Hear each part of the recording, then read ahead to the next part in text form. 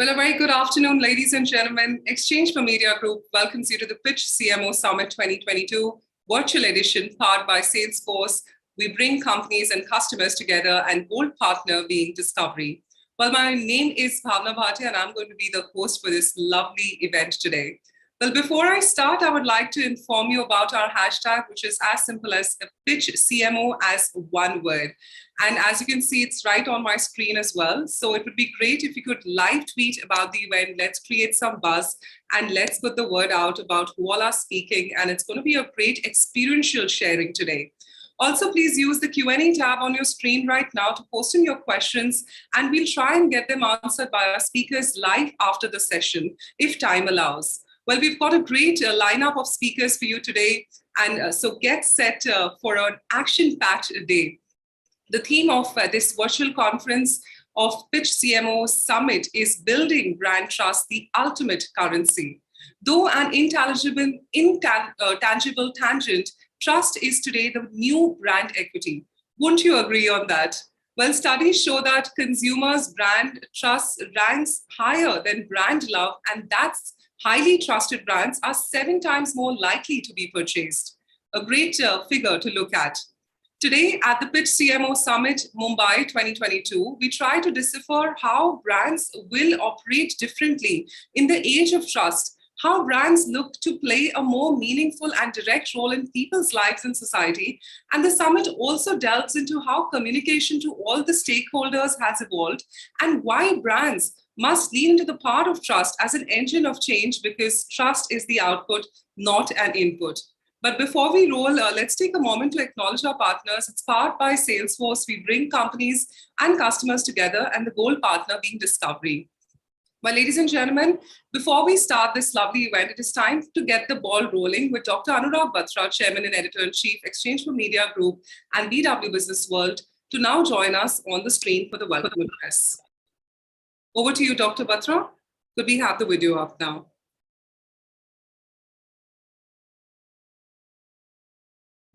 Good afternoon.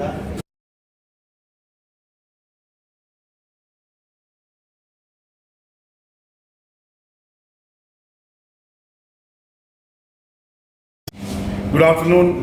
Welcome to the annual Pitch CMO Summit. We are doing this after 2 years of the pandemic. The brands landscape, the business landscape has changed.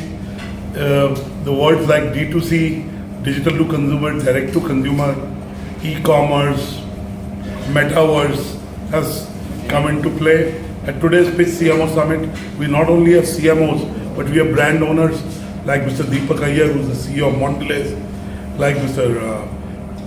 B. Thiagarajan, who's the MD and CEO of Blue Star, and many other MDs and CEOs speaking about brands being intrinsic to their businesses. They'll speak to you about digital, metaverse, what it takes to be a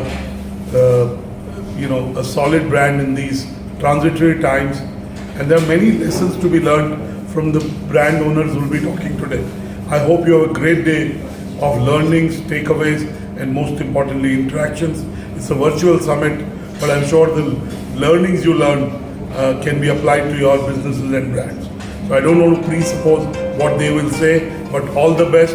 The Pitch CMO Awards is on 30th March at Santa Cruz at 6 p.m. I'll see you all at the Pitch CMO Awards on 30th March. God bless you. All the best.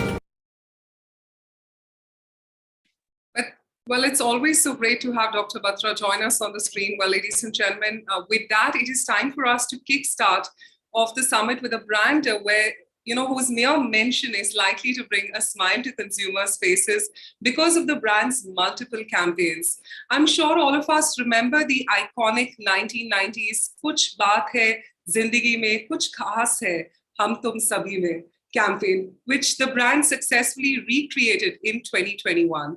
Also, don't forget the "Meethe Mein Kuch Meetha Ho Jaye" campaign, and the brand continues to strike the right chord with the consumers, or as they may remind us, ki asli swad zindagi ka actually kya hai.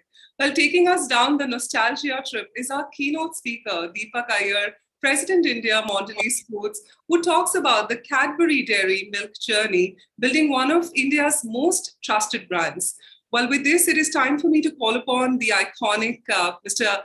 Deepak Iyer, thank you so much for your valuable time, and it's great to have you, and biggest smiles to welcome you. Over to you, and it's great to have you today. How are you doing today? Very well. Thank you so much, Bhavna. Great. And hello and good afternoon, friends. And thank you, Anurag and team, for having me speak at the Pitch CMO Summit. It's my pleasure and honor to be speaking at this August gathering. And of course, I'll be speaking on the theme of the summit, that's building brand trust. And of course, I will talk about the journey of Cadbury Dairy Milk, which Bhavna very fondly referred to in building brand trust. And I will speak with, and whenever I say CDM, it means Cadbury Dairy Milk. Just we are so used to using this word CDM instead of using a full phrase. So I just thought I'll say that because whenever we talk about the brand, we have so much of passion around the brand, and we always refer to as CDM. So can I have the presentation, please? Sure. Could the team please roll out the presentation? Thank you. Over to you. Thank you so much, Bhavna. The next slide, please. Yeah, as most of you might know, CDM was voted the #1 trusted brand in India by Brand Equity in 2020 in their most trusted brand survey. See, it was #1 not just among snacking brands or chocolate brands or FMCG brands. It was #1 across all categories of brands and all brands in this country. And I will talk today on what it took for CDM to get there. Can I have the next slide, please? So talking about trust, without getting lost in a very convoluted or esoteric definition of trust, let me simply define trust in any relationship as a consistent and reliable connection, which is normally built over time. This is very much like how we build trust in our personal lives with our family, our colleagues, or our friends, right? The next slide, please. Now, this brings me on to saying, how did CDM or Cadbury Dairy Milk do it over the years? So at Mondelez, we attribute it to 4 sets of reasons. One, having a meaningful connection with the consumer. 2, being consistent over time. 3, always being there, always engaging. And 4, not just telling stories, but doing something about it. We call that story doing versus storytelling. Now, I don't mean to say storytelling is not important. So don't get me wrong, it's important. But to take the brand trust to the next level, the brand needs to do something more. It needs to do something about the story it is telling. And in CDM's case, the story is always about generosity, correct? So I'll talk about each of these 4 points, and that will be the core of the content of my chat today, right? So the next slide, please. Thank you. See, the starting point of building trust with consumers is to create a strong connection with them. Long ago in my childhood, and likely before many of the young folks in the audience today were even born, chocolates was something that your rich dad, or your rich uncle bought for you as a gift from his last visit overseas. Now, if we had left CDM as such without localizing its appeal, we would never have made the connection with our consumers. We could never have built out CDM the way we have built it out today. CDM built a connection with all of us through Kuch Meetha Ho Jaye. Think of those 4 powerful words and what it means to us. It's in Hindi, our local language. It makes it Indian. It embodies Indianness. And most importantly, it resonates with any Indian who would say, what is the point of living in India if you can't say Kuch Meetha Ho Jaye, correct? So that's the power of the connection. This is how CDM made a connection with consumers in India. It firmly made a Western category to be seen as a modern addition to the wonderful assortment of mithai and sweets that we so much relish, right? And the important thing here is that CDM never chose to compete with Indian sweets, which is what we so much love, right? It rather chose to blend with them. Now, when I say blend with them, think about integrating with them, right? So think chocolate modak, think chocolate sandesh, etc., right? Which are all chocolate flavored sweets, which we so much relish. So once again, CDM made a connection with Indian consumers, right? I hope you're getting the point of connections that I'm talking about, right? See, another very important point on making connections is how many consumers are you able to connect with? How many consumers are you talking to? And on how many occasions? So long ago, chocolates were for kids. But like Bhavna said, with the iconic 1994 commercial, the Shimona ad, as you popularly call it, right? The lady dancing out of the cricket stadium into the cricket field, right? CDM made a connection with adults. So it enrolled adults. It made connections with expanded the connections beyond the kids to the adults, right? Again, CDM made connections, not just with the number of cohorts, but also with various occasions, right? So let's say it made connections with every part of the consumer's life. Now, let me recall some CDM ads. Let me recall some Cadbury Dairy Milk ads, right? Think of Pehli Tarik ad and the connection it made with consumers then. Recall the Pakku Paas Ho Gaya ad. Think of Khane Ke Baad ad. Think of Shubharam. Think of the Rakhi ads. Think of the Diwali ads. Think of the Valentine ads, right? Today, every occasion worthy of sweets is accessible to CDM. Whether it's daily snacking or celebrations or festivities or gifting.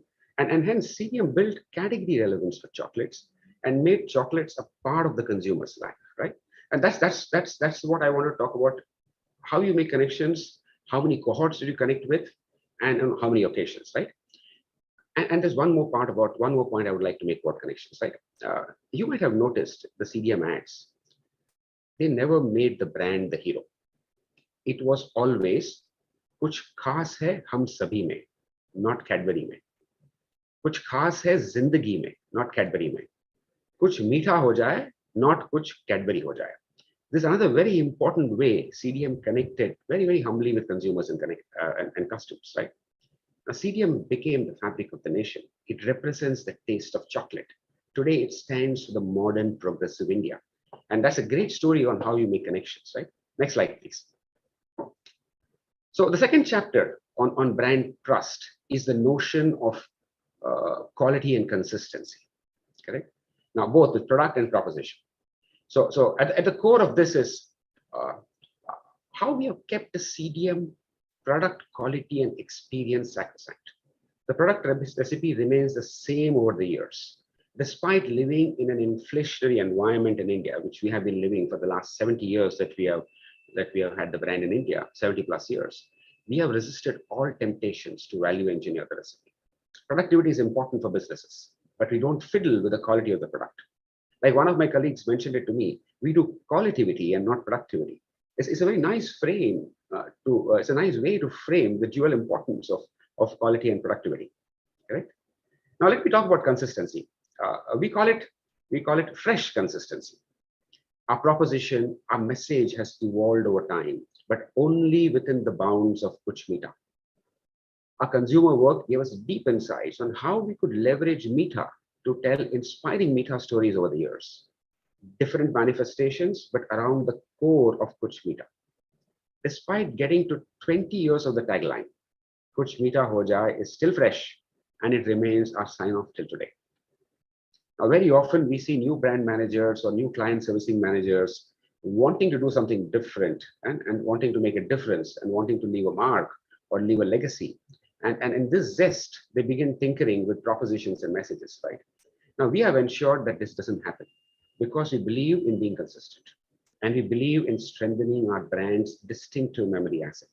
As we all know, marketers get bored of their own work much faster than consumers get bored of their work, right? So it's very tempting to go and change something there, right? So in summary, today, when any Indian consumer picks up a bar of CDM, she or he can be assured of the same great taste that they grew up on. When she or he sees a CDM ad, they can feel the same joy, the same warmth, the same spirit of giving, the same spirit of generosity, the same tagline that they are used to. And this is what we call consistency. Now, let me caveat this. It is not that we have not made any mistakes. We have. For example, a few years ago, we played the Martians ad. It is a nice ad, but it's not the genre of the brand, right? So, but however, we were sensible enough to realize a mistake and correct it. So I'm not saying we have played a perfect act. It is just that we have tried to do it consistently. And whenever we have made mistakes, we say, okay, we have made a mistake. Let's correct it. Let's recoil and see how we can put the right thing out there, right? So that's what I have to say on consistency. Next slide, please.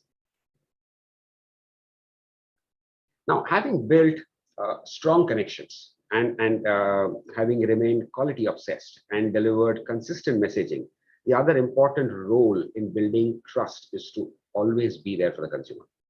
Having a point of view on what is happening around us, being present in the new mediums and touch points of the consumers are of equal importance. Hence, being present on digital and social media, speaking the language of Gen Z consumers is just as important as it is to be aspirational and relevant to a rural household on the other side, right? So as context changes with time, staying relevant as a brand becomes challenging.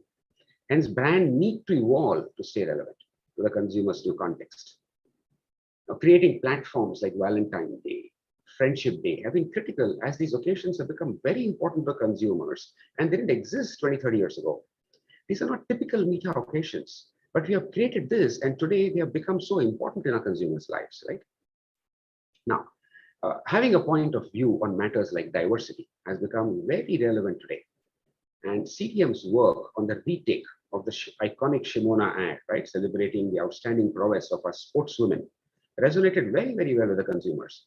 Even other examples, like the Unity bar, the 4 different chocolates in one bar, embodies the unity that we have amongst diversity in this country, right? The propaganda against cyberbullying, our Purple Hat campaign, right?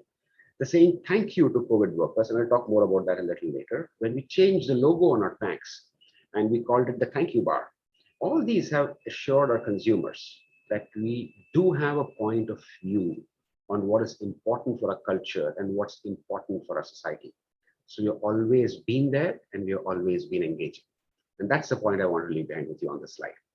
The next slide, please. Finally, trust is built when consumers realize that brands exist not just for themselves and their profits, but for making a difference. Now, making a difference to the society is a very deeply rooted value in CDM's persona, right?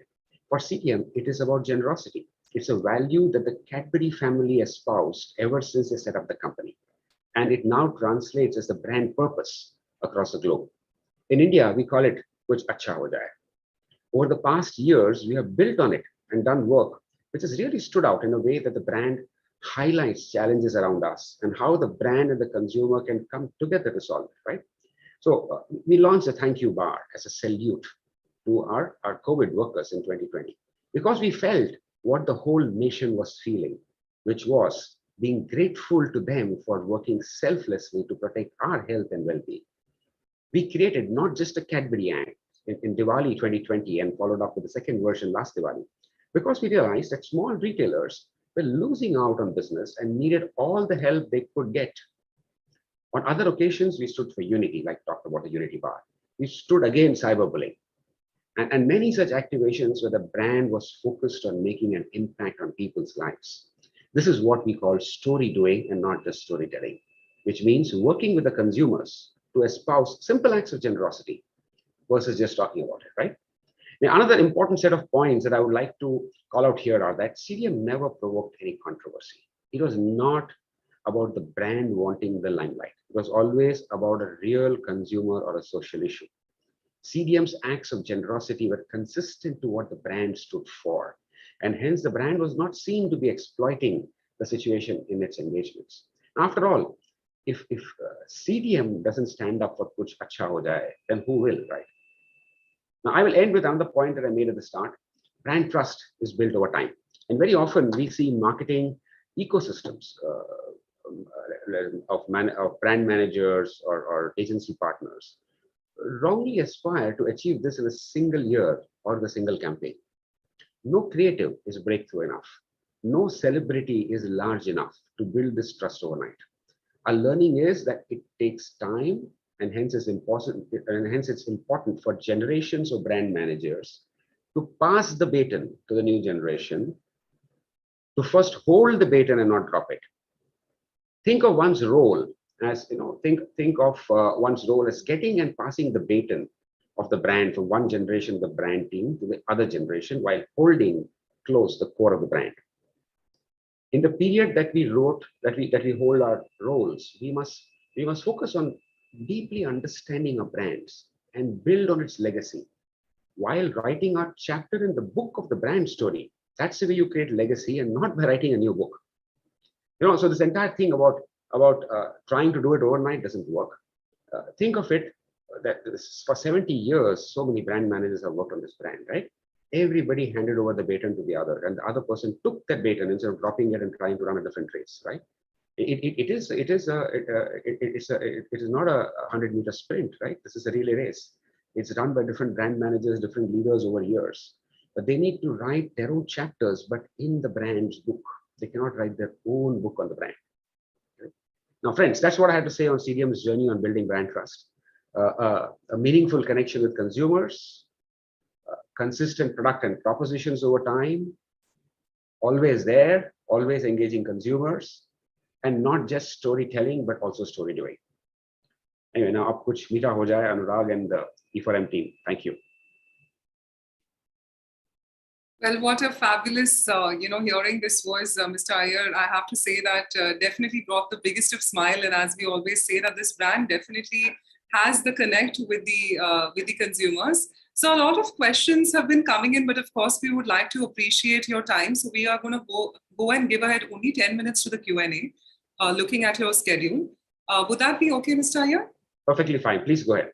Okay, perfect. So first, one of the questions is from Jayant Bose, who asked that your view on measurement techniques for measuring subconscious response leading to brand loyalty and how senses impact brand choice and loyalty. So what's your view on the measurement techniques for measuring subconscious response? So quite honestly, Bhavna, so Jayant as well, I'm not an expert on this domain, so I don't think I'm in the best position to answer this. What I still do know is that things are evolving. Right? So today, the way you used to measure, let's say, people's feelings or responses or the subconscious was very different 10 years ago. And the way digital progress is happening today, there's a lot more that's happening, right? The way image processing is progressing with leaps and bounds. I think this is an evolving area. So the way I would like to summarize an answer, I really don't know exactly. That's not my area of expertise. But what I do know is that the old is changing for new ways, and data and digital is coming up in a very, very big way. So also machine learning, AI, and AR, VR, and all the technological advances that are happening. Right, absolutely. Also, the brand has multiple memorable, iconic campaigns. Of course, while introducing you, we mentioned a few. But we'd like to get a heads up from you as to what have been your favorites, something which is recalled in your entire journey. Could you give us a few tidbits on those as well? Kuch khas hai zindagi mein. I mean, Shimona's ad was easily the most iconic ad, right? It went down as the campaign of the century of the last century, right? So, I mean, it's iconic in that sense. So, easily one of the best campaigns and head and shoulders above the rest. It's not that, and getting head and shoulders above the rest of the CDM ads is not an easy ask in itself, right? Every one of those ads, I mean, look at Papu Paso guy. Till today, people who have seen it then will recall Amitabh Bachchan and his inimitable style, right? So, or you recall all the recent ads, or even recall the Bharat ad. It was a wonderful ad between the mom-in-law and daughter-in-law, correct? So, I mean, how you bring out these meta stories has been the hallmark of CDM. The one that stands out for me, of course, is 1994 Shimona, or the retake in 2021. Right. That's great to know. Also, of course, because of COVID, a lot of companies have gone digital. A lot of business transformations have happened. So Pallavi Shah asked that, how has your business adapted to the digital change and e-commerce adoption? Is there anything you'd like to contribute to that, Mr. For sure. So absolutely. So I'm not really sure of the question, Pallavi. Are you talking digital and data in the holistic sense across businesses, or in the sphere of marketing and e-commerce? I'm presuming you're saying overall business, right? Now, see, digital and tech and data was always there. COVID just gave it a huge fillip.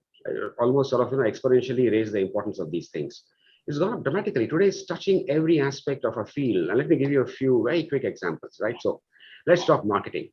Technology today allows you to personalize at scale. Whereas television, you could just give one message to every audience, right? Right. Digital allows you to make it a two-way interaction, right? And hence, how do you bring that out? So we had 96,000 versions of a digital ad on Fuse, because what hunger meant at 4 p.m. to a girl traveling in the metro, college girl traveling back home from the metro, was very different from what hunger meant for let's say a person who was working in the fields and coming back from the fields at 6 p.m. in the rural market, right? So you could do that personalizing at scale.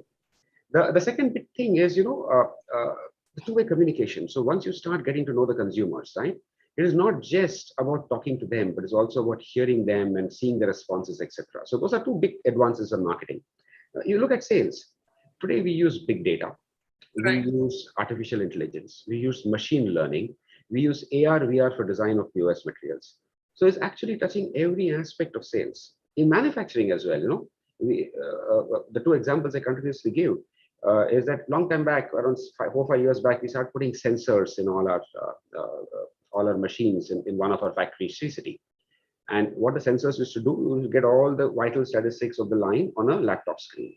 Now happened lockdown 1.0.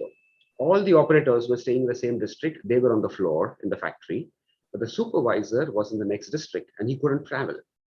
Right? And he couldn't travel for 3 weeks. For 3 weeks, he ran the line from his home and his laptop.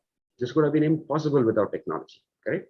So the smart factories, as we keep hearing, industry 4.0 is not something for the books. It's actually real, and it's happening all around us. Right. A great adoption right there. There's a question coming from Deepthi, and, we always talk about young marketers. So, she would like an advice to young marketers such as her starting out. So Deepthi would love to hear from you as a piece of advice to the young marketers out there. I mean, the advice is pretty much similar to almost everybody, right? So, and surely for young marketers, invest in learning. Today, the world is changing so rapidly. You can't say I learned it all from college or learned it all from my first job or my first assignment, right? It's changing. Right. Today, I'm now possibly 30 years in this industry, right? So, in the professional world, right, or in the corporate jungle, as you may call it, right? But I'm still learning. I didn't know anything about AI or machine learning 5 years ago. I didn't know what would be the use cases of AR and VR. But today, unless and until I change myself, it's impossible. I keep telling this very nice example to most of the people I talk about. Very often we read these news clips, right? Technology, AI, machine learning is going to eat up jobs. And you always think it is a job of that plumber or the carpenter or, somebody else. No, their jobs will stay because there is physicality to those jobs. The names on that list whose jobs will go away are your and mine. Right? Unless and until we invest to learn and change, right? It won't. So my one simple advice, if I were to give you, of course, I could give you many more, is to stay invested in learning. Invest in learning, absolutely. Amog Agarwal asked that celebrity endorsements. So let's indulge into that arena.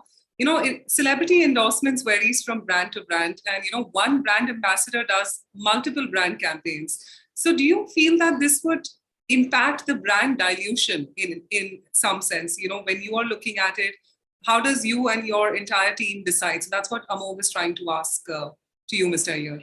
It's contextual, right? So there is a brand who has a persona, and there is a celebrity who has a persona. The best way is the brand persona and the celebrity persona have a fitment of what they stand for, the values, the way the consumers see them, right? And that's when you get a multiplier effect, because what the persona brings, or let's say what the celebrity brings to you is breaking the clutter. So when you're looking at a television with so many ads, right, you stand up when you have a big celebrity there doing an ad, right? Because you like to see a celebrity and you like the ad, and many of them emote very well, right? And they help break the clutter. But if the genre of the message that celebrity is giving is very different from what the brand persona stands for, then it's not really going to resonate very well with the consumers, right? So a lot of it is about the brand, the persona of the celebrity, what message you're giving, and what context you're talking to the consumers. So all of that needs to come together. Right, absolutely. Firstly, I have to say, Mr. Iyer, of course, we respect your time, but there are a lot of questions coming. We've got another 3 minutes only to go. So we'll go ahead with one of the other questions. Rohit Singh asked that truly appreciate your personalized Diwali ad with Shah Rukh Khan. How does a brand ensure to maintain trust and legacy while they adapt newer ways of marketing and technology like AI, etc.? What would your take be on that? See, actually, it's an enabler. AI and technology. Look at this ad of Shah Rukh Khan. What is it made out of? It's made out of the good use of deepfakes. Right. So what we used is artificial intelligence. So which is able to recreate how a Shah Rukh Khan would emote or talk or sound in different contexts, right? And so our technology can be a very, very big enabler. I don't think they are in conflict or dissonance. It's just that we need to understand how to use them and in the right way. Right. No, and I have to say I was a big fan of the ad because we saw so many adaptations to it, and the small businesses, of course, benefiting with it. That really helped. Just one final question in lieu of time, we're going to be going ahead.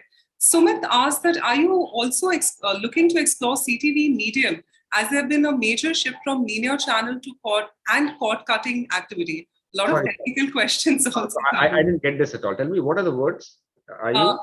Are you looking to explore CTV medium? I'm apologetic if I am also not aware on certain terminologies from my side. If you want, maybe there could be a typo error. Would you like to skip that question and move towards the personalization one? Okay, or maybe I don't know this word, so both of them could be true. No, I'm apologetic. Even I wasn't really aware on that. But just your final closing thought, Mr. Iyer, because I know there are a lot of questions coming in and we cannot take them on directly to you right now in lieu of time. Just your closing thought before we wrap up your wonderful session today, Mr. Iyer. Yeah, so I think, brand trust today, especially after what's happened over the last 2 years for all of us in pandemic, it's actually been elevated to a level which it was never before. Right. And that kind of levels, we have never seen a brand required to sort of, perform at. And hence, it's become super challenging for many brands. But equally, it has been a blessing in disguise for other brands who always stood for some purpose, right? And today, what are the consumers doing? They're gravitating to brands with a purpose. They're gravitating to brands with a trust. They're gravitating to brands which have been consistent and have always been there for them. Those are the messages I gave today, right? So I would say building brand trust has become even more important today than ever before. Yeah, I think you have to invest in it. If a brand, if you have a brand and you want that brand to live for long and you want it to be around and actually become stronger and stronger, the one area which you must invest, you can't run away from, is brand trust. I talked to you about our stories on brand trust and how we build in CM. There are many other stories which will be very different. Yeah, so I won't say just rely on the stories that or the themes that I gave you. Look around, there'll be even better ways and even more complementary ways to build it, depending on the genre of your brand, right? Now, if you have a very tongue-in-cheek kind of a brand, right, which has cutting-edge humor, wit, and repartee, right? You don't build it the way we have built this, but the fundamentals are still the same. You need to engage, you need to be there, you need to be consistent, you need to do some story doing, right? Those won't go away. Right, absolutely. Thank you so much, Mr. Iyer. There's so much we've learned from your session. They say that experience counts a lot, and whatever you spoke and the nuggets of wisdom you brought about on the screen have been truly invaluable. Thank you so much. Pleasure is mine. Thank you so much, Bhavna. Thank you so much, Pitch Summit. Thank you. Thank you so much. So, ladies and gentlemen, what an iconic session that was. We are all in smiles, after concluding with Mr. Iyer's session. It is time for me, of course, to acknowledge our partners. It's powered by Salesforce. We bring companies and customers together, and the gold partner being Discovery. Why don't we have a look at the partner areas before we move on to our next address? Thank you, everyone, for joining us.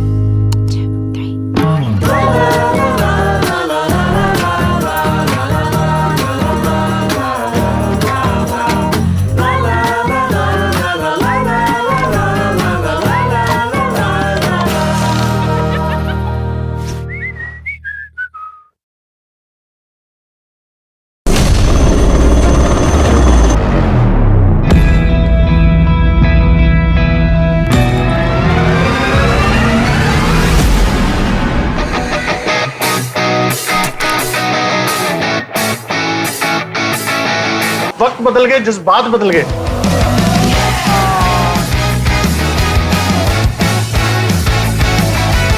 I can't believe my eyes.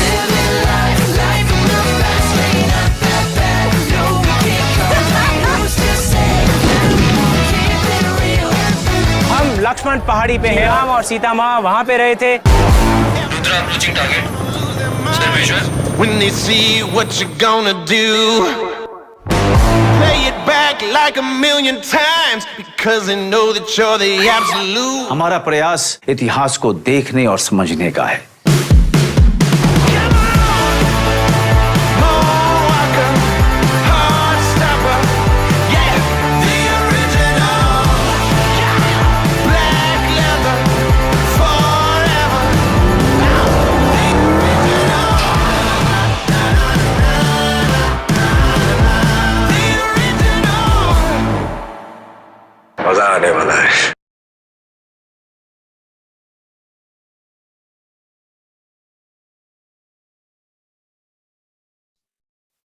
So with this, we'd like to once again thank our partners. Ladies and gentlemen, it is now time for a special address by Angela George, CEO, Bisleri International. Well, moving on from one iconic brand to another, it is only fair to say that a brand has gained customer trust when its name is often interchangeably used for the product. Well, Bisleri is one such brand which I would say is synonymous to the bottled water in India. Joining us next is going to be Angela George, CEO, Bisleri International. And today he shares with us the Bisleri journey and how Bisleri has managed to stay relevant and trustworthy for the consumers through its value to consumer proposition and clutter-breaking communication. Talking on the topic, strengthening brand love, it is time for me to now call upon Angela George, CEO, Bisleri International. Over to you, Mr. George. Take it forth.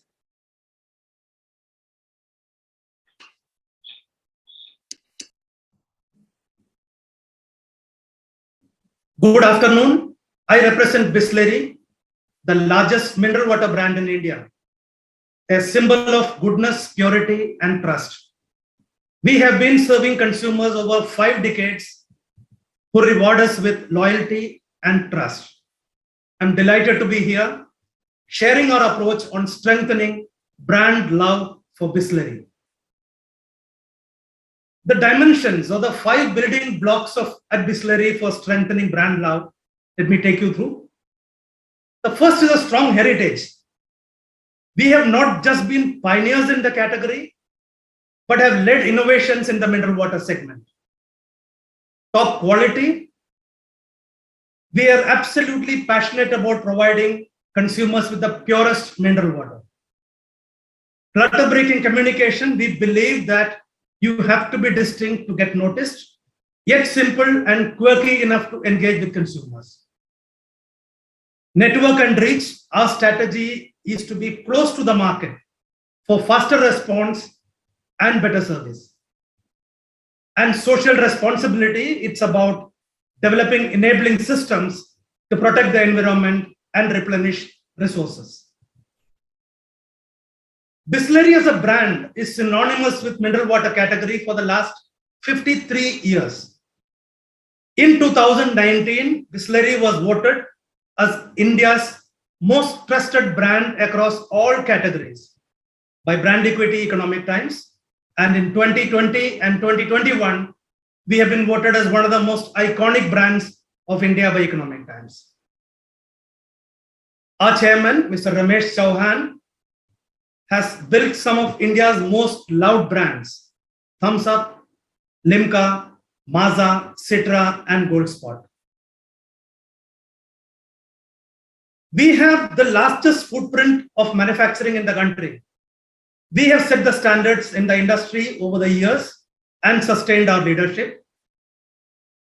The unique aspect of Bisleri, we don't use harmful chlorination at any stage, but we use a far more powerful ozonization process at the beginning of the purification cycle and at the end.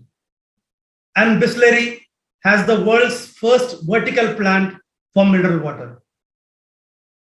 Let me show you the video of our vertical manufacturing plant, the first in the world in mineral water category.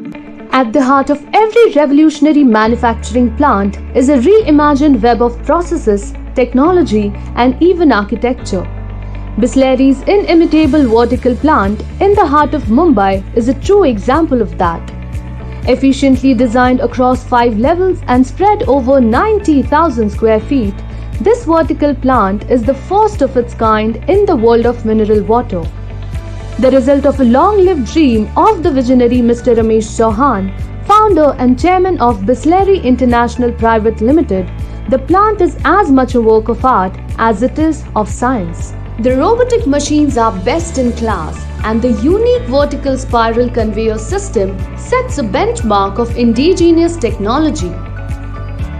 These innovative heavy-duty machines make the production process contactless and Bisleri the untouched and safest water of our time. And our communication has always been clutter-breaking, quirky, and engaging, always contextual to the times. Bisleri is synonymous with the mineral water category. Most consumers, in fact, ask for a bottle of Bisleri. But in many instances, they end up getting a different brand, even lookalikes or spurious, which they end up consuming without realizing how unsafe it could be. The Samajdar campaign is about alerting consumers to make the intelligent choice on why they should insist on Bisleri and validate what they get from the retailers.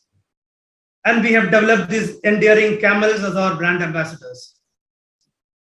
The campaign, The Intelligent Know the Difference, won the Effie Award at the Asia Pacific level in recognition of the most effective advertising effort. And Bisleri TV commercials have featured among the most iconic television commercials of all time by India Tele Ads Awards in 2021. Let me share with you one of the latest TV commercials.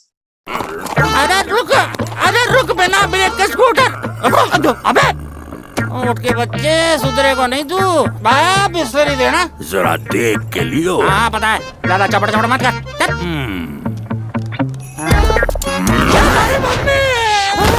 लो भाई साहब बिस्लरी अबे चंपकलाल हर पानी की बोतल बिस्लरी ना होवे समझदार बिस्लरी पीते हैं Our strategy is to be close to the market. We have over 140 manufacturing plants spread across those towns which you see on the map. Now, this enables us to provide better service than all our competitors. And we have a strong distribution network to service all kinds of channels in the marketplace. These networks also provide livelihood for thousands of families of our indirect and direct associates. We launched Bisleri at Doorstep, our e-commerce initiative during the pandemic lockdown. With safety concerns and restrictions, consumers were getting constrained. We wanted to reassure consumers that they need not step out for mineral water. Bisleri would deliver it at their doorstep. The e-commerce portal was created to enable consumers easy access to our complete range of products. And it's really an extension of our commitment to offer convenience. Being responsive and adapting to evolving market situations, we have been able to strengthen our relationship with consumers. And we had released a series of short TV commercials. Let me share with you one of the TV e-commerce launch videos. पहले पानी गर्म करो, फिर ठंडा करो, फिर पियो, फिर गर्म करो, फिर ठंडा करो, फिर पियो। मैं तो ना फेड अप हो गई हूँ। ओ यार, ये वाटर फिल्टर बार बार खराब हो जाता है। कल ही तो सर्विस कराया था, अब सेव पानी कहाँ से लाऊं जी? अरे पाजी, ओ हाँ जी। डोंट वरी, अब घर आएगी बिस्लेरी, सेफ और टेंशन फ्री। हाँ। वाह बादल वाह। To order Bisleri mineral water, just go to shop.bisleri.com. We have been leading innovations in the industry, the only brand with SKUs for every occasion. From 250 ml to 20-liter pack, we have it for all occasions, on-the-go consumption, celebrations, or even home consumption. We have also introduced now tinted jars as part of our move to refresh our entire packaging. And we possibly are the only brand with labels in regional languages. Consumers have easy access to our complete range through the e-com site and the mobile app. And our range extends beyond mineral water. Bisleri Soda is one of our largest brands, unique in its bottle design as well. And the nourishment of natural mountain water from the Himalayas come to you in brand Vedika. We'd also introduced a range of fizzy drinks, refreshment with the goodness of fruit juices in distinctly different flavors, Lemonata, Spicy, and Fonzo. And during the COVID, consumers were experiencing adverse effects on skin with regular sanitizers. They were seeking products with moisturization and offering refreshing fragrances. Bisleri hand purifiers with these enhanced features and premium packaging was launched during this period. We have received excellent response for our range. As a responsible brand, we believe in developing systems to improve recycling of used plastic. We believe that plastic is not a waste. The issue is about how we dispose used plastic. Bottles for Change program is our initiative to spread awareness about plastic recycling. We work through municipal corporations, housing societies, educational institutions, and corporates. It's about creating a sustainable circular economy with used plastic. We educate people how to clean used plastic and segregate it. Our agents collect the segregated plastic and send it directly for recycling. And the plastic is recycled into utility items like clothes, bags, furniture. In fact, it's actually upcycling the value of used plastic. The profits from these proceedings is used to uplift the life of rag pickers and the Safai Karamcharis. We are focused about ensuring that we recycle more plastic than what we put in the market. I'm delighted to share that we have recycled 101% of the quantity of plastic we have sold in the country as packaging material during last year. And this is part of our submissions to the Central Pollution Control Board. And this initiative of Bottles for Change is now in 9 municipal corporations in 7 cities, touching about 6 lakh families. Through our water harvesting initiatives, we ensure that for every liter of water extracted, we actually harvest 1.08 liters. We have a large-scale rainwater harvesting at all our Bisleri factories. Nai Umeed is our project to conserve rainwater by building and restoring check dams. Check dams help store surface water during the monsoon for use post-monsoon. It also helps in recharging and improving the groundwater levels. Bisleri undertook the first check dam project in 2001 in Kutch in Gujarat. Since then, we have got 160 check dams which are built and restored across Gujarat and Maharashtra. And more than 9,600 acres of land has been irrigated, turning all these barren lands into fertile farms. Bisleri uses ozone extensively at our plants. Supporting medical uses of oxygen has been a passion for our chairman. Ozone therapy is an alternate treatment method, very helpful in circulatory disorders, infections, inflammations, cancer, and age-related issues. The therapy is an incredible rejuvenator and a detoxifier and a physical energizer as well. At Bisleri, we support Ozone Forum of India to make this therapy cost-effective and accessible to the masses. So to sum up our approach, the brand love for Bisleri, 53 years and counting, the 5 dimensions to build and strengthen brand love at Bisleri. Leverage the strong heritage, keep ahead through innovations. Sustain top quality, our commitment is to provide purest mineral water. Clutter-breaking communication, distinct communication to build brand insistence, and our network and reach strategies are designed for improving availability and accessibility across the country. And we are a socially responsible organization. We believe that as a responsible brand, we are accountable to the society and to the environment. Thank you. Thank you so much, Mr. George, for that incredible presentation. Well, ladies and gentlemen, with this, before we move on to the panel discussion, it is time for me to acknowledge our partners and also mention our hashtag, ladies and gentlemen, hashtag PitchCMO. Of course, Mr. George was a little tight on the time, so we couldn't address questions to him, but we'd love you to continue asking the questions in the chat box. So all you got to do is put in the use of the Q&A tab on your screen right now to post in your questions, and we try and get them answered by our speakers live after their session if time allows. Well, this is powered by Salesforce. We bring companies and customers together, and the gold partner being Discovery. Well, let's have a look at the partner AVs. And of course, if we do have time, we'll have a look at the E4M AV as well. But for now, could we have the cue for the partner AVs?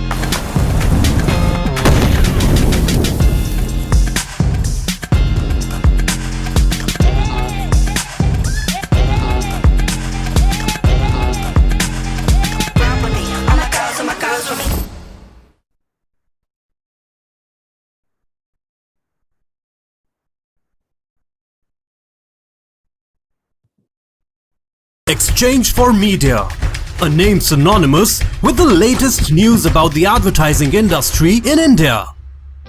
The Exchange for Media Group, set up in 2000, has the most credible media platforms covering the entire advertising, media and marketing domain with its highly acclaimed digital, print and on-ground assets. The group's flagship news portal, exchangeformedia.com, reaches over 6 lakh subscribers who are the first to receive breaking news in the industry.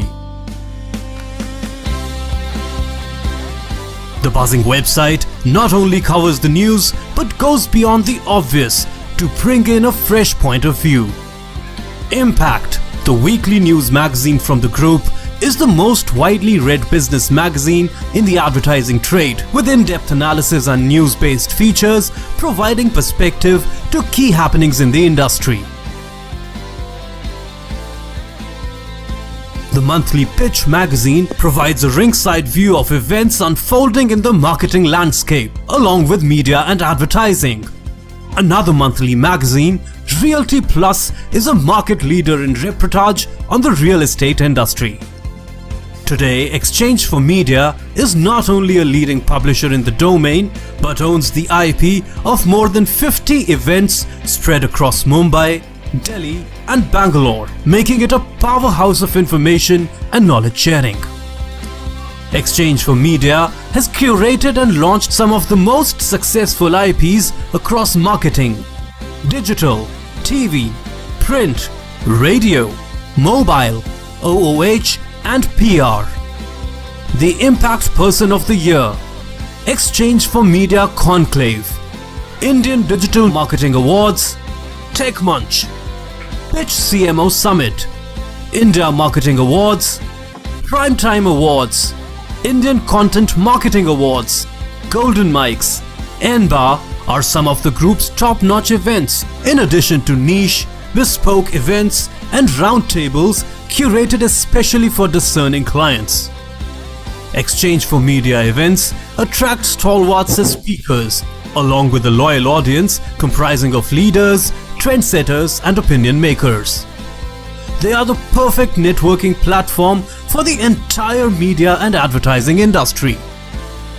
No wonder Exchange for Media Group publications and events have high credibility and reach and are the destination of choice for agency, brand and media professionals across the industry.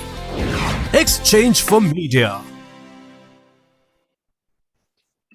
So, well, ladies and gentlemen, after that, and what a great set of sessions we've had so far, it is time for me to now move on to the panel discussion. Well, the first panel discussion, and I would say a truly very interesting one it's going to be, as our speakers have said, that the brand trust is the key tenet for any brand, as a brand that consumers trust and loyalty influences the buying decisions, gains market share, and is of course a crucial element in defining the company's success. However, the digital acceleration in the post-COVID world has resulted in brands re-evaluating their stance and strategy. Well, our first panel discussion is on the topic creating brand trust in the digital age, and I'm sure this is going to be a very interesting conversation coming up. First up, let's welcome our session chair, Esha Nagar, the Managing Director, NEPA India, and of course our panelists, Ankit Desai, Marketing Director, Hershey India. We've got Atit Mehta, Marketing Head, Byju's. We've got Mohua Das Gupta, Head Brand Marketing, Tata Click Luxury. Ruchika Gupta, CMO, Luminous Power Technologies. We've got Saloni Shah, General Manager, Media and Digital, L'Oreal India. And we've got Sean Nandupa, the Head of Ad Sales, South Asia Discovery Inc. So my heartiest welcome to everyone for joining us. Thank you for your valuable time. And this is a rather very interesting conversation we've been looking forward to having all the best of the best speak about on this platform. Esha, the task is with you, the mammoth task of having this first panel discussion. I'm sure you'll do a wonderful job. Over to you. Thank you, Bhavna, for setting the context, and welcome everybody to our session as part of the Pitch CMO Summit. Where in the next 50 minutes, we have a job at hand discussing creation of brand trust in the digital world. And I must say we have a powerhouse of a panel, almost a marketing force ranging from FMCG to EdTech, from luxury to mass brands, and then sort of like completing the full circle with media. Now, trust is a currency that the brands cannot live without, specifically when the world is rising after a pandemic and where consumer mind shifts, at least in like India, is fast transforming. The needs are changing. The kind of relevance that the consumers are seeking from brands is shifting. And I must say that if a consumer has the trust in the brand, they are likely to seek more, they're likely to pay more, recommend more, and lastly, perhaps even forgive a brand. With that, I would just jump into the discussion, and I would love to invite all of you for opening notes on what do you think drives brand trust and what is likely to break or destroy it. We'll begin with you, Mahua. Do you want to open it for us? Sure. Thank you, Isha, and welcome speakers. So as we have been navigating the whole post-COVID era, I think three things that come to mind as absolute imperatives to drive brand trust in this new digital age. One is definitely authenticity. Brands that are authentic, honest, real are likely to drive better emotional connect that translates into trust for consumers. And we can go into more details and examples of it. Yeah. It's very important for brands today to take a very authentic tone of voice, to be very authentic in their actions, and to be truly themselves as brands, because consumers today are also very well informed. They're able to see through fads, they're able to see through trends, they're able to see through loopholes in communication. Yes. For being authentic is absolutely imperative in today's day and age for any brand who is playing the long-term game. Yeah. The second thing to my mind is even more important in the whole post-COVID era is the purpose. Brands today need to take larger than it's no longer transactional. They need to be seen as being more purpose-driven. The entire approach to building a brand needs to stem from a larger consumer purpose. And what is it that they are leaving? What is it that they are sort of leaving behind as an impact, not only for consumers, but for society as large? And Yes. therefore, purpose becomes extremely important in the context of today's world, something that every brand should own and drive. And the third thing is, of course, that helps cement trust even more is the overall brand experience. You can be authentic, you can have great purpose, but does that purpose and authenticity translate into consumer experience? Are both digitally and through tactile experiences that the brand is driving. So these three things to my mind are absolute imperatives in the post-COVID era when a brand is thinking about building consumer trust and loyalty and playing the long-term game. Thanks, Mahua. Adit? No, I agree to what Mahua has said, but one more thing I will add to it. It's also about the service delivery which the brand has to provide, and service delivery is not while selling the product. Of course, that needs to be top of the line during sales, and most importantly post sales, because a lot of times all of us would have experienced a bad service delivery, and the first thing is we start talking about it. We talk within family and friends, and of late we have started talking about on platforms, and that gets viral.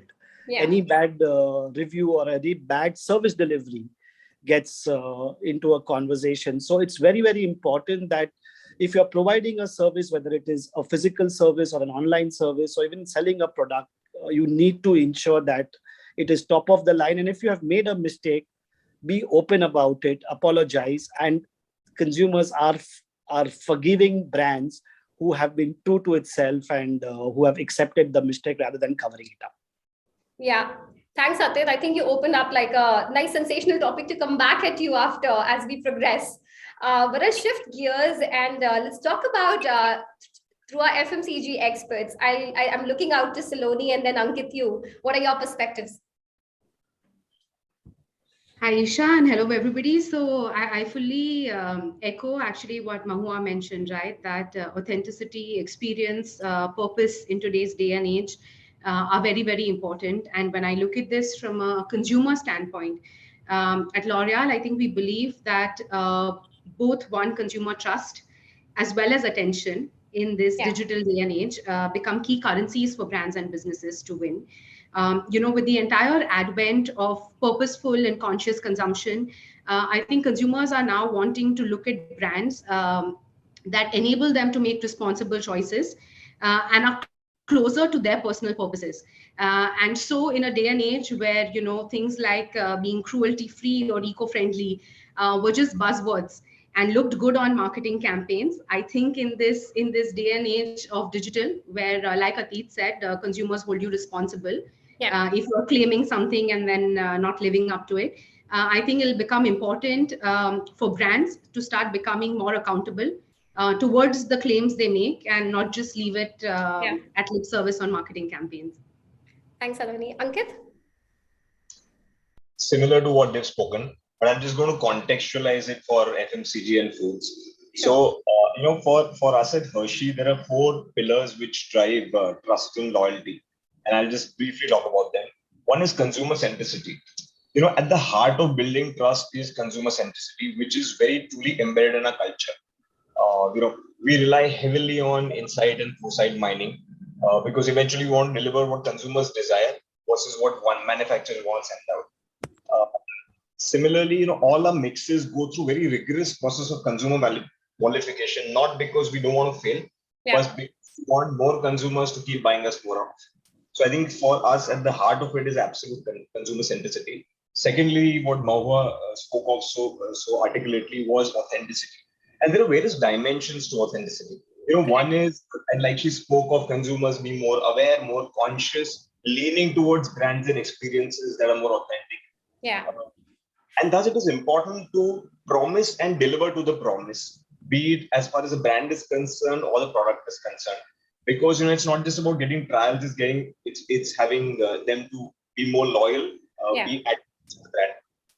The other important aspects which at Hershey we are very, very particular about is authenticity extends to our propositions as well, which is centered around the brand ethos. So if there is a certain brand ethos, then authenticity has to be around that. You don't deviate much. And lastly, small yet very important is authenticity in the claims we make and authenticity in the way we advertise. So we advertise in a brand safe environment.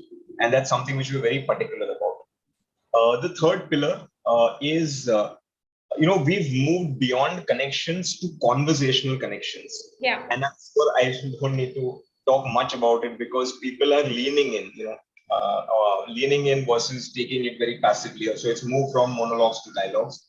And lastly, cohesiveness and constancy.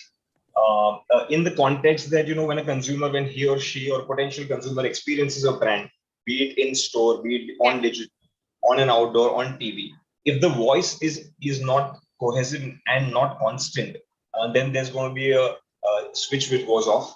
And we feel that these are the four pillars which have helped us develop successful brands and innovations within the Hershey's range or the SoFit range.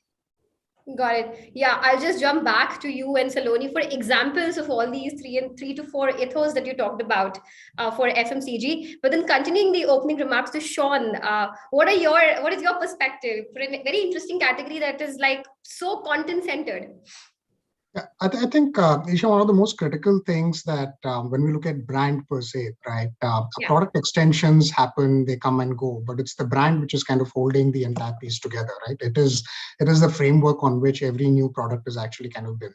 So the relevance of the brand from a consumer perspective, right, is, I would probably say, right on top, right? It is the pinnacle of everything, right? So from that perspective, I think for us also, right, as we pivot, right, from a linear media brand to a digital brand, right, we kind of realize the importance of holding on to the ethos and the values of what the brand are, right? It becomes extremely integral that it kind of translates. And at no point of time do we end up diluting that.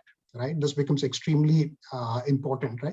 Digital also as a medium, right? It's all about interactivity. It is very, very immediate and here and now, right? Which kind of is very different from what a brand stands for, right? It is about stability. It is about being over a particular, call it a millennia if need be, right? That's how you kind of build the entire piece. And hence, right, dilution, right, of it is, or ensuring that dilution does not happen is extremely important. So that's very important. Also, I'm kind of building on what Ankit mentioned, right? He talked about cohesiveness. He talked about consistency.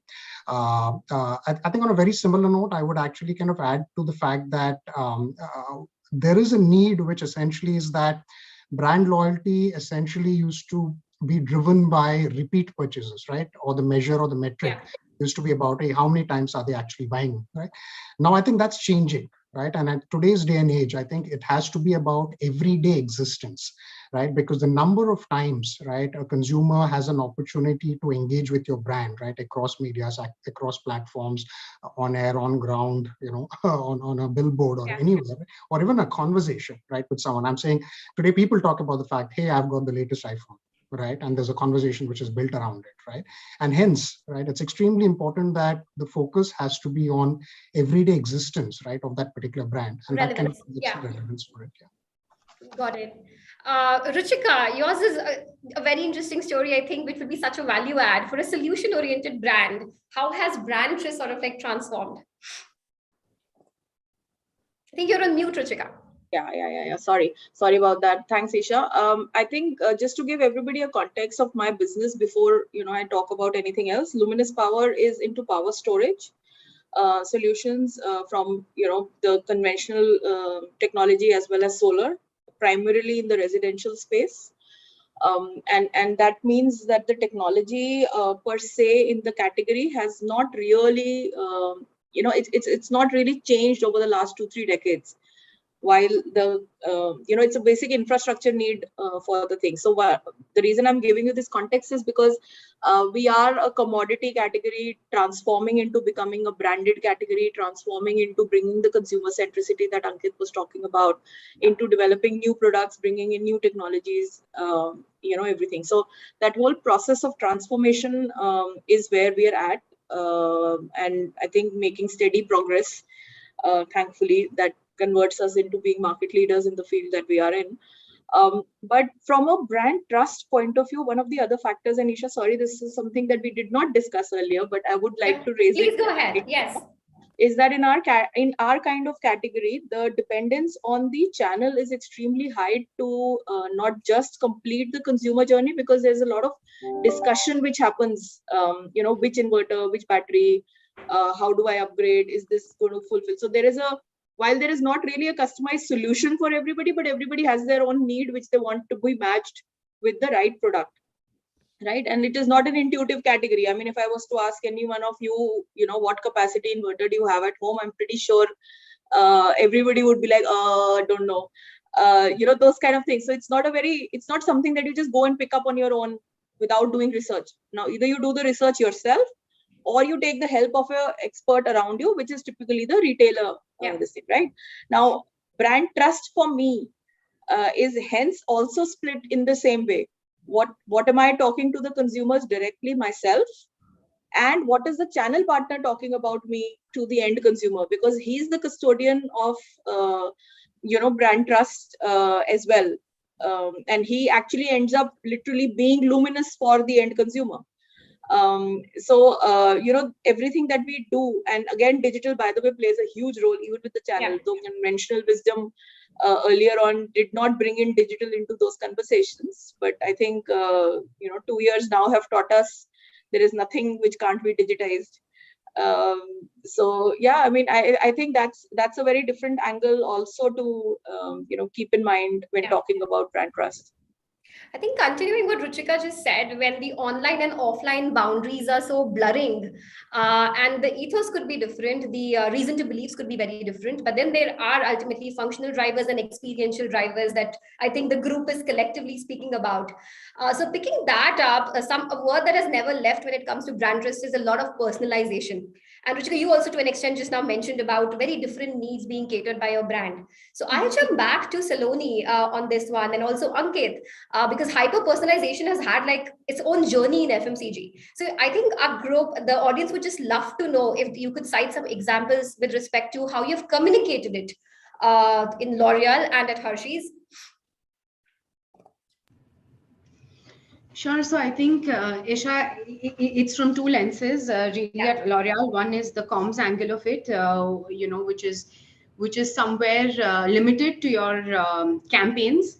But so we look at it two ways in L'Oreal. One is at a product level, and then of course at a communication level, right? And very recently, in 2018, we acquired a company called Modiface globally, which helps us sort of. It's an AI-driven model which helps consumers try on how different products or shades or lipstick hair color could look on them. And one very hyper-personalized product that we've created is on a brand that we have in our luxury division called YSL. And it's nothing but a smart at-home device which allows you to personalize the lip color that you want to use. It's like an app that you can have on your phone.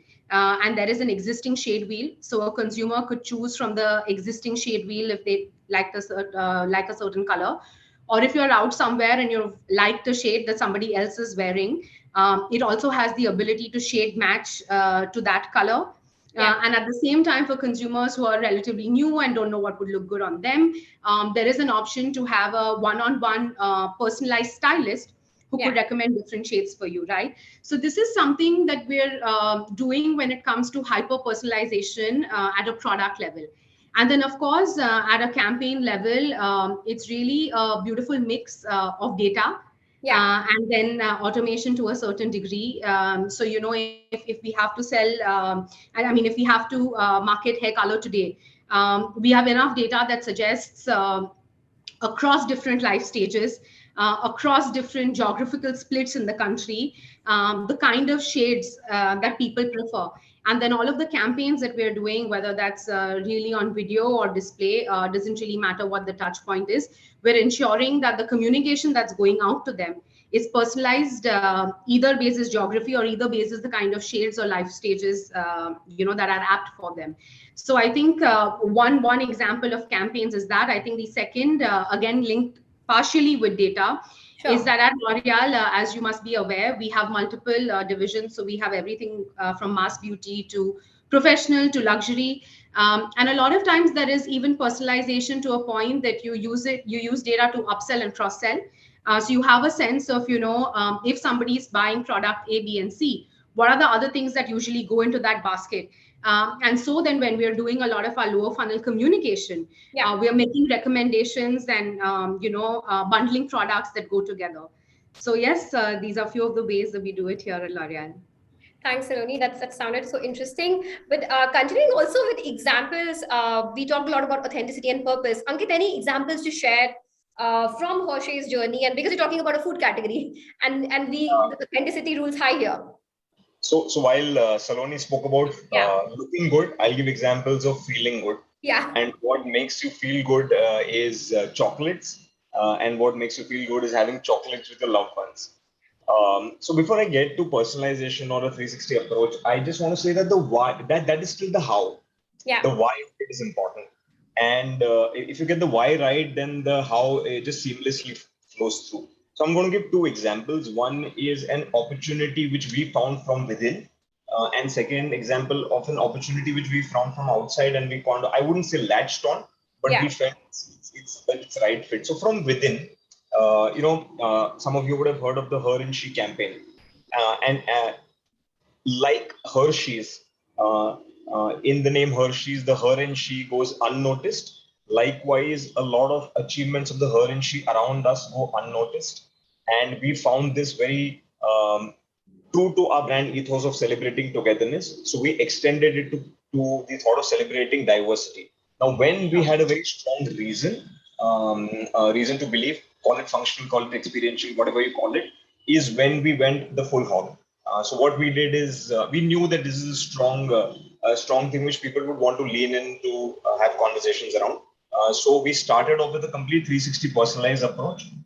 We had a complete packaging takeover of a Hershey's range of bar, where we celebrated 6 heroes from various walks of life. And people obviously would embrace that, but they would also want to celebrate their own heroes. Wow. So very simply, we provided a QR code where they would scan the QR code, celebrate their Her and She through an interactive virtual site, and their Her and She could be shareable. So I would share Aisha or Saloni as my hero. Yeah. I would send it to them at a very personalized level. At the same time, they'd appear on the virtual gallery. We supported this through a lot of other 360 stuff, including, you know, a celebrated rap song, outdoors, etc. So a full hog of things. And it's been it's been embraced a lot. You know, some numbers, 15 million plus views. So I was just talking to my little expert, and 15 million plus views and some 10,000 uploads on the gallery. So overall, it's been extremely successful. 150 million plus impressions, and that's why I'm talking about the why. That if you get the why right, the how will just passionately come through. The second example is something. It's you know, during the pandemic, where unfortunately we were all bottled up, not just in the houses but even within, and we were finding these moments and opportunities to feel good. Thanks, Sean. Appreciate it. We were finding these opportunities to feel good with our loved ones. And in that context, we saw cooking and baking searches were at an all-time. So we said, why don't we again celebrate togetherness by giving opportunity to people to do it with their loved ones? and we created and repurposed 100 plus recipes using AI, using DCO to drive same messaging in line with the consumer trends. Again, something which resonated with consumers well. 18 million reach, 4 million views, thousands of user-generated content. And towards the end of it, what we call, this is the Happy at Home campaign. What was the best is the love we witnessed with consumers dialing their trust and loyalty for the brand, translating into sales and repurchase. So yeah, these are a couple of examples of Yeah, thanks, Ankit.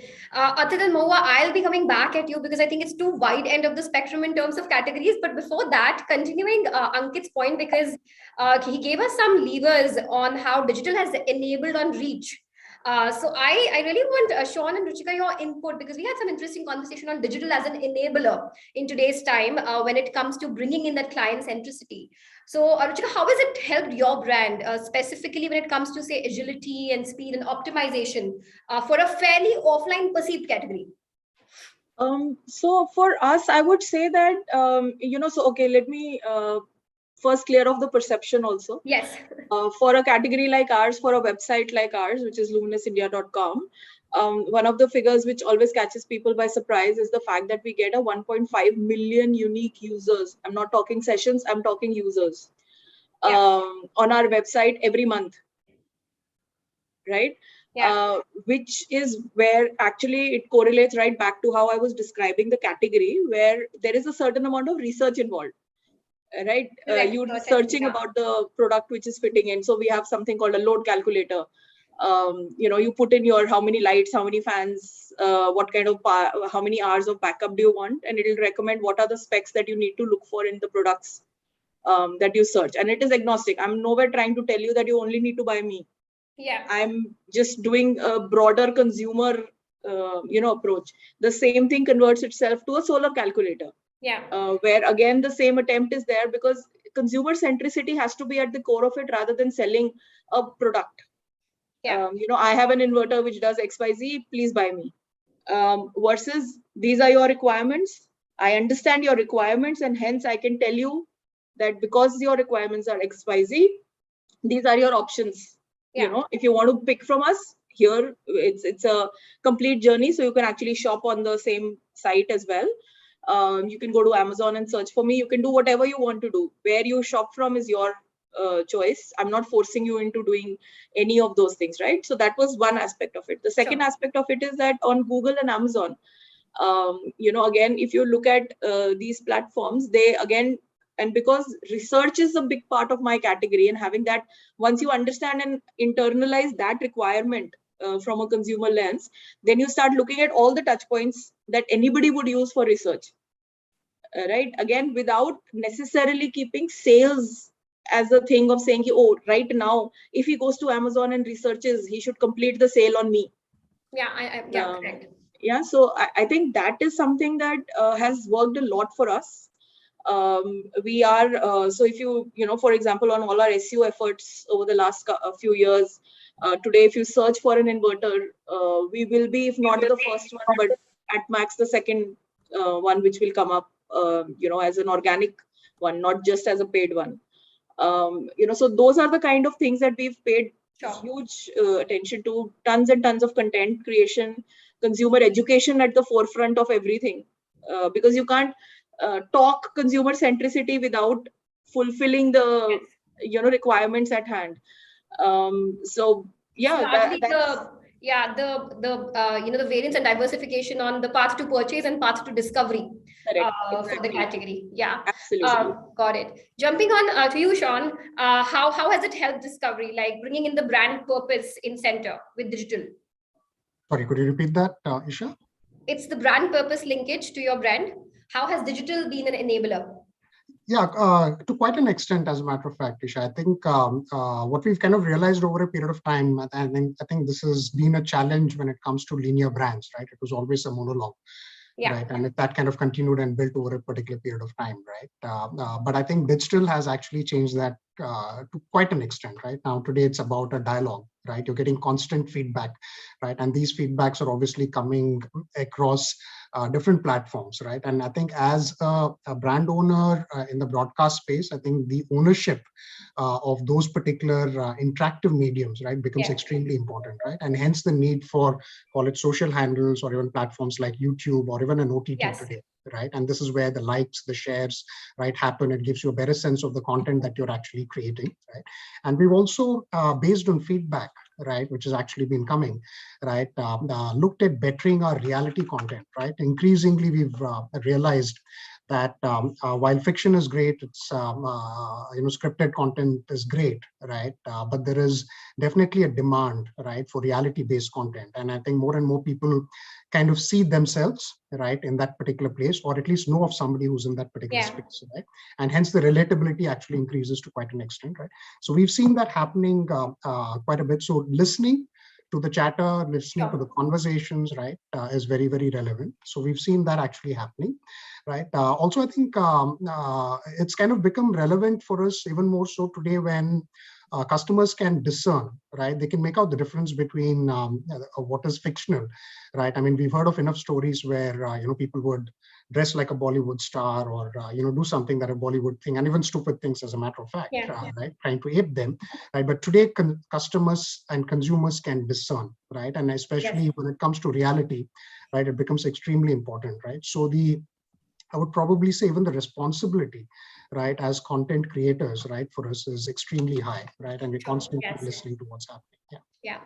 Continuing with conversations, and Sean, you talk a lot about social media, and more coming back at you, luxury is in motion, and status consumption has been on the rise given social media, right? So any examples that you have when it comes to where you've used data as, like the center point in terms of giving that authenticity as a lever or brand purpose at Tata Click? Yeah, so absolutely. I think what has happened today is that in the post-COVID world, we're seeing a very big shift, even in consumer sentiment, in how consumers are sort of approaching different categories, including luxury as a category, right? What post-COVID world has done is it has really amplified access to every single category, including luxury. However, the category codes have completely changed. It is no longer about only status, stature, or self-esteem. It's no longer about only exclusivity, and it's no longer about being cut above the rest. Today, consumers are looking at brands, and they're looking at brands that drive purpose, that drive authenticity, that walk the talk. And I think that's where, that's where we at Tata Click Luxury have approached it quite differently, because one of our overall brand ethos is about slow commerce, wherein it is no longer about driving mindless consumption. It is no longer about driving unnecessary purchases, even though it's a luxury category. And it's not about driving FOMO. It is about telling consumers that, live better, buy better, but live more mindfully, buy more consciously, right? And that's really been the central and focal point of how we are looking at building a brand. And this further translates into authenticity, into the overall brand experience that we're trying to sort of build for our consumers. For instance, I can give you a couple of examples. When COVID struck, one of the messages, and we are the only brand who will get up and say that, we actually put out a message to our consumers saying, please don't buy. Please spend this time looking after your own wellness. Please spend this time looking after family. Please spend this time, feeling better and healing, nurturing yourself. Don't spend this time on money on mindless consumptions, right? Which is one of the demonstrations of how we've used consumer insights, how a consumer sentiment further built it as a focal core point, central point of communication of the brand, and further drove it through our campaigns and through our messaging. Secondly, we're an online brand, but we operate in a category that is typically bought offline. For instance, luxury is a category that's consumed offline. So it becomes really important brand experiences, and therefore the entire spectrum of personalized experiences, brand experiences, including tactile experiences, become really important for us. And that's how we are building our differentiation as a brand and platform as well. We are looking at not only driving the right kind of experience on the platform for our consumers, helping them drive discovery, taking a more storytelling-led approach where consumers really get a chance to sort of explore the brand, discover the brand, learn more about heritage of the brand, spend time appreciating what they're buying. Yeah. And we're further closing the loop through more tactile experiences through the brand delivery. In our overall unboxing and packaging experience is extremely differentiated. It drives a amount of consumer delight. We've launched Lux delivery services in certain key markets to ensure that consumers get a very personalized service from, for the kind of purchases that they have made. So we are taking the entire consumer insight route to sort of build a strong brand, demonstrating and delivering on several pillars together. Got it. Also, I can come back and talk about the entire data personalization piece, because we are an e-commerce platform. At the end of the day, that's really core and central to what we do and how we are driving consumer personalization every single day to ensure that at the end of the day, we're not driving away consumers, but we're sort of enhancing their overall experience on the platform. Yes. Yeah, I think that was such a rich example of minimal consumerism that you cited. Ankit, do you have a point to add, I think, before I move on to it? I found something very interesting, if I may. Yeah. So what Mahua was saying, and for the people who spend time logging in, especially the young marketeers, just a message that authenticity is also means that if you don't have a point of view, stay quiet. Because as it's a double-edged sword, right? If you're authentic, people will buy you. If you're not authentic, people will possibly drop off, not consider you. Yeah. But if you're faking authenticity, then it leads to bad advocacy as well. Correct. Yeah. It's extremely important for brands to have a point of view when they're required to. Else, yes. Yeah. And that also is an important dimension of authenticity. I thought I'll just No, I think that's a very interesting perspective to add. And with that only, I was jumping in back to Atit, because he started with talking about conversations and open conversations at that. Atit, you have a very interesting mandate of a brand, which is one, creating a new category. Second, also very delicately balancing different generations on two ends of the corner, which is a very traditional way of working in the category and a very online mode, which is edtech. So what has been your experience of some examples that you can share where consumer privacy or, just being transparent as a brand is something that you've experienced at Byju's? Because I think authenticity, as Ankit mentioned, can't be completed full circle till we talk about transparency to the consumer. Yeah, so I know most of you guys would have recalled we acquired one of the companies about a year and a half back, and there was a lot of negativity. Yes. There was a lot of issues happening. Our communication was really not something which was making sense. We were making mistakes. And as we got into it, we didn't realize it as we started. But as the feedback came in, the first thing we had to do is accept it. Accepting it also requires a lot of courage and a futuristic view. It's not about right now I will solve it and then tomorrow I will go back to the same thing, because there is pressure of sales, there is pressure of growth and so on and so forth. So the biggest example which I have seen in my career is accepting that mistakes have happened, accepting that consumers are completely against you, and changing the entire narrative at the earliest is what really matters. And that's exactly what the system ended up doing. And today we can very proudly say that you might not be one of the top of the mind brands, but you're no longer in the negative space. You are treated fairly, you are respected. At least the mistakes done, we were clear that yes, accepted. A lot of transparency happened within the organization as well as to the consumers, and we moved on from there. And that's the way brands are built over a long period of time. Thanks, Atit, for sharing. Really appreciate it. For everyone, actually, this is a question for everyone. And Sonali, I know you have mentioned when we were interacting earlier about changes in measurement at your end, because we are talking about authenticity in different manners. Have there been changes at your end in terms of internal matrix where things have gone beyond our typical brand funnel or the way we look at brand love related to brand purpose and brand trust? Yes, Isha. So, like we were discussing yesterday, right? At L'Oreal, we're also sort of moving forward from just product marketing into product and purpose marketing. And the way, so for example, just to talk about one of the causes that is associated with one of our brands. So there is an initiative around Stand Up against street harassment to empower women in India. That we've taken up on a brand called L'Oreal Paris.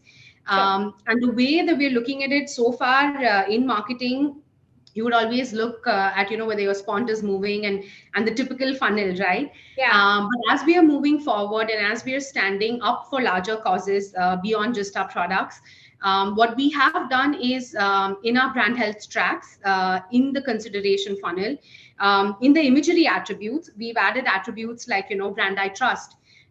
We've added attributes. So, for example, because this is a cause linked to women empowerment, we've actually added an attribute to say, okay, it's a brand I trust, which stands for women empowerment. Sure. And of course, with all of the efforts that we've put in this direction over just the past 1 year, we've seen an increase in 25 basis points.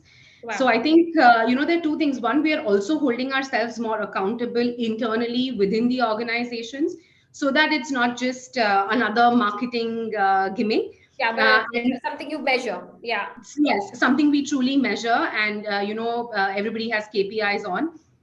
And then again, from a consumer lens, there are numbers in terms of the number of women we train who can stand up and manage street harassment. So there are a lot of NGOs that we've tied up with in order to take this initiative ahead. So yes, so this is something that we're doing linked to measurement around purpose. Got it. Anyone else who wants to jump in on this one, on the measurement matrix with related to brand purpose? Any internal changes that you've seen?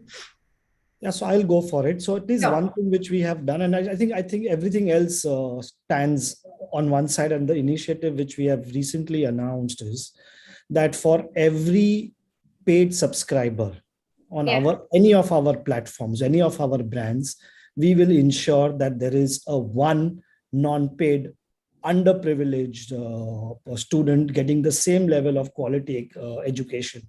So the whole purpose now is 1:1.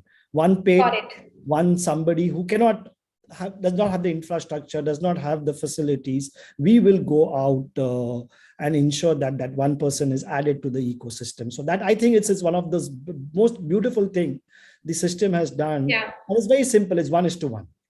Yeah. And it just gives a great amount of clarity. It gives a great amount of simplicity and matrix. Yeah. Got it. Yeah. Anyone else across the board? Sean, yes. I can kind of chip in, right? I think at Discovery, it's always been a very purposeful brand, right, from day one, right? And the ownership of the things which really matter, right, is extremely critical, very important. I think one of the best initiatives that I've seen is essentially we have a portal, right, where all employees, right, are encouraged, right, to go across onto that particular portal and actually own a cause. Right. So if you are fervent about, say, education, like Adit put it, right, you can actually sponsor a kid, right, over there, right there. You can contribute a certain portion of it and it's kind of matched by the company as well, right? Similarly, there's the Ukraine thing, which is happening right now, right? So there's something about that.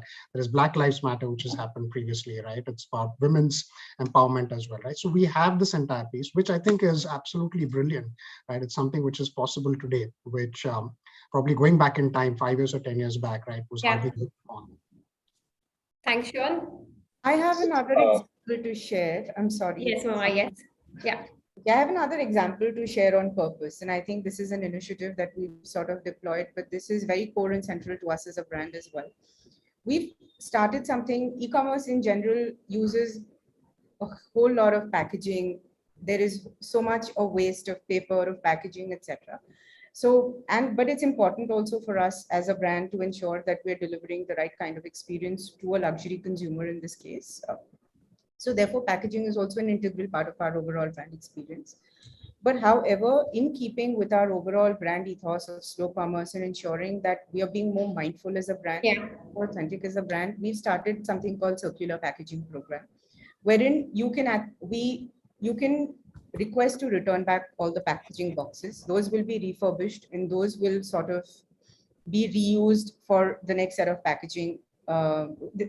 packaging delivery and shipments to consumers. This is a new initiative that we've sort of piloted, but I do think that this is a step in the right direction. Right direction on sustainability. Yeah. On sustainability, and also given that this is our way of sort of adding back to society, or at least our way of ensuring that we're being more mindful about the choices we are making as a brand. Got it. So I could just probably add to what Mahua was talking about, right?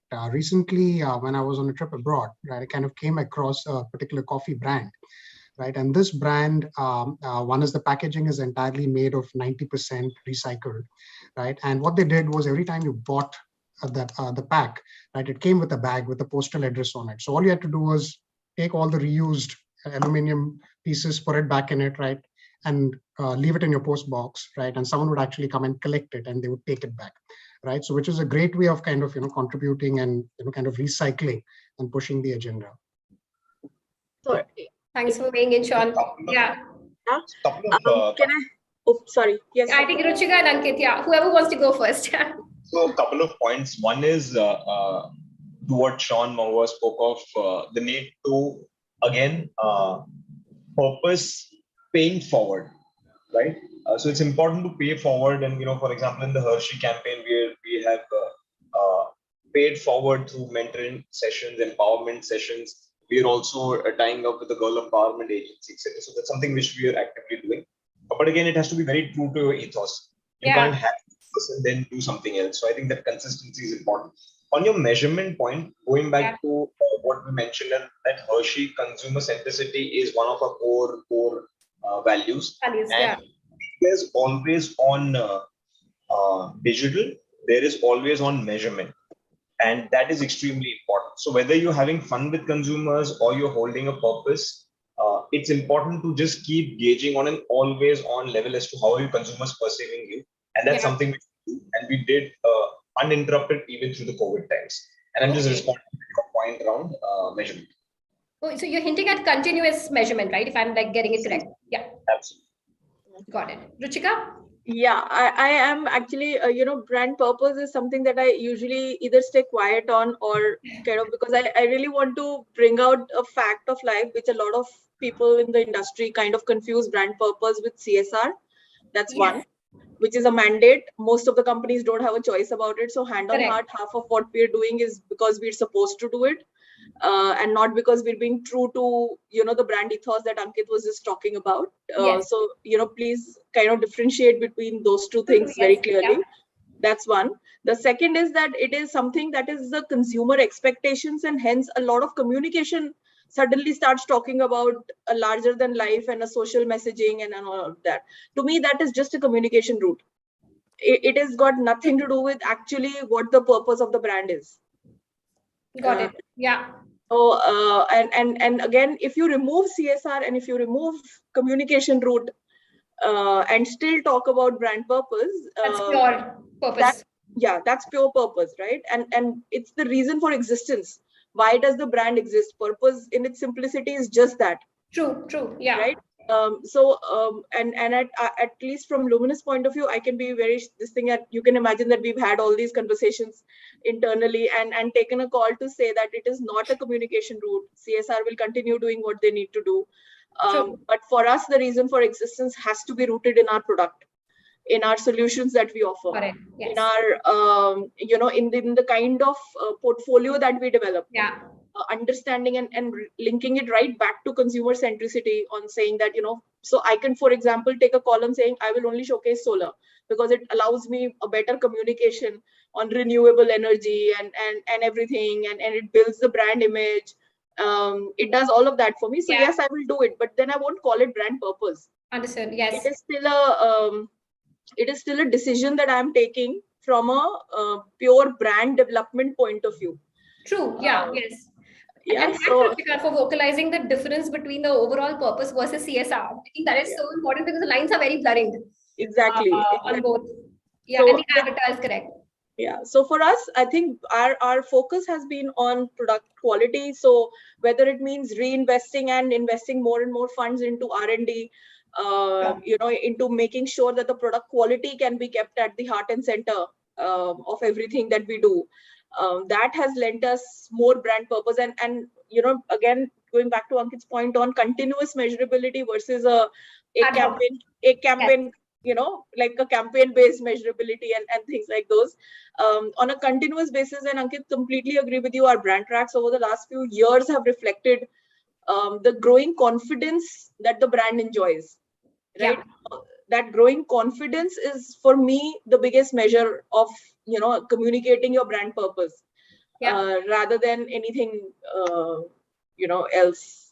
Thanks, Ruchika. I think just looking at time, we'll quickly go to the closing remarks, and I have a quick rapid fire and a fun question. If we were to talk about just one buzzword that will be trending around brand trust, almost a hook, the hook that makes us to go back to our favorite Pani Puri wala in terms of trust. What is that hook and buzzword? Just a single word from everyone. I think we can begin with Sean. I would probably say the reviews, right? If Reviews, someone next to you, as simple as that. Got it. Saloni? I think Sean took the one I was going to say, because, given the entire O+O world that we live in, ratings and reviews become very, very key, not just to win the algorithm, but what the consumer is saying out there within the ecosystem, it truly translates for us in terms of business. So yes. We take reviews +1. Yeah. Yes. Cool. Mahua, how about you? I was going to say ratings, because we come again, the entire e-commerce system is about, simply put, this just becomes a tool for consumers to express how they're feeling. Yeah. Reviews and ratings. So I'll go with ratings. Got it. Atit? So I'm just using a different word for review and rating. Yes, please. NPS. From NPS. an app ecosystem. Okay. But the researcher in me is very happy. NPS. Got it. Ruchika? I don't know, maybe just product quality again. I would stick to that. Yeah. You go back to the Golgappe wala for the Golgappas, right? Yes, the features. True. Yeah. Ankit? The how would be to be real, and the what would be repeat or loyalty. Repeat. Got it. If a person's buying it, which means she's happy with it.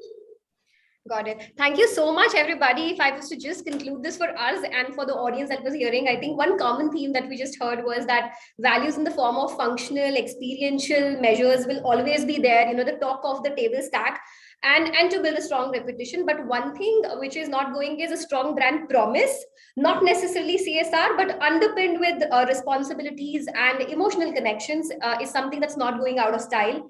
And I think the second important theme that we discussed was openness, acceptability, and having open conversations with the consumers. That is also now no more a nice to have, but a must have. With that, I think thank you once again. It was so good interacting with all of you. Thank you so much. Thank you. Thank you. Over to you, Bhavna. Bye. Thank you so much. Thank you so much, Esha. And thank you to all our panelists. Thank you for joining us. Thank you. So, ladies and gentlemen, what a fabulous panel discussion that turned out to be. Well, before we move on to an interesting fireside chat, it is time for me to cue in for our partner AVs and acknowledge them. Well, powered by Salesforce, we bring companies and customers together, and the gold partner being Discovery.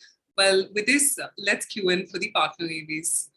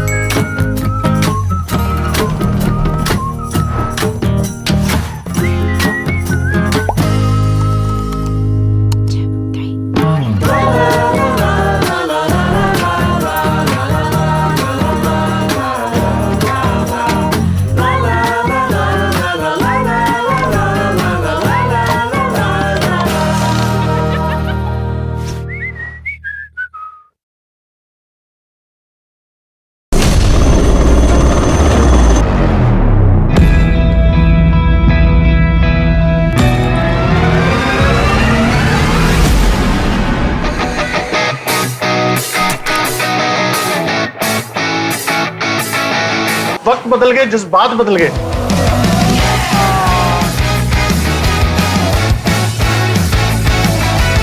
I can't believe my eyes.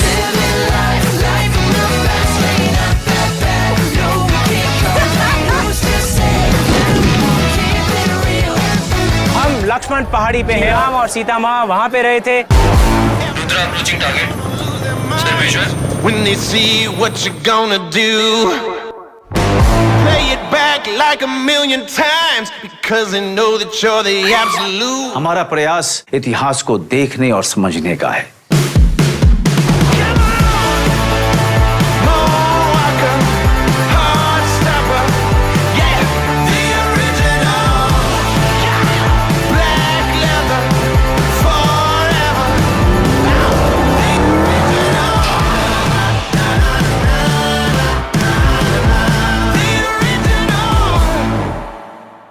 मजा आने वाला है।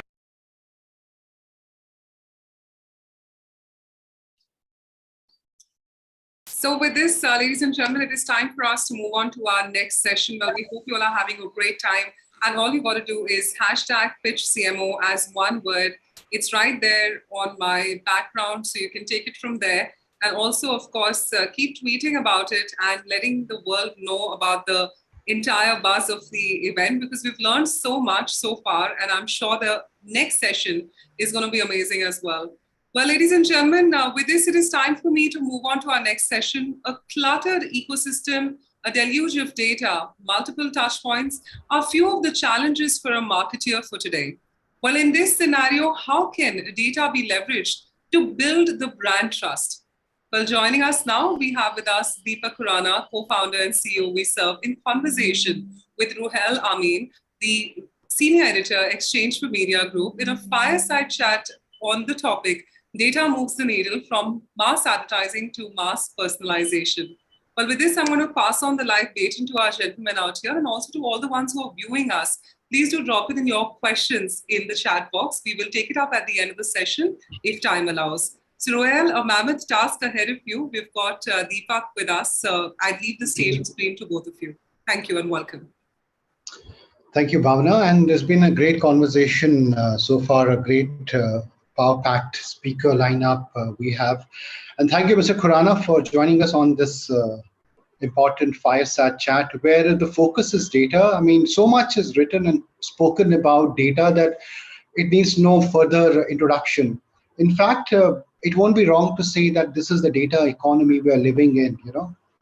And founders and co-founders, the new businesses, they're not driven, they're definitely data driven.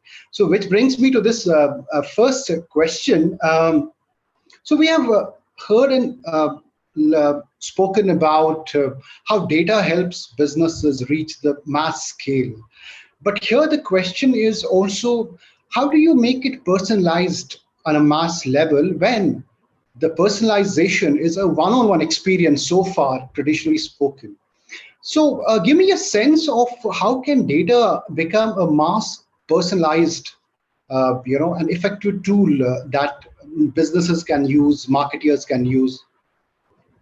Okay, first of all, thanks to the A4M team, and thanks, Ruhail, for having me for this discussion. Coming to your point about how data helps with mass personalization. Yeah.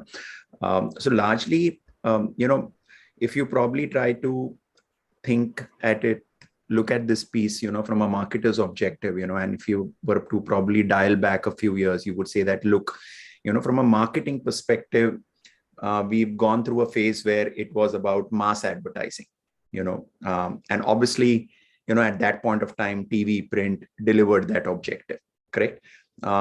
Increasingly, and now what has happened is with the way digital has participated in our life, or we're participating in the digital age.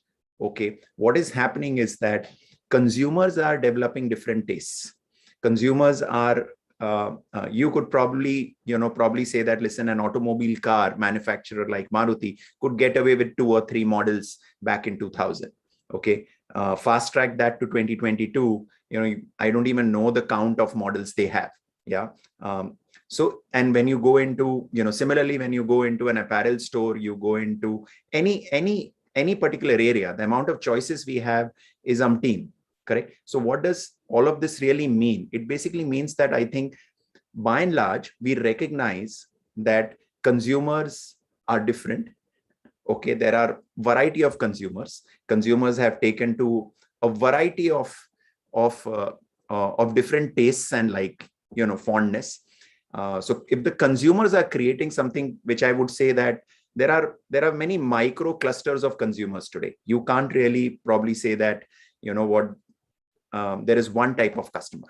Okay, there are so many different customer types. Now, if there are so many different customer types, okay, as marketers, and that's indication, clearly marketers themselves have produced products which cater to different target groups, right? Okay, so in many ways, businesses are thinking about mass personalization. They're thinking about not a single product, but thinking about multi products for consumers. In the same manner, marketing is also now moving in that direction and really talking about saying that, listen, let's do mass personalization, or let's identify commonality between certain groups of customers which are relevant for this product of the brand, and then try to weave a marketing strategy around that cluster. So I would say that when you're thinking personalization, and when you're trying to say personalization, does personalization mean only one-to-one personalization? Okay, not necessarily. In a context where I, as a consumer, I am on the brand's website and I am personally engaging on the brand store, maybe there is an opportunity to do personalization there. Okay, but the moment when I'm not in a brand's personal environment, and I'm probably on Facebook, or I'm probably on Hotstar, or I'm probably on any other app, right? Okay, at that point, brand is looking at saying that, look, I don't need to know this person, but can I probably find a cluster of people who are similar? Okay, and data helps me identify certain clusters so that I can make my marketing efficient. Absolutely. I think finding those clusters becomes the core point of all this targeting. Absolutely. So, Mr. Khurana, we've also seen that content marketing has become crucial for all brands over the years, especially. Give me a sense of how can brands ensure mass personalization effectively in the context of creative and content. Also, I want to request you to share a few examples of VServe, how they have helped brand tell this story with the content and the creative part of it intact. Okay, got it. So let me answer the first part out here, that you spoke about content marketing and you spoke about personalization. Since the topic the whole discussion started about mass personalization. Obviously, we are talking about content marketing, influencer marketing, which has really taken off. Okay. Now, the other commonality and the interesting part about influencer marketing or content marketing is, today what has happened is that, what are influencers? Influencers are nothing but a set of people or a particular individual who resonates with a certain cluster of people. Correct? Okay. So potentially, say, assume I follow Milind Soman's Insta page. Okay. And probably, I'm enthusiastic and I'm fond of fitness. So probably that is the reason I follow him. Yeah. So in many ways, here is an example where there is a persona out there which has a following of some form, which is having a commonality of interest. Correct? So if a brand believes that, look, they want to drive a message, to people who are enthusiastic about fitness, and they want to do some content marketing around them, who is the best anchor? Okay. Or who is the best anchor to take that narrative to the customers out there? So they would probably go ahead and choose a particular influencer of that form, which resonates, with that purpose itself, and try to convey the story via that anchor, right? So now when you're thinking about these influencers, there are so many different influencers which are enabling content marketing today, right? right? And you take any topic, whether it is food, whether it is finance, whether it is travel, whether it is gadgets, you name it, or whether it is beauty, you have different anchors. It's no more one celebrity or two celebrity giving out your narrative. Okay, but now today you're also living in a world where there are enough people who can take your story out, or there are enough content creators who now have their own followings, which people can leverage, or brands can leverage. Right. While we are on this topic of data, there's another part. One is effective targeting, and one is delivering, and getting that ROI and reducing that spillage. How can marketers ensure? Yes. How can marketers? Got it. I got your. How can they ensure? Yeah. I probably wanted to even address the second question, the follow-up point about some examples how VServe has gone ahead and helped certain brands do data-driven marketing. Okay. And your other point, which last point was about really that how can brands really benefit, or how has marketing become efficient for them leveraging data? Right. So I'll answer that for you. So basically, VServe is a platform, where we have deterministic audience data, and we leverage that deterministic audience data to create audience clusters for brands. Yeah. And we cater to various sectors, whether it is FMCG, whether it is BFSI, retail, e-commerce, auto, consumer durables, you name it. We've created different kinds of audience packages which can resonate for these industry verticals. Okay, I'll give you a couple of examples out here to kind of probably make a much sharper sense out of it. Yeah. We recently ran a campaign for a leading brand like PhonePe, and PhonePe was clearly looking at general insurance. So they were really looking out for consumers who would be interested in general insurance. Yeah, they were looking out for people who are likely to go in for auto insurance, whether it is a two-wheeler or a four-wheeler per se. So they really wanted to reach out to people who are possible car owners or two-wheeler owners, right? So that is the problem statement out here. Now, what VServe did was, VServe has deterministic data on consumers where we are able to profile users that these are salaried employees above a particular income level. These are people who have taken a car loan. We have an understanding that, okay, this is the value of their car loan. Okay, and this is the recency of their car loan. Okay, so when we tie in all this together, we are able to create a audience cluster.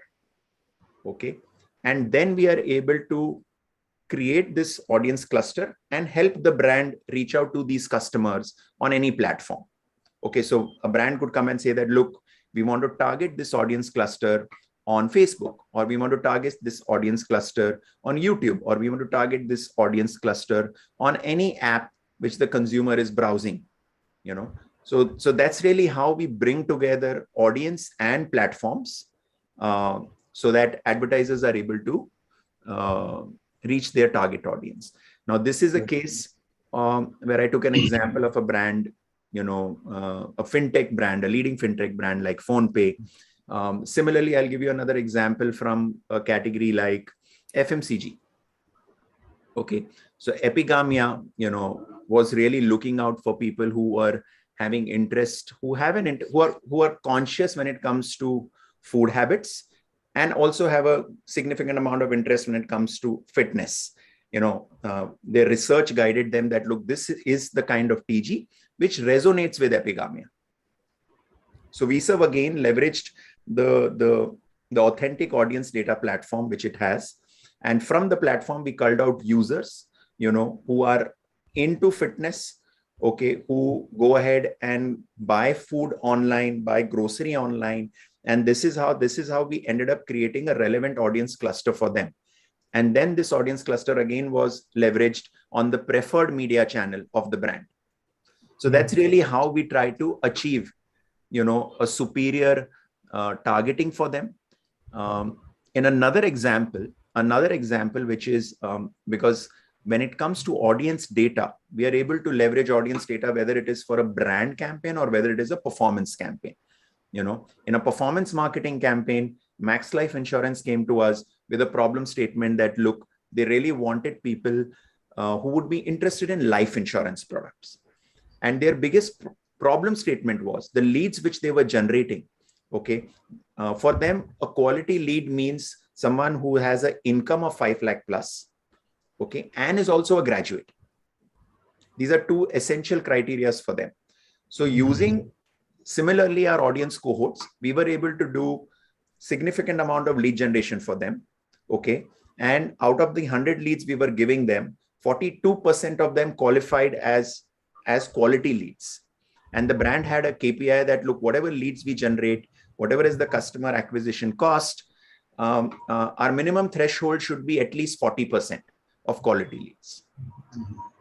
So this is how we were able to then, prove to the brand that leveraging data, we are pouring in quality leads to them. Quality leads to them means, see, if there is junk data going to them, it means it puts a load on the call center. It adds up to the cost of reaching out to the customer. It's an overhead to manage, right? So through the process, we were able to give them quality leads, and hence their subsequent costs were also in check. Right. Which also, these are some of the ways that, go ahead. So while you're talking about building those effective data clusters, it's also reducing spillage, of course, the cost. But give me a sense of traditionally how far is the adoption of these, clusters in the market. Give me a sense of that. Also, what goes on for a lot of, I'm getting questions already, on this conversation. Some are asking that how do you ensure that these effective clusters are built? What goes into it? A little bit of that, how is VServe's approach, different from the rest of the players in the same domain? No, interesting. So basically, so if you look at, let's say that, from when you're talking about data-driven marketing, okay, when you're talking about data-driven marketing today, if you look at the digital landscape, okay, in the first phase, and I want to probably just say this, that data-driven marketing is not a new phenomena. Okay, because digital is about data right from the very beginning.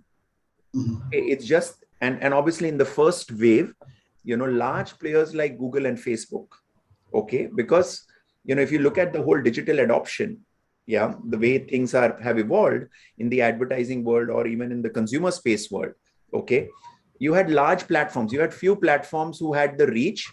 Consumers were spending significant amount of time with those platforms. And hence those platforms had the advantage of consumer insights or consumer data. Fair enough?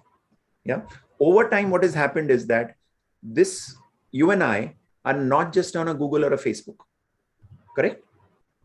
Okay. We are going and spending time on OTT platforms. Today, if we want to take a personal loan, we are on a personal loan app, right? Tomorrow, if we are looking at buying food from Swiggy, so we are on another app. So in many ways, the consumer is leaving breadcrumbs, okay, of their deterministic data at multiple places.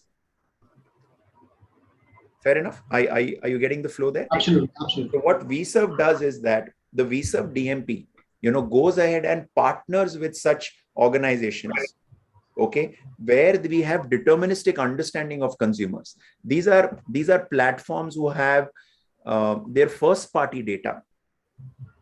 They partner with us, and we are able to then build profiles, okay, from a variety of partners, which we call deterministic audience profiles.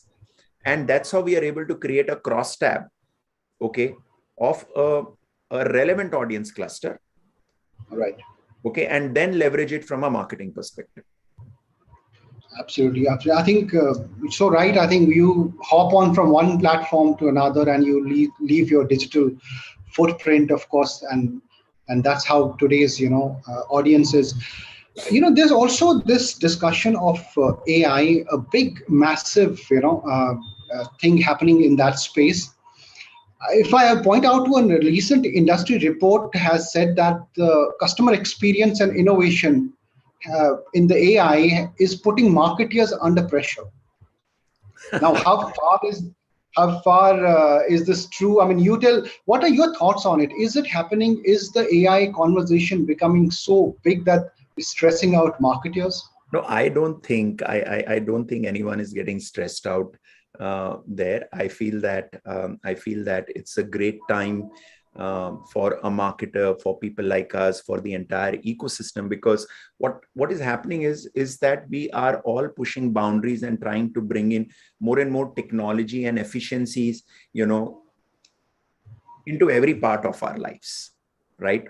Okay, and obviously these are tools. When we spoke about cloud computing, or when we are speaking about AI, when we are speaking about data, okay, these are nothing but tools, or tools which are available to the marketer, whether it is the marketer themselves building it out, or whether there are partners like us who provide an end-to-end stack to them. Yeah. So I don't, in the first place, believe that someone needs to stress out there. Yes, it's a great time where the whole ecosystem is participating very, very actively. Okay.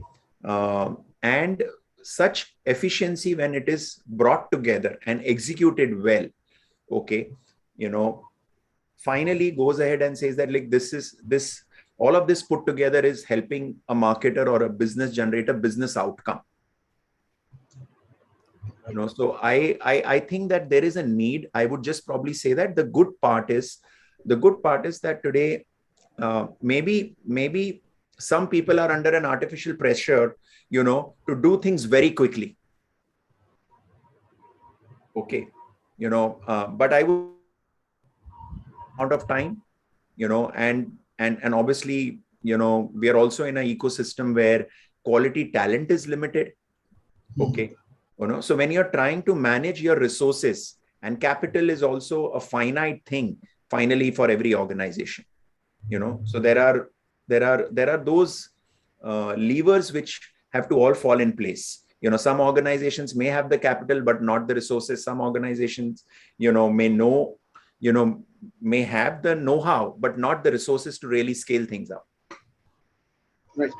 Absolutely. Absolutely. So here's another part of it, I mean, most of us have been touching this conversation that, how data ensures a better customer engagement across platforms. Much has been, again, written and spoken on this. But given that you are the skin in the game is more deeper here, if we look at the recent couple of years and how customers are behaving, looking at data, how marketers are looking at data, what are your insights that you have gathered, which you could share with our listeners here? See, I think if I got your question right, in the first place, I think businesses, I would probably say that, like, from a Visa perspective today, our experience in the journey has been that marketers have been working with us, okay, to exploit the opportunity of alternate data, which can be leveraged for targeting. So that's, in many ways, we are like a category creator for alternate data in the Indian market. So we are basically, we've seen across categories how the kind of FAQs we receive from marketers, okay, are things about, okay, tell us how these segments are created, tell us the authenticity of these segments, tell us how you will deploy it, tell us how we can measure the business outcome once we go ahead and leverage these segments, right? And then a variety of our partners, are able to experience, the campaign outcomes for them to really see proof in the pudding. Yeah. So that's one use case out there. Talking about data from a customer engagement perspective, there again, marketers, what is happening is that marketers themselves are gradually building first party data at their end. Correct. And obviously, for businesses which are pure digital, those businesses from day zero have customer data, and customer is going to their online store, putting things in the cart, making a purchase, returning the order, responding to an offer, so all those events marketers are capturing in order to build a better understanding of the consumer, right? Right.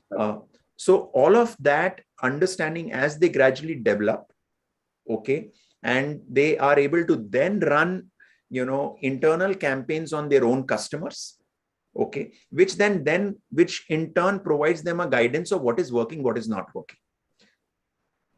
Right. Yeah. So they themselves, so every organization is going through that, learning curve. And many organizations, I would say that, you could say there are some organizations, who've gotten the scale, who've gotten the understanding, and who've gotten the whole piece right. But obviously, I would still say that it's still very early, very early. There is still, because businesses are evolving, consumers are evolving, Right. So I think, but in that evolution, the good news is that marketers and platforms like us have started to understand how to leverage data. Right. So I have two more questions before I take up some audience questions as well. Digital is growing in a very big way. The recent report that we also released, that ADEX is expected to grow over 30% this year, So I want to get your thoughts on digital overtaking print as the second largest ad spend category and eventually taking over TV. Your thoughts on this? How do you see this happening? And I think that, I think the way I look at it personally is that, the consumer is spending more time on those digital platforms. Okay. So in many ways, the ecosystem is doing a catch up. Okay. We all, at the end of the day, we all follow the consumer, right?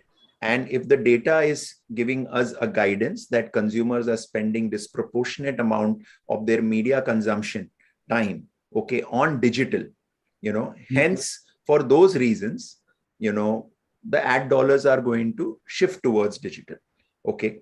So I think, as far as India is concerned, we would look at India holistically and we would say India is Bharat 1, Bharat 2 or Bharat 3, correct? And all these trends would, when it comes to digital adoption over print, TV or TV adoption over digital, all of this is like fairly heterogeneous and operates at, different scale in different parts of the country, right? So if so I don't think, I think the good part is, I would say that clearly, the good news is that digital at least is now at scale, significant amount of scale. Okay, whether it is video consumption, whether it is content consumption, okay, it's at a massive scale right now. And obviously, if people want to capitalize on that, clearly, people are finding ways in which how digital can deliver to their marketing objectives. TV will continue to have, I would say that, TV continues to play a good role, an important role, and will continue to play an important role. I think from a media perspective, I just probably feel that, TV will be a strong participant in the ad dollars, and obviously TV and digital would probably be, going head to head when it comes to split of ad dollars. Absolutely. So which also, while there is a lot of growth and we know that digital is growing and going to grow further, but the next level of growth is, what will fuel that growth in your view? What are the particular trends that would fuel that growth? See, I think, already there are a lot of existing trends at play. So when you look at digital, obviously the way the payment ecosystem, the digital payment ecosystem has expanded in the country, the content consumption, the smartphone devices, there are lots of macro trends right now at play, lots and lots of macro trends at play. Okay, so all of this cumulatively, is a driving force. So I think already it's a very, when you're looking at consumer habits 3-4 years back to, when you compare the consumer habits 3-4 years back to 2022, we already talking like significant amount of shifts, right? You're talking about OTT consumption, when it comes to long format content consumptions, that's gone through the roof. When you look at even sectors like education, the adoption of education online again is a huge shift in the consumer behavior, right? Okay, so there are many such examples out there, where we are talking that many of the essential discretionary or entertainment led needs of customers or shopping, are gradually moving in the digital world. So as all these macro trends are at play, okay, I think we are now at a place where what you say that we are in a very, very hyper growth stage. Right. Great. So I want to bring in a couple of audience questions. I'm getting a lot of requests. The first one is from Nitin T, and he's asking how much of this growth is fueled by small town and challenges when targeting this audience, the Bharat 1, Bharat 2 audience. See, I think if I could understand understand the point, I think what the question is really about that, is there a challenge reaching to Bharat 1, Bharat 2? Is that the question? Right. How much of that is fueling already in the setup, how much of that Bharat is fueling the growth of the next phase? I think clearly when you talk about digital adoption, we are talking about digital adoption like whether it is the metros or Bharat 1, Bharat 2, Bharat 3, everywhere, right? Okay, there is massive digital adoption happening out there.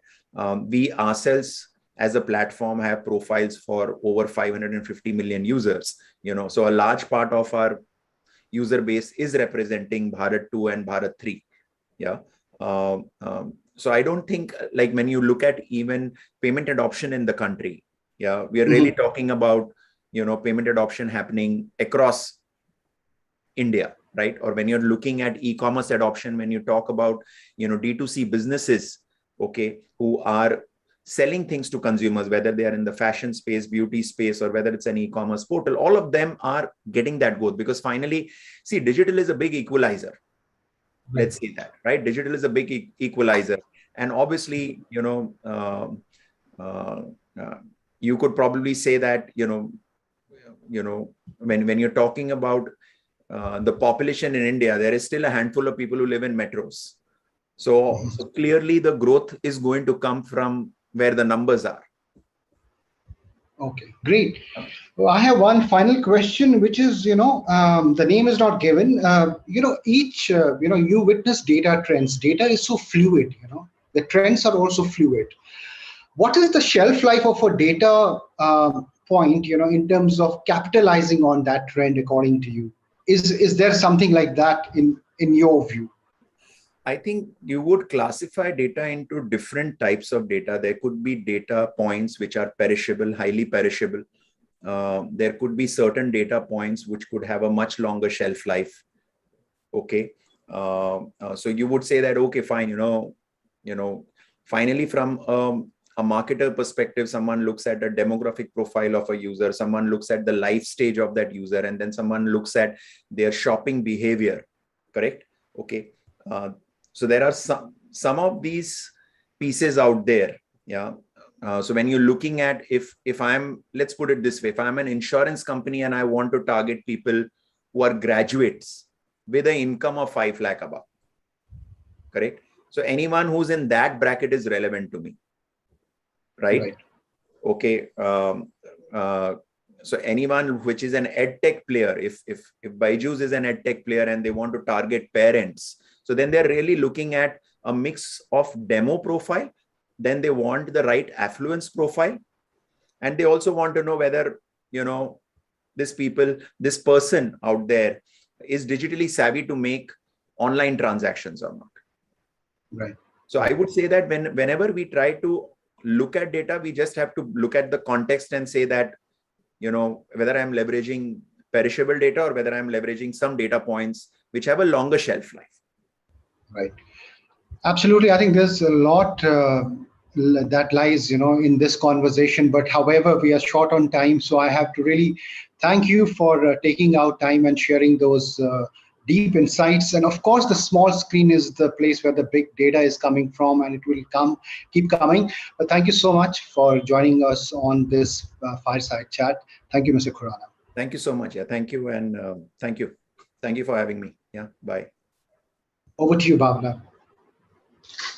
Thank you. Thank you so much, Rohel and Deepak. Thank you for your insightful conversation which you've had. And there's been a lot of response from the audience. We'd really like to thank you for your time again. Thank you.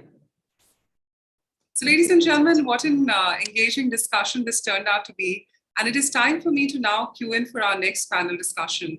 Of course, we'd like to remind you of our hashtag, which is Pitch CMO as one word. You can see it on my screen. So why don't you hashtag it and let us know about all the sharings you've had from our leaders today. Well, with this, it is time for me to move on to our next panel discussion. While the consumer presence across multiple touchpoints has highlighted the importance of omni-channel marketing with the focus on the integration of branding, messaging, and online and offline touchpoints.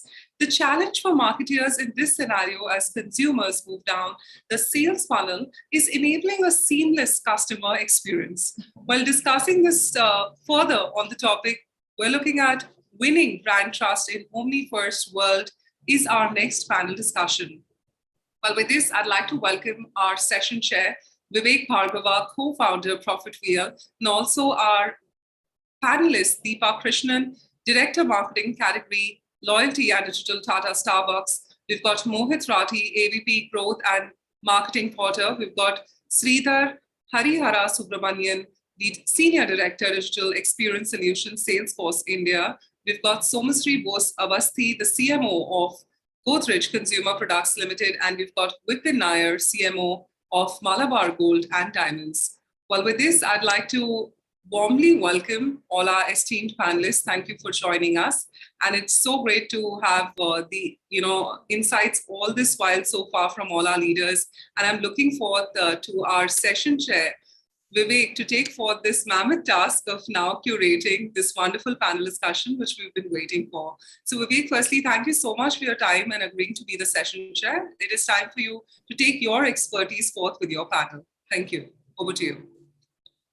Thanks, Bhavna. This is a very exciting panel and very much need of the hour.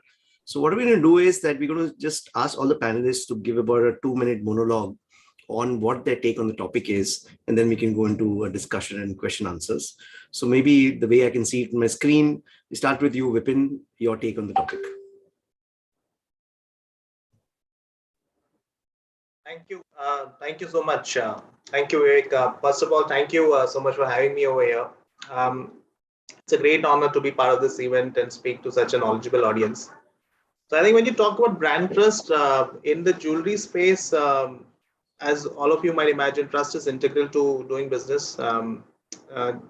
Jewelry in India has not been something that has just had ornamental value, but it also has financial value. It's a wearable investment, and it also comes with a deep sense of heritage, culture, your family influence. A lot of this has an influence on the jewelry that you purchase, and gaining consumer confidence, therefore, you will see is at the heart of all communication from all the brands. And I think sustaining a successful business in the jewelry space, you cannot do it without having a great amount of consumer confidence. This is also borne out by a number of consumer research studies that we've done over the years, and each and every one of them, trust is the biggest driver of consumer preference for any brand. And I think in the jewelry industry, it's also the other thing that we have to keep in mind is that at various points of time, jewelry plays a very vital role at various occasions in our life. From the birth of a child to the time that you get married, to small events and occasions like birthdays and anniversaries, jewelry is a part and parcel of all of that. So what you have in the jewelry space is that the combination of these factors, that is the milestones in life are signified by jewelry. Secondly, the high share of disposable income that it commands in how a family spends its money or saves its money for that matter. And the fact that it's a financial asset that can sustain you in bad times. This ensures that building trust and related communication becomes paramount in the scheme of things. And I think there is absolutely, see, if you look at any brand, you rank them from top to bottom, you'll find that there is a direct correlation between the brand, how the brand has performed on the sales front, and also how the trust, the amounts of trust that they have been able to evoke in the minds of customers. So I think as far as Malabar is concerned, I think our communication, a lot of it is centered around driving trust-related communication and addressing various consumer pain points, which are barriers to having this trust. Oh, absolutely, Vipin. I think basically India is one of the largest consumption countries of gold in the world. And also, like my own personal example, if I invest in different companies as an angel investor, or I invest in mutual funds or anything else, like my wife has no problems of me selling it whenever I want. But if I bought gold, then it has to be kept for the rainy day. And that's an integral part of our culture that I think it plays a very important role. And what Malabar has done in the communication field of trust towards this yellow commodity is just phenomenal. So awesome. Over to you, Deepa. I would love to have your take on the topic. Hey, good evening, Vivek, and good evening to everybody who's tuning in. Welcome to Starbucks, as we always say when you come into our stores. So I'd like to start with what the vision of the brand is. For Tata Starbucks, it's about inspiring and nurturing the human spirit, one person, one cup, one neighborhood at a time. And I think it's pretty simple. To my mind, whatever you do, irrespective of the various touch points that you have to stay true to your vision. So you can't have a different manifesto for omni-channel and another kind of manifesto for the offline. Therefore, omni-channel or digital is just another medium through which you communicate the same values that your brand journey stands for. And that's the way we kind of look at it. So for us, it's about ensuring that you're there at every touch point that the customer wants you to be in, but making sure you don't lose the essence of your brand, whether it's digital or offline. So really for us, the challenge is how do you translate the offline experience online? And maybe I'll talk about that a little more. And I'd also like to say that, probably end with a quote by Maya Angelou, the famous African-American poet, who once said that people may forget what you said to them or did for them, but they'll never forget how you made them feel. And I think iconic brands make you feel special in each and every interaction. So it's not really about trying to purposefully build a certain feeling with the customer. It goes back to your vision and translating that across all touch points. Thanks, Deepa. So I'll share a personal experience today. So I had a cold brew from Starbucks on my way from Delhi, and very interesting thing happened, right? So when I went to the Delhi airport, every time I get logged off my app. So the person who was serving me the coffee, he said, what you do is just take a photograph of the QR code and just store it. So then you need the app all the time to log in and then pay from the app. So I found it very fascinating that a person who's serving me in a physical outlet is giving me an advice that actually solved my problem for the rest of my life, right? Because I can just keep the stored image and I can always scan it and order coffee. So it's a wonderful experience dealing with brands like Starbucks on a day-to-day basis. And that's what I'm talking about. Omnichannel actually means that even the physical person who's serving you coffee can give you advice. And I'm supposed to be digitally literate, and still I didn't know this could be done and it would solve my problem. So you're absolutely right, because at the end of the day, it boils down to connections, right? Many times we forget that digital experiences are also about connections. And I think the example that you gave wonderfully illustrates that point. Absolutely. So over to you, Somashri. Would love to have your views. Hi, everyone, and thank you so much for having me over here. Well, Godrej, as you would all be aware, has been touching consumer lives across, whether it's almiras, locks, etc., right up to every personal care item, to hair colors, to hand washes, to everything that can be there. And yes, this is one brand that has always stood for trust, and a trust which has been delivered by the consistency of the quality that has been delivered by the brand throughout, right? The real key to the consistent growth that we have seen has actually, and being relevant to the consumer, remaining relevant to the consumer, has really been about keeping the ears to the ground to listen to the consumers, understand their changing needs, and then cater to those needs. And when you do that in the best possible way to the consumer, with the best quality, with the best price, etc., served, that's when people start trusting your brand, right? So if I have to give an example over here, one of the best ones and the most renowned brand that all of you would at any point of time have used in your lifetime would be Goodnight, right? Goodnight, if you think about it, right from our childhood days where we used mats to evolving to liquid vaporizer, where we as a company innovated and brought in the power booster switch when we heard consumers saying that, hey, refills are great, but then, during the evening when there is a lot of mosquitoes, actually nothing works. So we made the machine with a switch where you can turn it off when mosquitoes are a lot. Now that was just the starting point, and after that, a plethora of innovations. The most interesting one was actually massifying a benefit of, how you can protect yourself against mosquitoes at just ₹1 by burning a paper, a jumbo fast card. You just burn a paper and you get relief from mosquitoes. So some of these innovations which have not been brought home, not just been brought home, but brought home at a price that consumers can afford. The best example that we have is first of its kind in the world, was actually in the last 2 years, when the world needed and actually the importance of hygiene really came up. And that's when we came up with hand wash, which was, a powder form which you mix with water and becomes a hand wash. What was the benefit of this was hand washes when people needed it across the strata, across rural villages, but they couldn't afford it, right? This particular world-class innovation ensured that it came at only ₹15, which is less than 1/3 the price. So these were the kind of innovations which actually build the brand trust, because you're bringing in the benefit that consumers really need at that point of time. But is it only about massifying? No. I mean, we are all aware that, all products are now present omni-channel. And hence, how do we cater to the needs of even the premium consumers?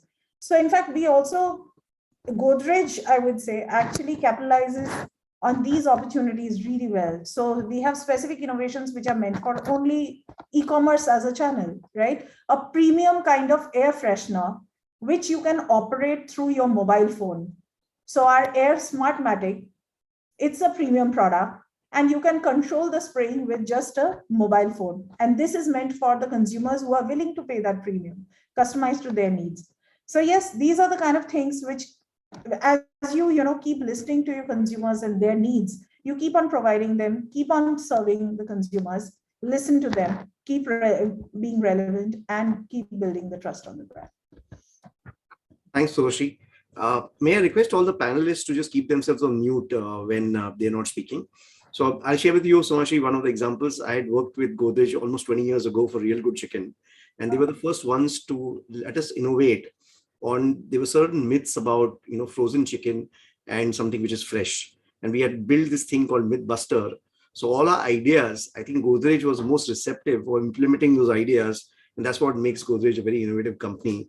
And even 20 years back, they were willing to innovate on digital, which is great for small agencies like us in those days to sort of get our ideas across to brands. Over to you, Sridhar. Would love to have your views. Yeah, thanks, Vivek, and good afternoon, everyone.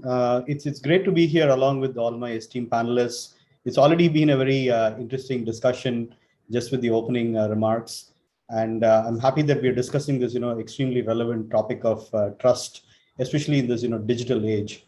So I work for Salesforce, which is, known as a leader in the CRM space. But let me tell you, trust is our #1 value, right? It's something that, we published, and all employees are required to know at least, what our 4 values are. But our #1 value is trust. And, we obviously take it very seriously. And, being in the business of helping our clients manage customer relationships, I think, we've learned a thing or two about the importance of trust in maintaining and nurturing those relationships, with customers over time. How do you build those intimate relationships so that ultimately, the business of delivering great customer experiences can actually be possible, right? But coming back to trust itself, I think, I look at it as a sort of a, what I call as a suitcase word, right? I think it has multiple facets to it. It has connotations about privacy, integrity, transparency, and so on. And all of them, ultimately make up trust. And some of the, panelists have also pointed about, that ground level, connection that the associate has with the consumer and the innovative products and so on and so forth, right? So I feel that, trust is absolutely, paramount. And, consumers today, I think they expect a great deal of personalization, especially from many of the brands that, are represented on this panel. But I think, they also want companies to know them, to serve them, to help them, to engage with them. But I think they also understand that there is a value exchange that they have to get into with the company, right? If I part with some data with you, and if I know that you're going to use the data to do something meaningful, and that is going to result in some insight that you will gain and deliver a better experience to me, consumers are, more than happy to, provide that information to you. So I think it's really up to the companies and the brands to sort of, understand what that value exchange is for their specific, set of consumers, and use that data in an appropriate manner, right? And I think, companies who've done that consistently over time, they are the, really, they are the ones who really win out. And, many of them are, again, as I say, are represented on this, panel. And I think, iconic companies, they figure out a way. I mean, they're not iconic for, any other reason other than the fact that they are long lasting, they're, really trusted, they're popular, they're beloved brands. But I think at the heart of all that is, again, the, the value of trust that they've established, with their consumers. And, the extension to that, of course, is that it's not just about, gaining more sales or improving the lifetime value of those consumers. I think they also become, brand advocates and loyalists and evangelists for your brand, right? And I think the value of that, I'm sure all of you know, is much more than just the pure monetary value that is resulted in buying your products or services. So I do believe that, trust is at the heart of it. And we, of course, in Salesforce, we try to put trust in every one of our products. It is designed around, how trust is, earned and respected and valued. And because, a lot of companies are trusting their mission critical data with us. And therefore, we have to, there are really no two ways about it, right? We have to protect it, and we have to ensure that, it is used appropriately. And, we give back customers, what they're looking for from us. So thanks. Yeah, that would be. Absolutely, Sridhar. I think when you were talking, I realized that the trust that a consumer or a brand has, even with their banking system, the trust with Salesforce has to be even much more, because the thing is, if something gets compromised, that you only lose some money in the bank. But when you're talking about customers, you lose everything that the company stands for. So absolutely. I can imagine how much trust plays a role in the success of building the iconic brand called Salesforce. Right. Perfect. Over to you, Mohit. Love to have you. Thanks, Vic. First of all, thank you for inviting me to this discussion. Great to be part of such an esteemed panel. So, amongst all the brands that we have spoken about, Porter is one of the youngest brands, right? And we started about 7 years back, and it's only in the last couple of years that we have really grown and expanded. So, one of the values internally that we have at Porter is integrity. We have 5 values, and that's something that we really hold very close to the heart. When Porter started, the whole ecosystem of the intracity logistics itself was deficit. There was a lot of trust deficit, right? I mean, there was no other platform which really existed in that a partner, or in our case, a driver partner, did not used to get money on time. Customer would not know whether the goods will get delivered on time, and there was no one uniform platform of sorts which could deliver goods from one place to another in such a seamless manner, right? So we had to do a lot of work on that side in order to solve for that trust, that hey, we will be able to deliver it. One of the our motto internally now is that whatever is the delivery, whatever is the delivery, we'll do it, right? I mean, आपका delivery है तो हो जाएगा, right? I mean, that's the motive that we live with. Whether it's a small thing, whether it's as small as a piece of paper to as large as you're shifting your complete house, we do everything, right? And the reason we have been able to do it, and I think some of it is already been highlighted by a lot of panels member here, is that by listening to the consumers, right? And in my mind, whether it's an omni channel or whether it's a single channel, right? I mean, the basics remain the same, right? You go back to your customer, you listen to them, you understand what is it that they are trying to say, and you solve for that, right? And once you're able to do it consistently, you deliver your promise, right? What you say and what you deliver, actually you are able to match it consistently over a period of time, right? Is when you are able to actually build that trust. So in my mind, that's the most central piece is. Of course, there are other nuances to it, right? Like what do you do with data? How are you able to personalize it? What is the kind of innovation that you're able to do?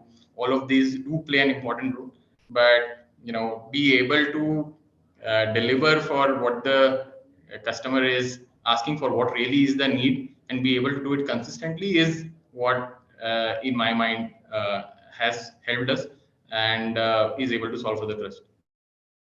So awesome, Mohit. Not only Porter is the youngest company, but you seem to be the youngest panelist in this group also. And I think what you said is so right, that trust in Porter's case, like if you're, let's say, helping somebody move a house, it's not the cup that broke, but there's so many emotions attached to that cup that is impossible to know the value of it. So it's very, very critical that a brand like Porter delivers that trust. So I'll just give you my 2 lines. For me, trust is always been a product, and basically says that uh, a great product does not need advertising. And we can say that about the first iPhone required no advertising, and iPhone 13 requires plastering all over the country and all over the world. But more importantly, I think what I look at it is that omnichannel is about trust about every single interaction that you have. What I gave an example with Starbucks, or some of the examples we see, there's one interesting experiment I wanted to run, that let's say you cut the sofa in a reception of a big company, and the CEO is going to walk in, make sure the foam is coming out, etc. Somebody's going to get fired. But if the similar experience a consumer has on a website or on the app, I'm not sure the CEO or the board has the same reaction. And it's quite interesting to know. I was talking to somebody, there are probably hardly any companies that have people who are Mohit's age in the board. So I think the average age of a board in India will be 55 plus. And there's not a single 35-year-old person. So you're building a sort of an omni-channel company, then I think diversity on the board also is probably a very important part. And I always believe that special treatment needs to be given to certain customers, even though we would like to give the same experience to everybody else, but 20% of our customers give us 90% of our profits. So understanding the psychographics of the customers and making sure that the journey is like the airlines do it very well. So it's Rajesh Jain talks about this velvet rope marketing, where a velvet rope needs to be given to them. And I think understanding that in the Web 3.0 world is going to get more and more critical. So the way I look at it is that I think the organizations are shifting because Web 2.0 is becoming Web 3.0. We are talking about not digital marketing anymore, but Sridhar mentioned digital age. So we're living in a digital age.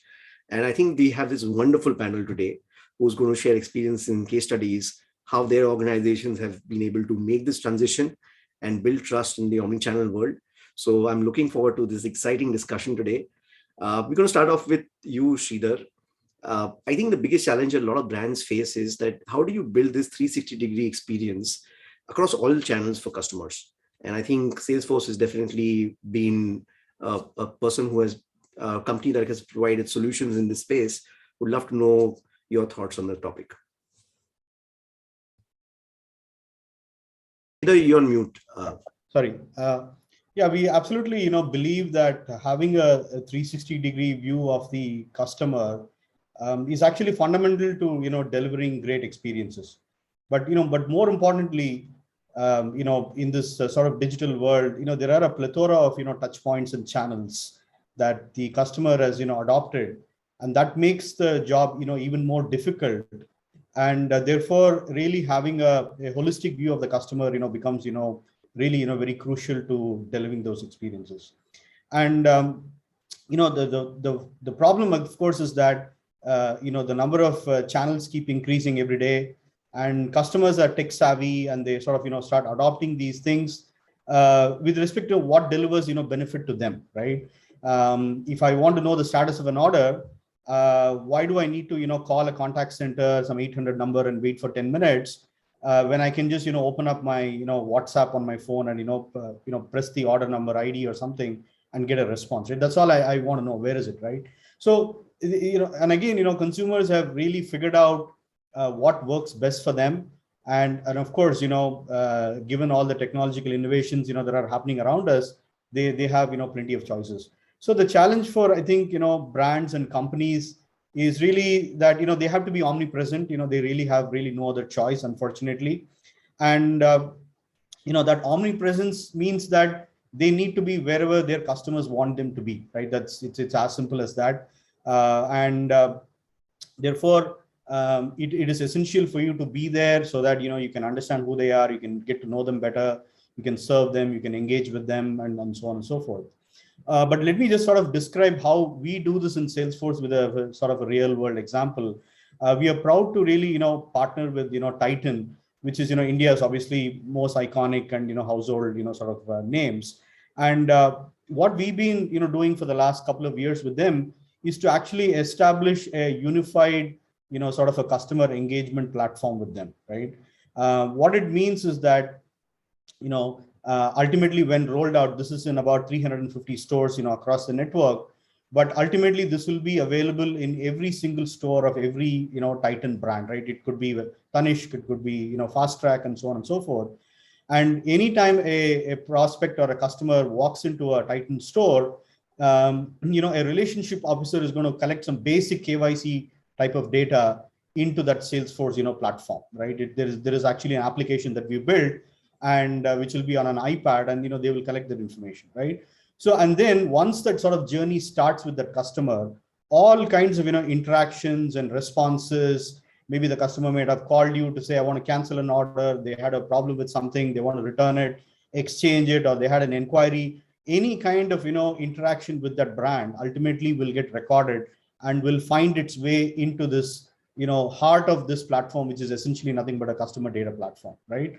So this will essentially start becoming that single view of customer, or what we create as a golden record of the customer, because you could have different personas, right? You could be Vivek B on Facebook, and Vivek Bhargava on LinkedIn, and something else on Twitter. But we know that ultimately you are the same person, right? So using AI and other fuzzy logic type of stuff, we essentially rationalize it and make sure that all that information is consolidated into a compact form in that data platform. And then that data is then made available to anybody in the company that needs it, right? You could be a marketing person designing the next promotion. You could be an e-commerce merchandising manager trying to look at what kind of audiences I want to target. You could be a customer service person trying to resolve a problem. But ultimately, even though you look at it from your own business's lens, you're looking at that customer, with exactly the same information that everybody else has access to, right? So this essentially makes it easier for the brands or the companies to hopefully, put up a single face of that brand, because that's what consumers want, right? I don't care whether I go to your store, I bought online, I would want to, be able to return it to the store, right? I don't care whether you belong to a different function and they belong to a different business unit. Customers don't care about that. And I think that's what we, enabled. And of course, we work with a lot of other companies, but, this is just a simple way of explaining, how that 360 view is achieved. And that, of course, has yielded a lot of great benefits to, to Titan as a brand as well, in delivering those experiences where, the lines between, physical and digital are really blurring today. And I think, this becomes a very fundamental capability that, a lot of companies will require going forward. Oh, absolutely, Sridhar. And for the benefit of the audience, I'm Joyful Vivek on Instagram. So, so, but actually what you were saying, and I was just thinking about it, I think not only for Titan as a brand, but I think this kind of a single customer view of all the customers actually can help the larger group also, because for a person to expand to new businesses, what happens is all this data can come together and they can launch new businesses more effectively if they are able to capture the single view of the customer. So I think I'm sure that just the larger group itself, they must be getting a lot of benefit for what Salesforce has done for them. So next, over to you, Deepa. I think Starbucks has had sort of a very awesome transition from an offline world to an omnichannel world, pre-COVID to post-COVID. But I think we'd love to hear about the journey and how Starbucks has done this so effectively. Sure, Vivek. So I think Starbucks was one of the brands which pioneered the third place concept. So the third place is that place which is not your home, not your office, but another place where you can be the best version of yourself, think, ideate, meet friends, go out on a date with somebody, etc. And therefore, for a brand like ours, when COVID struck, we had to really make agile shifts to be where the customer wanted us to be. And we then said that we have to embrace and actually, establish our leadership in the fourth place as well, which is digital. So how did we do that? I think one of the big things was customers said, can you, serve coffee at home and give us the same experience at home that we have in stores? So we actually ramped up our delivery operations. We invested in new packaging, and the movement has been significant. Pre-COVID, delivery was about 4 to 5% of our business. Today, it is anywhere between 15 to 17% of our business. And we made sure that we were able to give the same experience in terms of fantastic product quality, customization, personalization, etc. The other example is, a snippet of what you experienced. We have something called mobile order and pay, where you can order your beverage around 100 meters from the store, place your order, and in around 10 minutes go and pick it up without even having to wait in the line. So various ways in which you can just enable the customer to have a fantastic experience. Contactless ordering, and that's, I think, what you witnessed in one of the stores that you talked about today. Things like having our merchandise, which is, again, a great way for customers to show their love for the brand and experience their fandom. We were very strongly present on e-commerce during the pandemic, and present on multiple platforms. So today, if you're living in Patna and we don't have a Starbucks store there, you can actually have our merchandise delivered to you, right? And also formats. So we, in fact, launched our first drive-through in Zirakpur near Chandigarh during the pandemic. So a lot of changes happened in the organization to be really where the customer wanted us to be. It also mandated changes in products. So some of the things that we did was ensure that we had subscription models for coffee, so that you could have your favorite Kenya or India Estate Blend or Sumatra delivered to you at home. It also meant that our beverages had different formats that we offer them in. We started offering beverages in 1 liter packages so that you can have it, with your family instead of coming to the store for one beverage a day. So it meant that we had to make a lot of these changes. But I want to say that fundamentally, we made sure that the Starbucks experience translated and remained the same across. And I'll give you a couple of examples of how we did that. On delivery, for example, we made sure we had personalized notes from our barista. So if you're a cold brew fan, and our barista knows that Vivek always likes cold brew, there'll be a special message from the barista to you, and also, urging you to stay safe during the pandemic, during the height of the pandemic. And also on social media, it was so important to have that sense of connection alive. There was a point in 2020 where for 3 months, our stores were completely shut. Customers couldn't come to our store, and they were really hankering for that, for their coffee, for the chance to meet people in the store, the chance to interact with baristas. And we started an entire campaign called Reconnect with Starbucks, where we had personalized voice messages dropped into the DMs of our customers, calling out their name and calling out the name of their favorite beverage. So an iconic offline ritual when you walk into a store, you have a tall cold brew for Vivek, was something which then popped into your DM, and that's how we kept the connection alive. So it was something, just to sum up, I'd say it made us rethink about formats, product, made us rethink also about the way we connected with our customer on social. And all of this thing has had an interesting flip side to it as well, which is that our offline sales today is so strong because we didn't let that connection slip up during these last 2 years. So actually, Deepa, by the way, I'm not a tall cold brew guy. I'm a venti cold brew.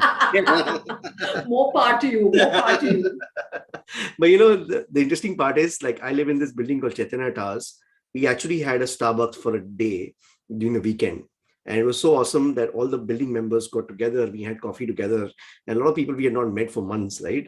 So it was just an amazing thought process that is just may not be commercially that viable, but it was just that we were able to all get together, and Starbucks came to us It was an awesome experience. And I think also the choice, right? Because like I like cold brew, but my daughter is crazy about strawberry frappuccino. And the thing is that almost all the generations are getting exposed to it. And I love this idea of actually going into a building with Starbucks and allowing us to meet our friends again. So next question over to you, Mohit. I think sort of Porter has used data and customer insights to grow their business. Would love to share, like, understand what stories and case studies you have, how Porter has been able to do this successfully. Right. So, Porter is a tech-first business, right? So we really generate a lot of billions of data points every day, and we store all of them. And a lot of what we do is basically being driven by this powerful data engine that we have been able to build internally over the period of time, right? So I'll give you a couple of examples quickly as to how we have, used this data, right? So, for example, when the pandemic hit us, and everybody would remember that there was complete lockdown in India, and there was no goods movement which was happening, right? For a business like us, it could be a very difficult situation to be in because you're in the business of delivering goods, right? But then we went back to the desk, collected a lot of data internally, met a lot of customers over phone, Zoom, and all of that, and understood that what has happened is that a new kind of requirement has come up, wherein delivery to home is not now relevant only for, let's say, the Swiggy, Zomato, or the Amazon, Flipkart of the world, right? I mean, everybody is now delivering to home, right? And of course, this data was done over surveys and a couple of other data points that we were seeing internally in terms of how the orders is moving, how the sessions are moving, and all of that. And then we put all of this together, and we realized that there is a need to actually, launch a new category altogether. So earlier, Porter till 2020 was only a trucking company. We used to move goods from one place to another using the trucks that we had, right? But then with that insight, we realized that delivery to home or micro movement of goods have also become very important, and that is the time when we started to think about seriously getting into the two-wheeler business as well, because the micro movement has become important, right? I did not touch upon the micro movement element, but what was happening at that time was that a lot of people, the buying power had gone down, and people were purchasing goods in a smaller volume, and hence the whole idea of micro movement also came in. So with the micro movement and the home delivery coming in, we realized that there is an opportunity to launch an entire two-wheeler offering, and that is when we came up with a two-wheeler offering with all of these two put together, and it has been one of the best success stories that we have had in so far. Right now, two-wheeler commands a fairly large share of our revenue, and to be able to do that in 1.5 years has been a critical success story for us. And what it has also done is we have been talking about the brand trust, right? I mean, when earlier Porter was synonymous with just the trucks, now people have realized over that period of time that we just don't do trucks. We are able to move goods from one place to another, whatever it may be, at the right cost, right? Another story again is an insight that, when we were again mining our data, we realized that, hey, a lot of our users are actually using trucks for moving their houses, right? And it's not really a very seamless experience for them, because a lot of people are not really, especially in India, not open to the DIY kind of concept, right? Where you book in a truck and you just load your goods and you move from one place to another. So we realized that a lot of people actually want to move their entire house and don't want to really do it by themselves, which was earlier the case, because they had to just do all the loading and unloading by themselves, right? And that is the time when we realized that there's an opportunity to build a whole platform of sorts, which is when we launched our packers and movers offering as well. Now with Porter packers and movers offering, of course, there were always the large players of the world, the Agarwal, the Leos, and all of them, but they were super expensive. So now with Porter packers and movers, you can actually just shift your house in 5,000 rupees within the city, right? That's how easy it is, and it's really about just going on the app, just entering few of the details and doing it, and within a day or two, I mean, we are able to ship your house in as less than 3 hours. If you give us a request in the morning, we'll ship your house in the evening. That's how fast we have become over the period of time.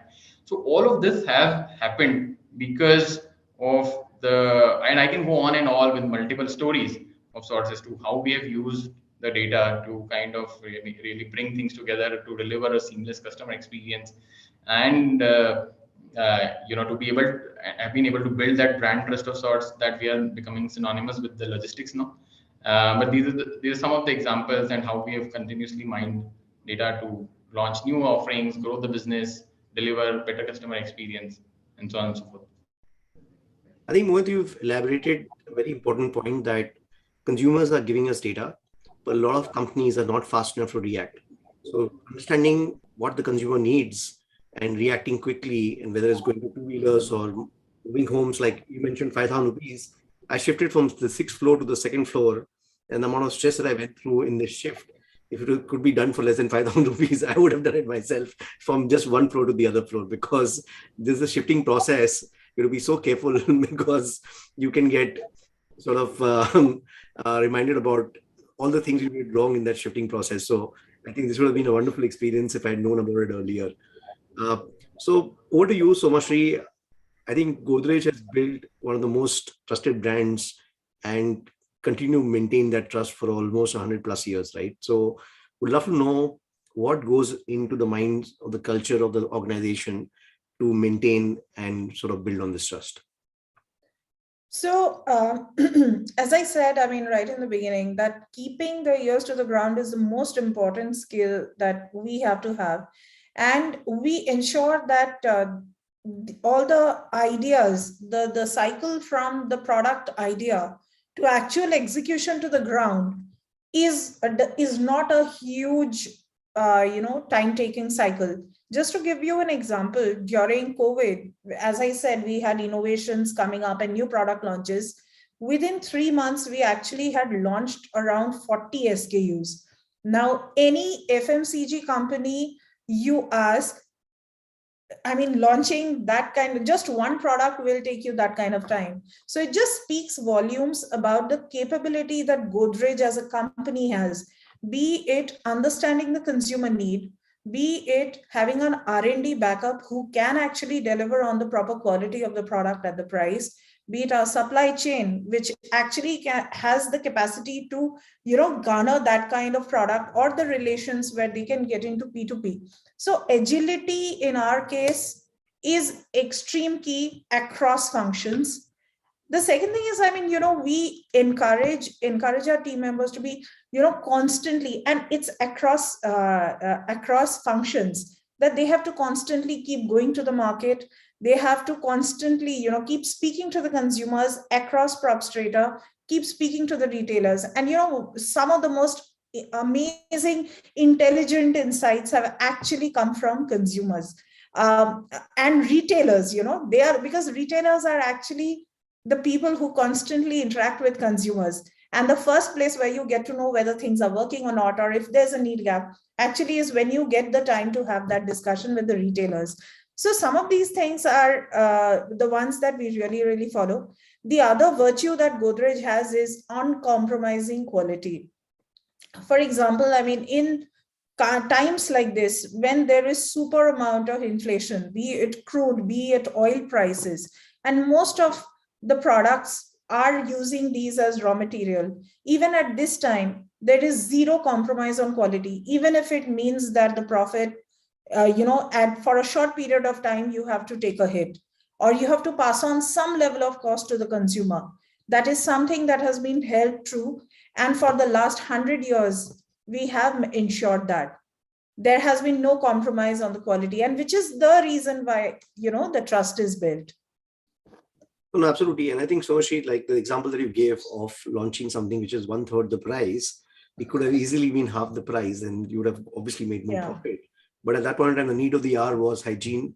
It was something to do with helping the country. And I think for brands to maintain that level of trust, they have to feel that the brand is going out of the way to help them. And I think launching something at 1/3 the price is a clear demonstration of how you build trust with consumers. So, and I just wanted to add that just to tell you the kind of quality we stand for, the synthol that you saw, with Vinod Khanna on the horseback, that particular soap that you had, the quality then and quality now after so many years is absolutely the same. And yes, completely agree. I mean, for us, it's more important to serve the consumers at the price that they can afford it and go deep into the pop strata. That is most important for us. Yeah. Although I remember it as Preeti Zinta rather than Vinod Khanna. Oh, that's because you are jealous. I just put into that. Okay, so Ritika, Simran, one quick thing. I do have a list of questions, but is there any questions from the audience?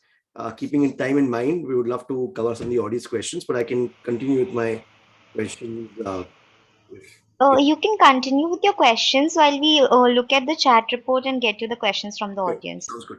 So Sridhar, I think the world is moving to Web 3.0, and I think is going to impact the world of advertising, marketing, even the omni-channel very, very sort of exponentially in the very, very near future. Would love to know what initiatives Salesforce is taking in this Web 3.0 world. Sure, Vivek. Yeah, Web3 is definitely the new shiny object in the tech world, right?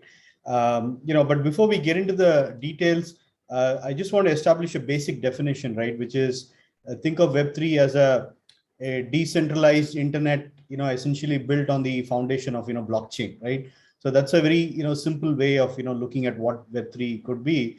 So this obviously, opens up, lots of possibilities, new forms of ownership of data and content. Content creators will, own the IP, and they will get to actually realize revenue even in secondary sales and so on, right? There are going to be new forms of collaboration because it is decentralized by definition. Hopefully, it will not be just controlled by 2 or 3 large tech behemoths as we see today in the Web 2 world, right? So we'll see how that goes, which means that there's got to be a lot of collaboration that will happen between different parties and entities and so forth. It also provides very exciting perpetual revenue possibilities, especially for content and IP creators, because of the fact that it is more easy to establish who owns that content, and whoever has a transaction on that content is going to get paid because of the smart contracts that are going to enforce these rules on Web3, right? And there is also this very interesting concept of digital scarcity, right? That is a big problem in Web 2. I can create a painting or something, and there is just myriad ways to, with all the protection that you can put in, you can still copy it, you can abuse it, and so on and so forth. Whereas it's going to be a lot more harder to do it on Web 3, and therefore that scarcity is what is actually going to drive the demand for certain products and so forth, right? So those are some very exciting possibilities. We are already aware of some very well-known things that are coming up. Obviously, cryptocurrency is one that's gaining a lot of attention. NFTs is again really big today. Metaverse is again becoming very popular. But there are also other things like, for example, a DAO, or a decentralized autonomous organization, which is essentially an organization that is built by a community of people with a common purpose, right? So they all get together and say, I'm passionate about a particular topic, and they establish certain rules, and it's controlled really by the community, not by one single corporation as we see today. And then the extension of that is what we call as dApps or dApps sometimes, which are decentralized apps, which is nothing but a UI, but it's run on a a smart contract and a blockchain foundation, right? So all of these things are exciting, and a lot of it's spawning a lot of new opportunities, new revenue models. A couple of interesting examples that I can point out is what Nike did. They're very active in this Web3 space. They've actually acquired a virtual sneaker band called, it's actually spelled as RTFKT, like artifact, and it's just nothing but a community of people who are passionate about whom we call as sneakerheads, and they are actually going to design a sneaker for Nike, right? So that's something that they're doing already. And then Time Magazine is another good example. They dropped a set of NFTs in partnership with a company or a program called the Robotos, which is nothing but a an animated TV program with lots of robot characters, but they took those characters and created, digital twins of them and have made them available to the larger public, who are all like, raging fans of this, particular show, right? So lots of different ways of, earning money and so forth. But I guess it also benefits the creators of, this IP and content. Now, coming to Safeway, we look at this as a logical extension to all the digital transformation work that we are already doing in the current, Web 2 world, if you will, right? We're just going to extend that to the customer verse. We understand that new customer identities will emerge. So going back to what I was saying earlier about the customer data platform, an NFT backed or a Web3 backed identity could become that, universal or master ID for customers, right? So that could become an umbrella ID for your Web 2 IDs or logins and profiles, as well as, Web 3. But once I get connection to that, Web 3 ID, then it opens up all these other possibilities. So we are trying to incorporate that into some of our products.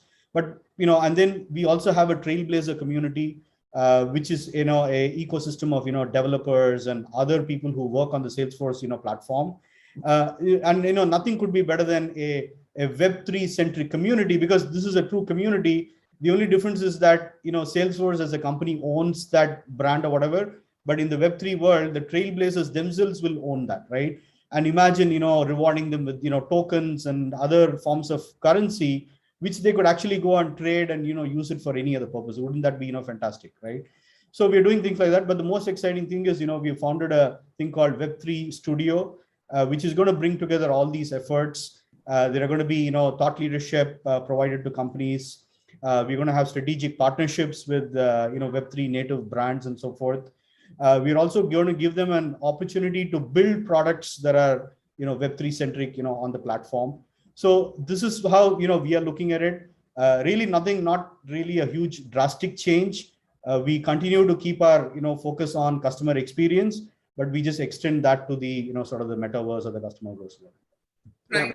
Looking forward to this, Sridhar, because I think I've invested in 9 companies in the creator economy space and very excited about Web 3.0. And I feel that Salesforce kind of company, they can provide the infrastructure required for a lot of ideas to get sort of a SaaS offering. It can help creation of millions of companies in the Web 3.0 space. So it'll awesome to hear about that. Over to you, Bhavna. I think you're back. So it's... Yeah, sure. So Vivek, basically, there's an audience question which has come in, and I know that we're extending on the time of the panel, so we'll maybe allocate around 2 minutes to that.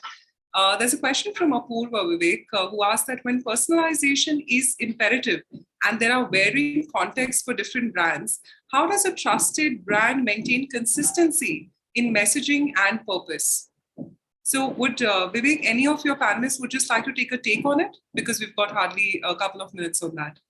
Yeah, I think probably Deepa, would you like to take? Deepa? Sure, I'll do that. It's a complex question. It's a very evolved question. Right.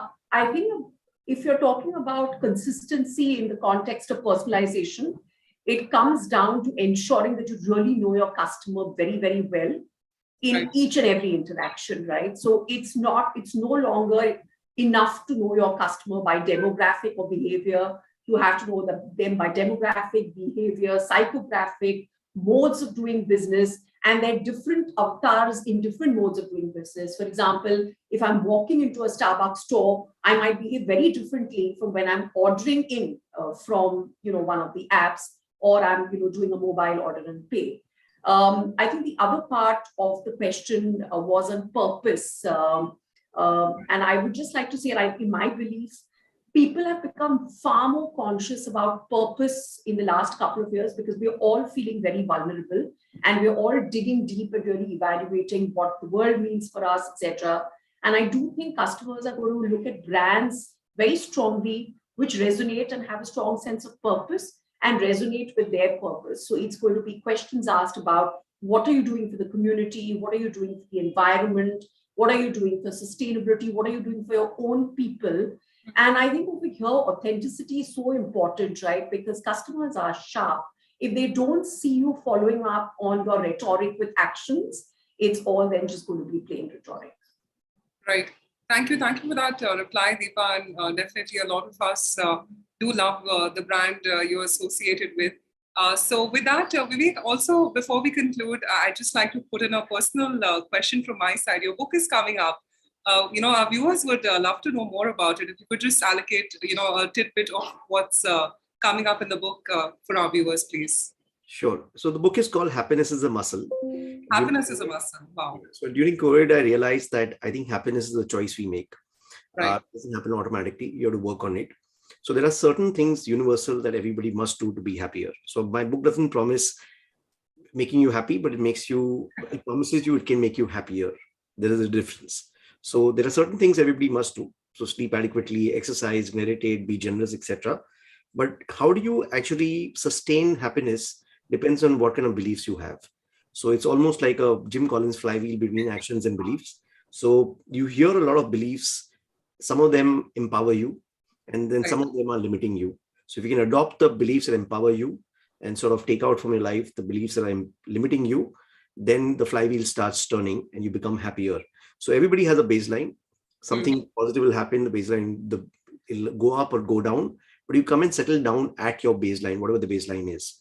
But if you can work on it on a day-to-day basis with a choice to be made to be happier, then your 70 in the baseline can become 71, 72. So when up and downs happen, you come back to 72 instead of coming back to 70. And it's all personal, right? So somebody could be 50, somebody could be 90, doesn't matter. But the thing is that if you can work on it, like how you work on building muscle by nutrition and exercise, one must build their happiness by working on the actions they do and the beliefs they have. So basically, this is the purpose. My purpose in life is to make 100 million people happier.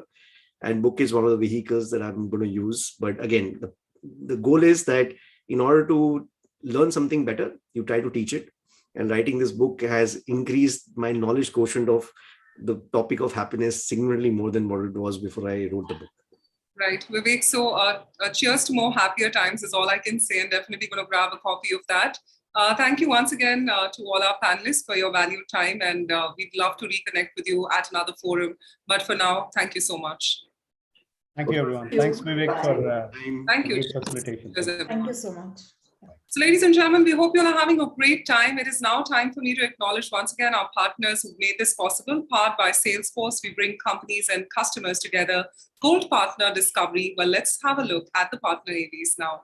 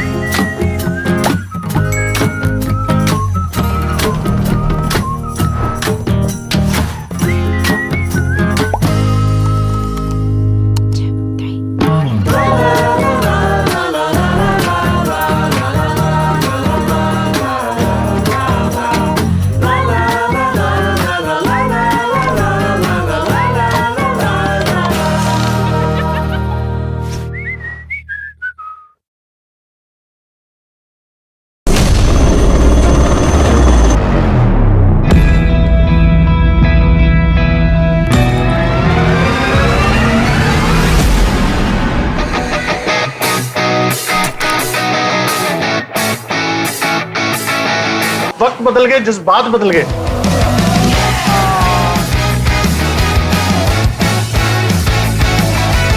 I can't believe my eyes.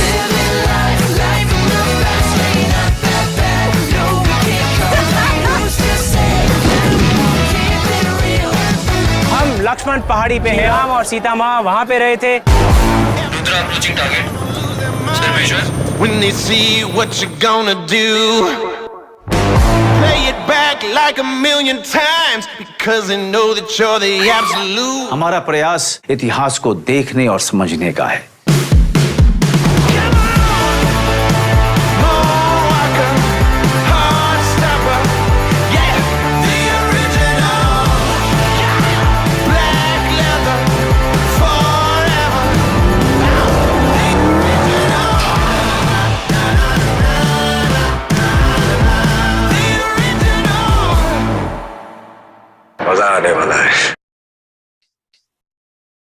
Well, definitely enjoying this forum. With this, ladies and gentlemen, a big, big thank you to all our partners. It is now time for me to cue in for our next session. Up next is a brand in a category that has exploded in the last 2 to 3 years. Our next speaker takes center stage to share how the customer-centric, fully integrated online brand in fresh fish and meat e-commerce store is reinventing the food supply chain with the aim of providing its customers with 100% fresh, 0% chemicals. But before I welcome our speaker, let's take a look at some of the branded campaigns that have helped the brand to make a splash.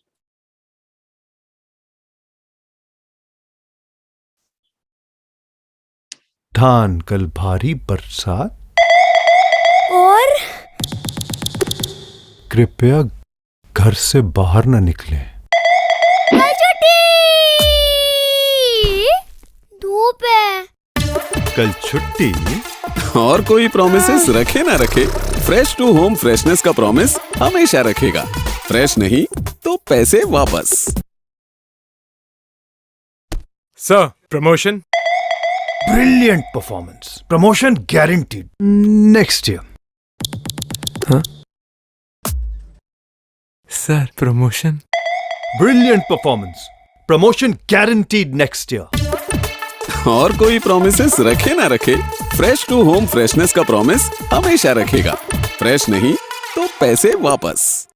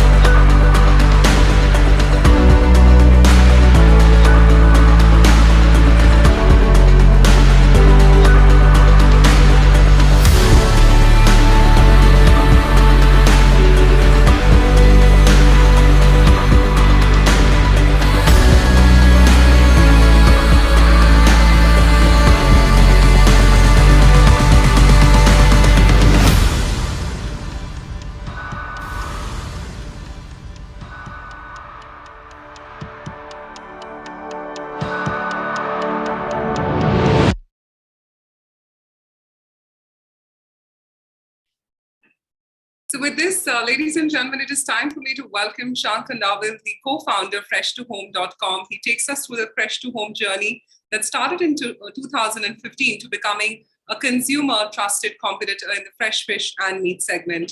Welcome, Shan. Over to you.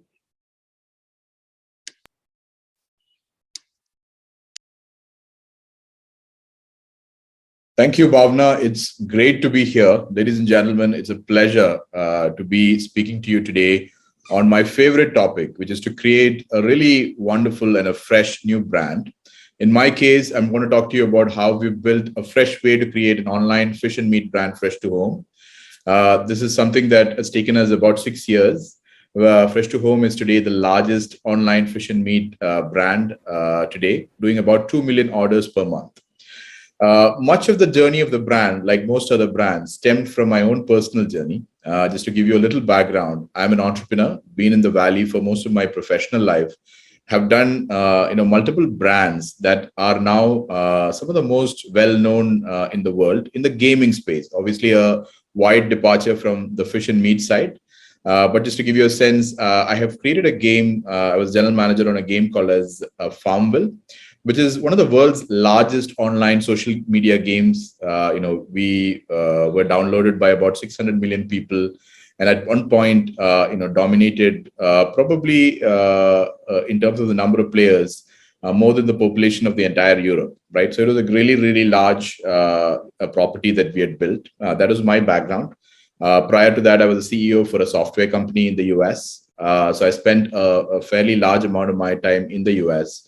I then relocated back in 2009 back to India to set up the India Center for Zynga, which used to create the game called Farmville that I mentioned earlier.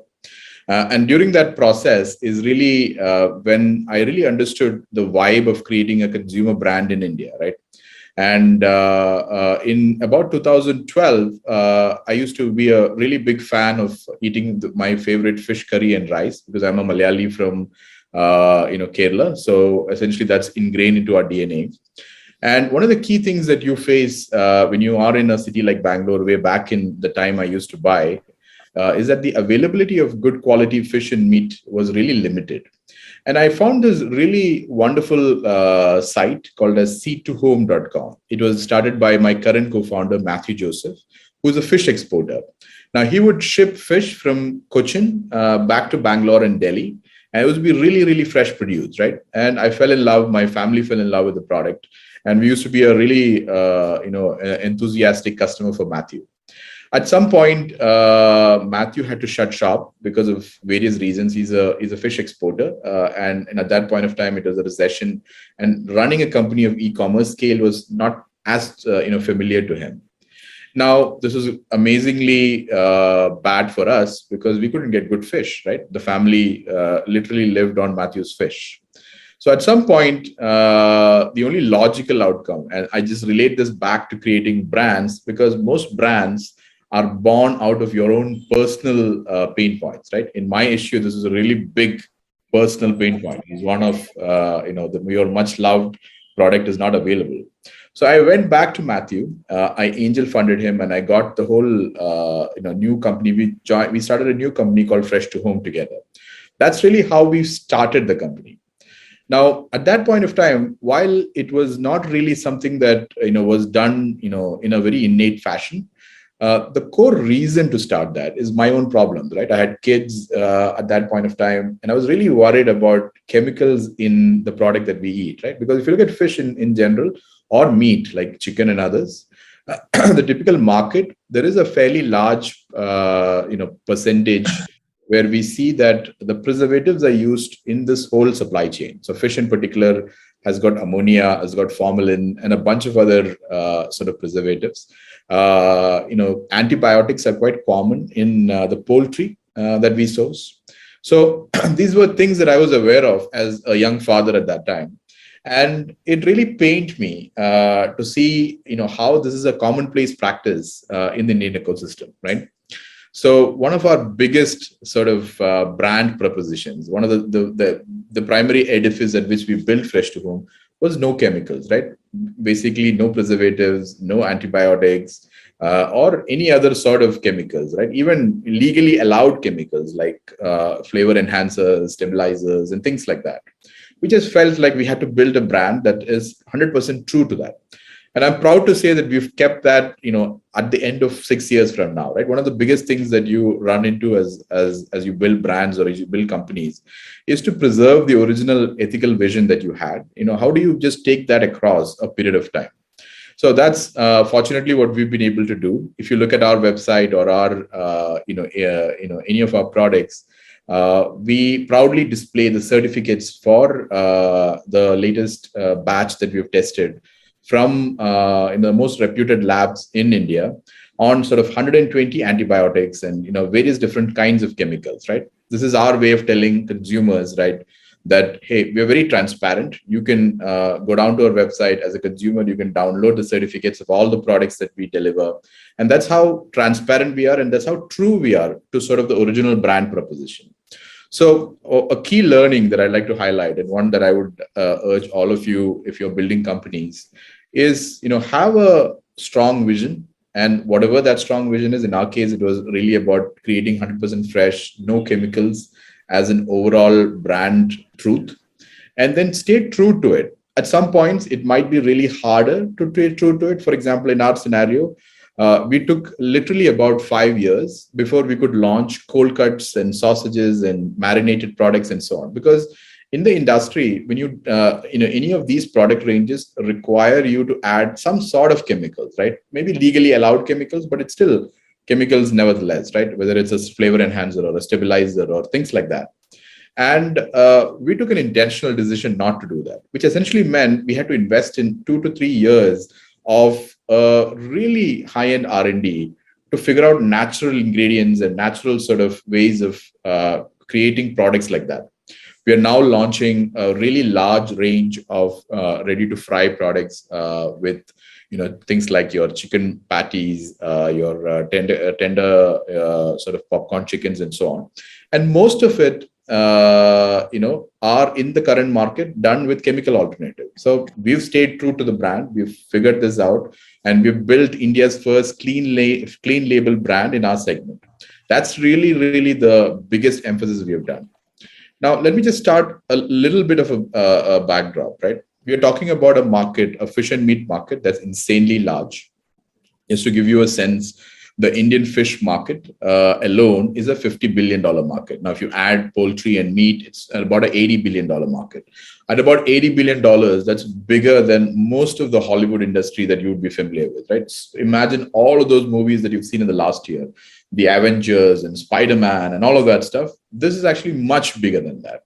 So it's sometimes quite humbling when you're in India and you really understand that the market segment and the population that you're catering to is so immense that the opportunity is abundant. All you have to do is to really figure out a niche segment, figure out sort of what unfair advantage or what unmet need are you solving, and then try to create a brand proposition that aligns with this unmet need. That's really what we did. In our case, what we did was we went to 5,000 harbors in India, of which, we currently source actively from about 300 harbors.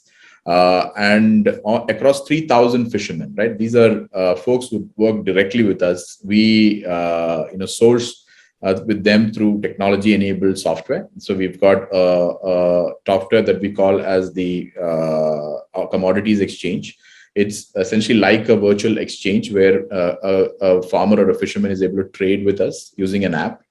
And we've then built networks through our platform on cold chain, really large series of processing facilities, collection centers across all of India, and also the ability to transport by both air as well as by road across the length and breadth of India. That's really the backend that we had to build. That backend is now leading to fresh product for the consumer. For example, if you're buying chicken from us, is literally within the last 24 hours would be processed in our own farms and guaranteed to be antibiotic free. That is really, really how we built the brand. So we started, again, recapping a really large brand proposition of no chemicals. We then built the backend required to ensure that we can deliver that value proposition, the value proposition of no chemicals, no antibiotics, 100% fresh, delivered from shore or from the farms back to your homes within 24 to 36 hours. And that's really the background we built. Now, this took us a good, 3 to 5 years. Until that 3 to 5 years, most of our consumers were acquired through a word of mouth. That is really the strongest marketing and brand marketing that you could do, right? When a consumer really talks highly about your products, if you look at our ratings in Google Play Store or other places, we'd be rated the highest, right? About 4.6 to 4.7 out of 5 in the overall experience. What that also led to is a really high retention, because if you look at our segment in e-grocery, a big part about building a brand is also ensuring that the consumers come back to you. It's not just important to acquire the users the first time, right? It's really around how you bring them back. Now, in our scenario, after sort of the second or third purchase, we see about 90% acquisition and 90% retention. That's among the highest in this industry. What that leads to is that you don't really need to spend more and more money just to bring the consumers back, right? You acquire them once, they're extremely sticky, they're very happy with your service, and they continue to be your brand ambassadors, right? And the biggest brand ambassadors you can get is really your own customers. That's the best way to build a brand.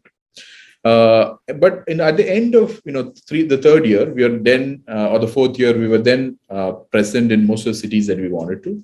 And it's really at that point, then we started thinking about building and telling the story externally, right? It took a while for us to get there because any startup takes at least 3 to 4 years to get the basic ingredients and the building blocks right. We didn't want to go out to the market and tell our story much more actively before that. But since then, we've been quite active. Most of our acquisition comes in through digital marketing because the kind of audience and the target that we go through are from the digital first or digital native audience. So we go through that audience first. We then use a number of marketing strategies, right? So brand building has been on the top of our mind since the inception. But in the last year or so, we've been extremely active. We've hired really seasoned marketing professionals who have really helped to take the brand to the next heights. A big part of this is to connect consumers with relatable content.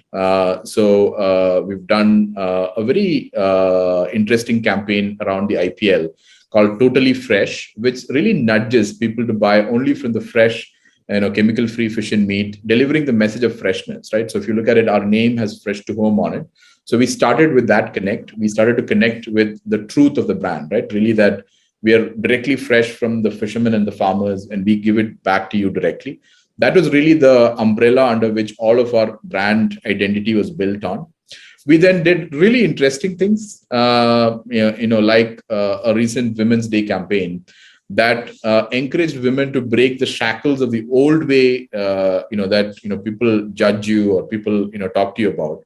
And this is really all under the brand umbrella of we are completely fresh, right? So in the case of the Women's Day, we messaged that fresh to home has brought out a completely new way of looking at it, a completely fresh way of looking at it.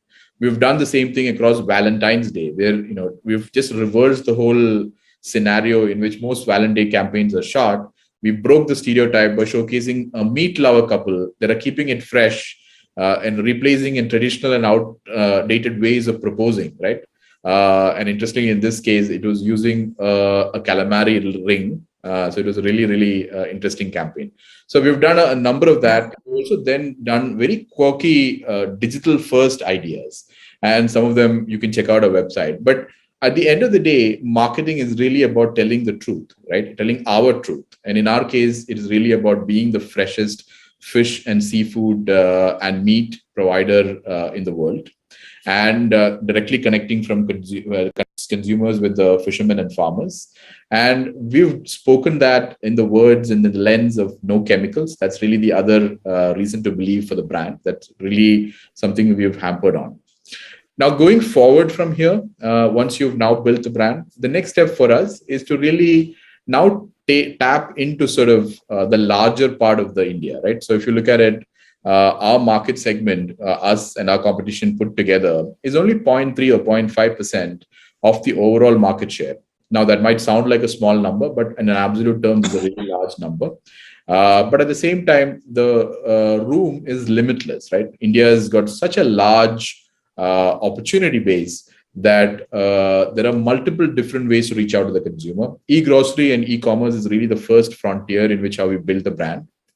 But as we go forward, what we see is that there's a huge opportunity to acquire consumers and to strengthen that customer experience by opening retail stores on the platform, right? So we've enabled retail stores on the platform where consumers can come in and they can experience the brand. So you can come in, walk into one of our platform retail stores and essentially experience the fish or the meat, because most people would like to touch and feel it. And what we see is that this leads to a really faster digital adoption. So the consumers would come in the first time or the second time or the third time, then they would really be, they like the quality, and then the consumption then happens online, right? People then start buying the same product online because the convenience then kicks in. So we see that as a very complementary strategy, opening up retail, opening up different stores, giving consumers the opportunity to taste, to actually understand the product, and from then take that journey back online. So we've launched about 100 powered by Fresh to Home stores. These are convenience stores that offers the finest quality chemical and preservative-free products. It also has ability to taste our ready-to-eat and ready-to-cook products. So this is a big area in which we are expanding. We are also now expanding much more drastically on the ready-to-cook and ready-to-eat portfolio. We see a lot of success that has come in, and we see that portion of our business growing really, really large, and we expect that to drive a fair amount of traction. The last area that we see is really geographical expansion. So we are now in a lot of the tier 2 and tier 3 India. So we are in about 100 cities that we've launched in the last 6 months. We've launched about 100 cities. This is outside our core metro focus and also the international focus in UAE. We have now launched in 100 different cities across all parts of India, right? Ranging from AP to Telangana to NCR to South India to the West India and so on. So it's a fairly large footprint.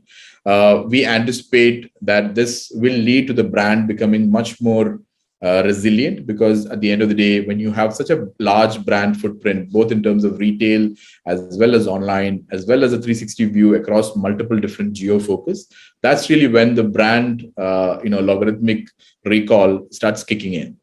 Last but not the least, we also are launching international in Saudi Arabia, in the GCC, and a bunch of the other countries, in addition to our large presence in Dubai. So it's been a tremendous journey, thinking and visualizing the journey from two of us sitting together on a whiteboard, thinking about what Indians will eat 5 or 6 years from now. And I'm glad and proud to let you know that we've been able to take that story, we've been able to take that journey and that vision back to a fruition. Much of it is thanks to the consumers, and I thank all of you or many of you who may be buying from us. That's really the biggest, proudest moment that you get as a founder, which is really to see the smile in a consumer's face when they taste the product, right? And that's nothing more satisfying than that. So with that, let me stop there. I thank you for the opportunity, and I wish best of the luck for the rest of the proceedings. Thank you. Thank you so much. Well, ladies and gentlemen, what an absolute great conversation that was. And we hope you are having a great time watching the Pitch CMO Summit. Well, we hope you keep tweeting about hashtag Pitch CMO as one word. Well, with this, it is time for me to now move on to the panel discussion. A reminder, please continue to post in your questions to the esteemed speakers, and we will try and get them to respond to you. Also, you can participate in the Twitter buzz with our hashtag PitchCMO. Our next panel is a rather very interesting one, the topic being building salience for EMI service for online purchase. Taking us through this, our session chair is going to be Mr. Nitin Mathur, co-founder 91 Mobiles, and the panelists sharing their insights. First up is going to be Aishwarya Murali, the head of marketing Zest Money. We've got Elizabeth Venkataraman, the Joint President, Marketing and Alliances, Kotak Mahindra Bank. We've got Vivek Kumar Sinha, Chief Marketing Officer, Home Credit India. And we've got Arvind Tambar, the Vice President, Growth and Marketing Unicards. Well, with this, I'd like to humbly welcome and invite all our panelists. Thank you so much for your valuable time. And with this, I'd like to pass on the live baton to Nitin. Nitin, it's going to be a great panel discussion. We are seeing our panelists now join us one by one by switching on the camera. So Nitin, you've got this mammoth task ahead of you to take for this valuable discussion in the next few minutes till 6:30 and have a great panel discussion. I'm passing on the live baton to you now. Right. Thanks, Bhavna, and hello to all my fellow panelists. I think it's a very interesting topic that we're talking about today, because at 91 Mobiles, you had a ringside view to the emergence of EMI offerings and BNPL as a very standard way of buying online. So, we get about 30 million people every month who use our site to research which gadget to buy before they go to a store to buy it. And our user surveys show that the percentage of people using some form of EMI service to buy a mobile or a gadget has increased from under 10% a few years back to a little over 40% in a recent survey that we did about a month back. So this may be specific to our user demographic, but also I'm sure a directional trend in the market at large. So let me kick off the discussion with Vivek from Home Credit. So Vivek, Home Credit's been around for a while. So could you kick off by giving us some sense of how you've seen the market as well as the consumer mindset around BNPL and EMI services evolve over the last few years, and what's been your experience like on this? Thanks, Nitin. Thanks, and thanks everyone for being here. You rightly said, right? Home Credit is in India for quite some time now, right? We have completed more than 10 years in the market, and we are primarily the consumer durables company, financing companies, as you can say, because this is our way of getting new customers onboarded before we actually give them the other services as well. At the same time, over the period of time when we evolved and we started giving personal loan as well as to new customers. But when we started, like you said, that when we started with this consumer durables product, right, where we started financing to the customers to buy the new mobile phones, right? And if I look at that time, I think you would probably say that the market was still dominated by one of the biggest player that still is the market leader, but it was dominated by that player. And it was still being served to a certain segment of the customers, because taking a loan was a privilege to a certain sect of the customers, right? And this is where I will say, in last decade, right, this is where the lending is getting democratized, where it's not getting limited to one particular sect of the customers, where everybody is more than willing to come forward and take the product, right? And the biggest change, right, if you actually look at that has happened in this segment, is the not really being negative or being loan averse. Okay, and what I mean by that, not having a taboo about that I'm buying a product on EMI to manage my requirements or fulfill my needs, but rather than accepting this is a one way of paying for the product that I want to acquire, right? So this is the biggest mindset change. And this mindset change, while it started with millennial, you can say it started with the younger generation, where they wanted to experiment, they wanted to enjoy, they did not want to wait for something to happen to avail something in their life. But now this is cutting through the ages. When we started with the millennium, it's cutting through the ages. And this is where the second point that you said is actually we are seeing in BNPL now, right? If you look at BNPL, now, unfortunately, in India, BNPL is still very gray area, to be honest, because BNPL still works in two different ways. One is the consumer durables, when you actually genuinely take the BNPL. Second way is that I give a small loan, but I consider that as a BNPL. So it's a kind of gray area. But even the BNPL sector that you look at, right, it actually started getting accepted more by the young generation. But even that BNPL piece, from discretionary spends, that what it used to be limited to, people are accepting that as a norm and going to the necessary items as well. Today, I'm willing to take a BNPL service even for my healthcare. I'm ready to take a BNPL service even for my travel, which is not my discretionary spend, which is my necessary way of living my life. So the acceptance of EMI to fulfill my dreams, right, is no more a taboo, is a reality, and people are willing to willing to experiment with that, and people are willing to talk about it, not rather than hide it under the carpet. So that's how I would say this is how the market is evolving, and all of us are actually seeing this, witnessing this, and like you say, home credit as well, right? We started there, we also evolved. We started with consumer durables offline, right? We said, okay, this is a hybrid market, omni market. You can't have just offline. We created online consumer durables, and still, while offline, you may say offline and online, but the reality of life is online will never replace the offline market forever, right? Because we have a large set of underbanked Indian customers who are still, even if they want to, they will go to the shop and they will take the product, right? We have a large set of Indian consumers, right? The next billion segment that we talk about, the next billion segment is the segment which will still go to the offline market. So that market will continue to exist. So it's a complete, omni-channel market that is there, and we also evolved from just offline to omni-channel. From similarly for the EMI services, I will not limit just to the consumer durables, or I will even say even to the cash loan, the personal loan market, right? While earlier model used to be just the telesales, so somebody visiting the customer place and selling, or somebody at the mall selling some personal loan kind of thing, or the branches. From telesales, now the channel is shifting. People are actually taking digitally. Even our home credit, the kind of offering that we have started, right? People see, if you look at 2 years back, or not 2 years back, 10 years back, anybody was willing to accept 3 days to get a personal loan disbursed to the bank account, because I was okay with the idea. I will apply for a loan. My application will go to the bank. Credit processing will happen. Somebody will come visit to my place. Will do the field verification. Then the report will go. Then somebody will say loan is approved. Then I will do some check signing and all. After that loan is disbursed, I'm willing to wait to 3 to 5 days to get the loan disbursed. Today, the delight factor is 20 minutes, right? Yeah. And wow factor is 3 minutes. that, okay, in 3 minutes, the loan is in my bank account after all the loan application journey. That's how we have also evolved. Today, we do more than 50% of my personal loan digitally, where the entire journey is end to end without any manual intervention or human intervention. And that's how the life is. Right. Yeah. I think thanks for that. I think it's a couple of very interesting points, including how an EMI service is not as much of a taboo as loans would have been back in the day, and that's, I'm sure, driving a lot of traction.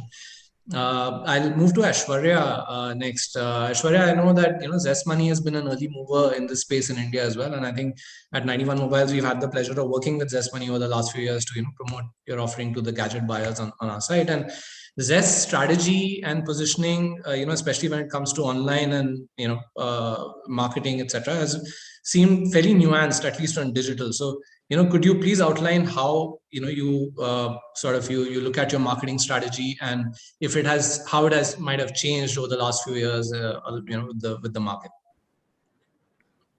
So thanks Nitin for that, and I think it's great how we heard about home credit also talking about how EMIs and loans have sort of grown over the last and the process of, let's put it untabooizing this entire piece, right? With respect to Zest, I think while it is a BNPL player, the largest, the deepest BNPL player that exists today, what we sort of thought about when we were looking at the brand and looking at how to talk to the consumer is that there are 2-3 simple insights, right? The first is that money is a means to a better life. So money is never an end in itself. That was the big thing. So money is always a means to a better life. It's always the means to getting to a place where you went before. So money itself and the features and the way to access it is brilliant. But the reason why people do it is because they want a better life for themselves. They want a better life for people who are close to them, whether it's their parents, whether it's their kids, all of that. So that was the primary insight that we worked on when we were looking at, Zest Money. And for us, I think when we looked, and I think our inspiration itself came from our millions of consumers who have taken BNPL with us, right? Their stories are just so heartwarming. One of them said, because of Zest, I could afford to get my mom a better phone. And then that allowed me to get my uncle a better laptop, and it just went on, and they had taken like 6 transactions with us just to get better lives. And this was the common thread that we saw. So that was the genesis of us building out the brand, to tell everyone that a better life is for everyone. There are 400 million people out there, and they are untouched today by any, like the problem of credit in India is that unfortunately the top millions have access to a plethora of options, and then underneath that are a whole section of people who don't even have one of those options, right? And that's the dichotomy. That's like quite a drastic dichotomy that exists in this country. So the idea was to say that, and a better life is for everyone. It's just not for that cream, kind of consumers. And that's where Zest Money sort of came in. So that was our larger promise. But of course, the reasons we could sort of deliver the promise was really the reason why we chose it, which is the fact that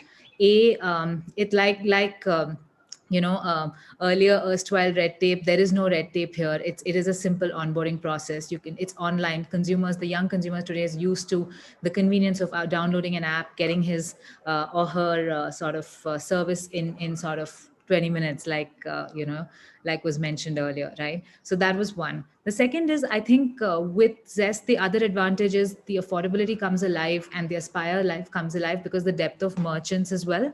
So starting from an Apple, and like you said, Nitin, 91 Mobiles, we've done fantastic activations with the 91 Mobiles, right?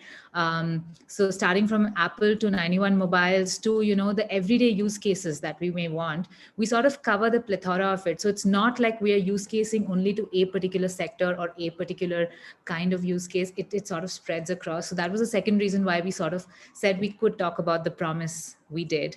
And the third is, of course, of course, India is one of the most stable regulatory markets that exist, right? With respect to how RBI, CRISIL, the entire machinery, it's not flaky by any means, right? It's the most rock solid machinery that exists. So within that machinery itself, the way we are able to pull different kinds of, credit scores of consumers and develop that algorithm to get the right credit and sort of be, more often than not, more sure about sort of giving loans and EMIs and credit limits to people. I think the combination of the three, so the merchant depth, the fact that we have the RBI regulatory and the algorithm to get that credit limit going, plus of course the fact that we have a depth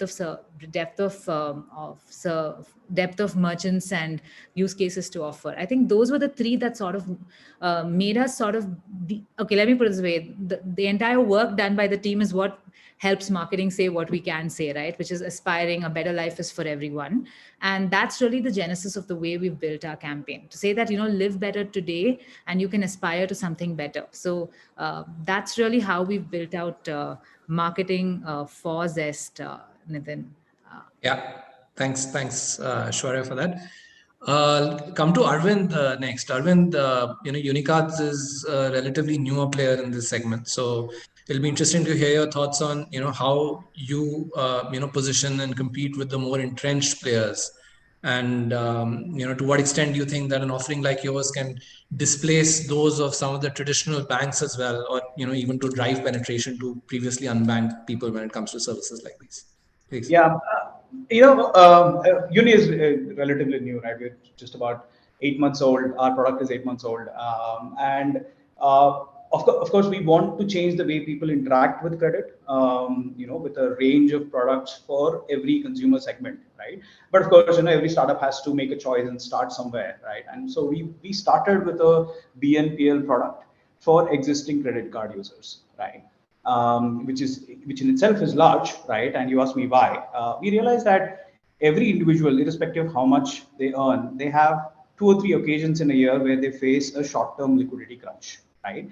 And the existing mechanisms, to solve those problems, as a credit card with very high interest and very rigid rules. Of course, there are hidden charges, right? Personal loans, which not easily available for short-term consumer loans, right? Or other means, friends and family, local loan sharks, etc. Really doesn't make sense. Right? So we realized that a product that actually smoothens out these liquidity crunches that people feel on occasions, right, would be something that can actually appeal to an existing credit card user segment.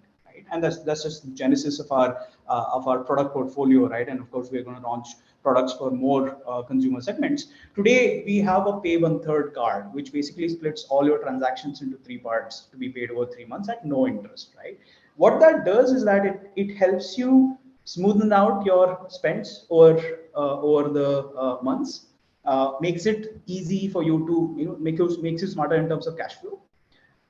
Added to an innovative product to that, solving the problem of convenience of banking, right? Today, if you consider interacting with any of the credit card apps or credit card customer care, it's very cumbersome, right? Starting with a very simplified, intuitive digital interface. In fact, right from onboarding, which happens in minutes for us, even the credit check, etc., happens in minutes for us.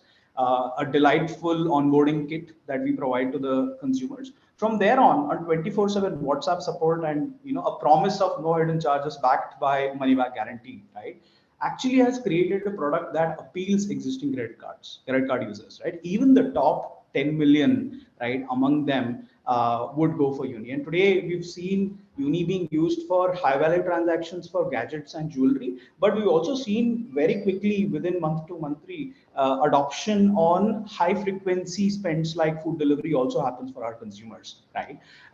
We've also realized, because of the targeting of existing credit card users, our default rates are one of the best in the industry today, right? And from here on, our strategy would be to launch different products which are new to the category, and back that with our experience and service, so that we are actually able to create a tangible new set of products for existing credit card users, right? And that's today that's our focus. Of course, a larger vision would be to launch more products for consumers who are currently not in the ambit of credit cards. Right. Thanks. So coming to Elizabeth. Elizabeth, I think you hold a very interesting sort of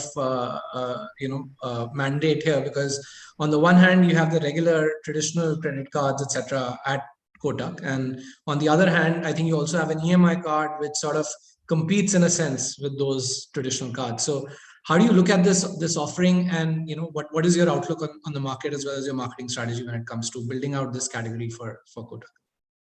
So I think the products which have credit are, now earlier traditionally it was available on credit cards, right? The EMI, convert your purchase into EMI, and it's an option after you make the purchase for you to convert. And now, credit card penetration is low because of all the, credit requirements that are there in the system. So debit card EMI was introduced, which is makes it even wider, widely available. And now there is, for all customers, there is a smart EMI card, right? Which you can buy. You can come to our website and apply for it. Someone will call you. Or for our existing customers, it's on the mobile app and it's a click away. So what this does is that you don't necessarily need the card. You can go to a store and actually get it. Once you buy something, you can actually avail that facility with some little bit of details and paperwork. You can actually avail this facility very easily even at the store. So we are we are present in over 40,000 stores. We are there on all e-commerce sites. So it's very convenient to avail consumer durable finance today. So what this really does is, in the moment of truth, when there is, some of our communication also says that you're at the store and you say, oh, this is beyond my budget. Not really, because you can, it sort of look at it over a 6-month period, 3-month period. And this is not long terms of credit, right? It's something that the amounts and the tenures are structured very differently for products of this kind, and not for, the way HL or PL, which have larger requirements and things like that. So it's very nice because it improves purchasing power, and it expands credit for many people, because credit cards penetration is still low in this country. So in that sense, it really does that. And especially in the pandemic, since we're at the end, hopefully at the end of, towards the end of that, what it does is a lot of people were struggling with making commitments on bulk purchases, right? So we had a lot of learnings on the fact that you want to preserve, you don't know what is coming.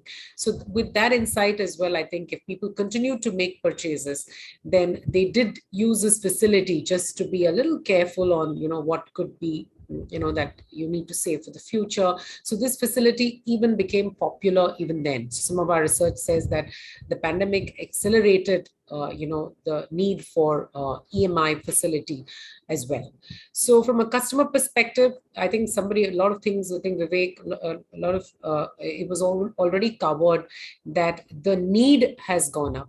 The awareness, the awareness has gone up.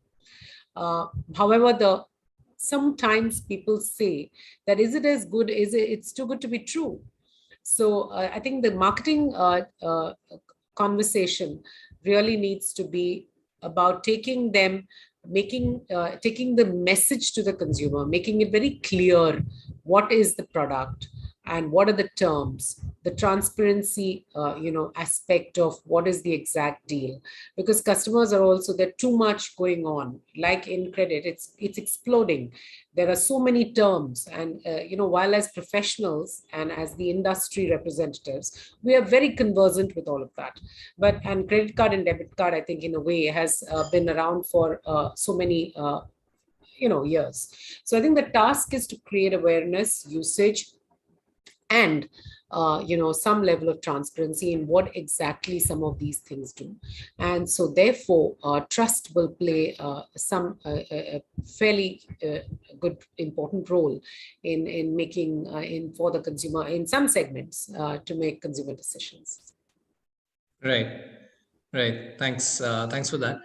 So moving on to another area which I think we can touch upon with everyone, which is around the marketing and customer acquisition strategy with specific reference to digital, what plans are, what companies are doing. So Aishwarya, starting with you this time around, I think you guys have had deep ties with e-commerce partners as well as OEMs, but also direct business. I think has you've managed to make that, I think, fairly significant, which is, I guess, the holy grail, because it doesn't depend on any specific partner.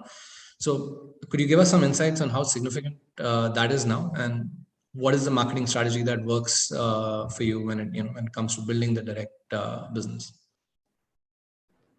So you're right, Nitin. I think the way we look at marketing is like it's pretty much, I mean, in a strange way, it's a lot like FMCG marketing, because while you have to get your brand out to the consumers, you also have to ensure availability in shops, right? I mean, it's kind of that dichotomy. So yes, you're right.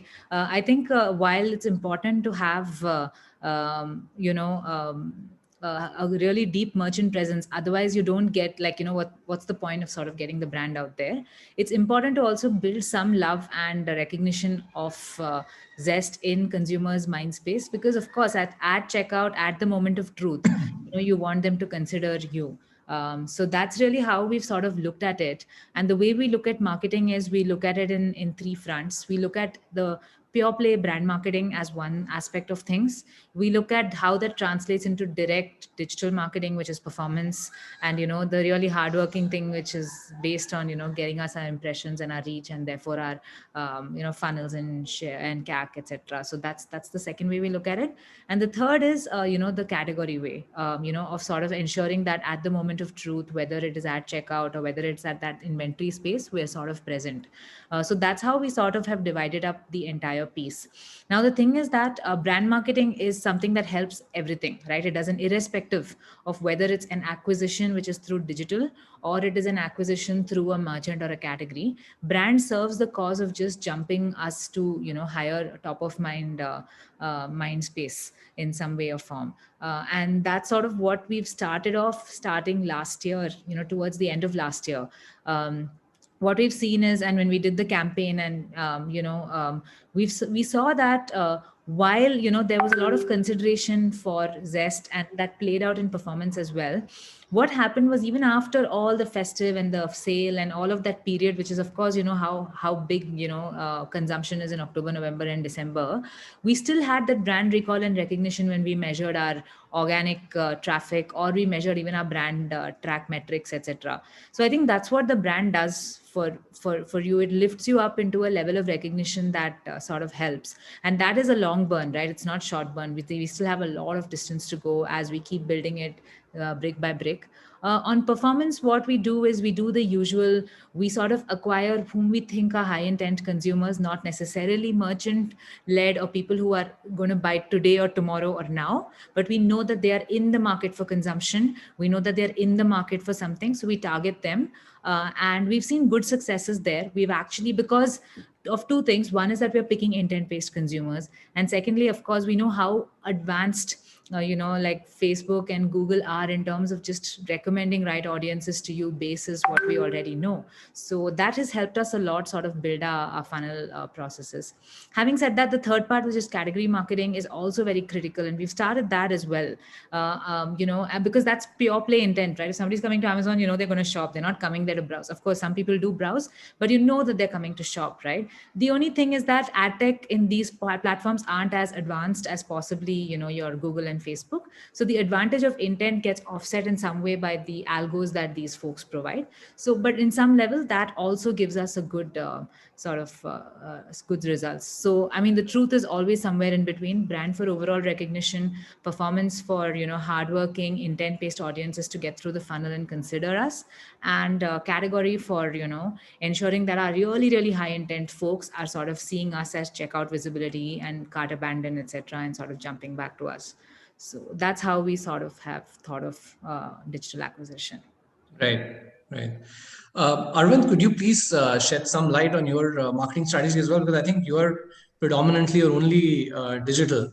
And also, if you could touch upon, I think Elizabeth made a point that in this category, it's a lot about communication and trust. So especially for you being a new service, right? How do you build that via your marketing activities? Yeah. I think for us, the leading strategy would be to build an aspirational brand, right? Because we are going after a premium segment within the consumers of EMI service, we want to build Uni as a premium brand, right? Which is also why we roped in a mainstream celebrity, just launched our brand campaign, targeted specifically at this consumer, right? And we don't want to stand for affordability as much as we want to stand for enhancing the user's life, right? And build a world around it through partnerships and storytelling. Right? So that's the first pillar. The second part, of course, is of course a lot of our acquisition today is through digital channels. We go deep into understanding consumer segments, channels, etc. Do a lot of experimentation to arrive at a winning recipe, right? The third piece is contextual awareness, building that contextual awareness, right? Being present in e-commerce platforms, right? Through offers or just advertising on these channels, which basically builds an association between the occasion for which we are used and the brand, right?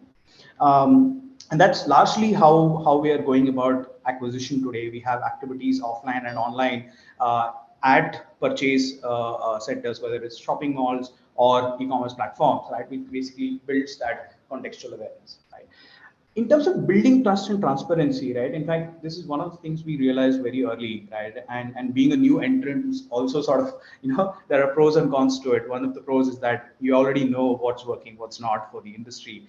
And one of the things we realized that people are afraid of hidden charges, right? People don't know when they use a EMI service, or a credit card or any other credit product. There's always this fear that you might be get charged for something that you're not aware of, or getting charged interest on something that you did not sort of anticipate. Right?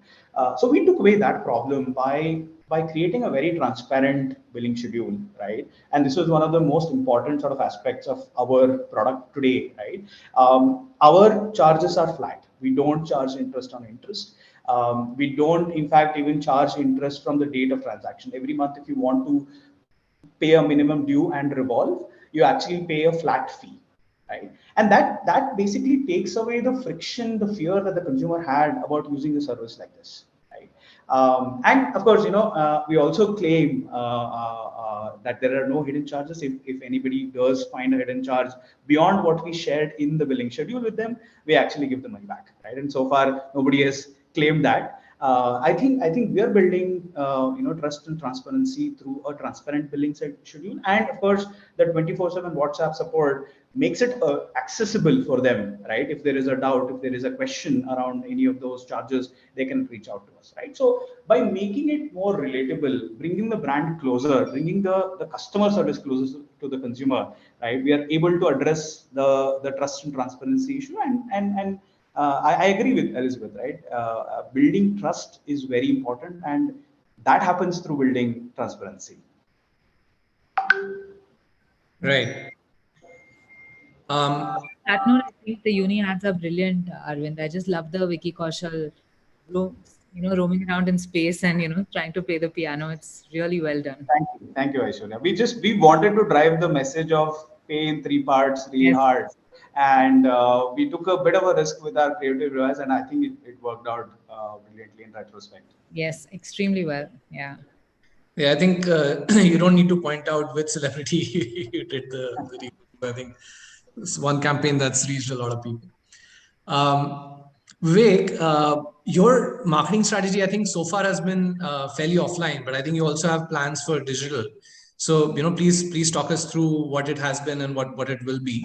And also maybe touch upon, how aggressive home credit might be in digital, because the acquisition strategies a lot of startups involve making a loss on the customer acquisition, making it good over the next couple of years.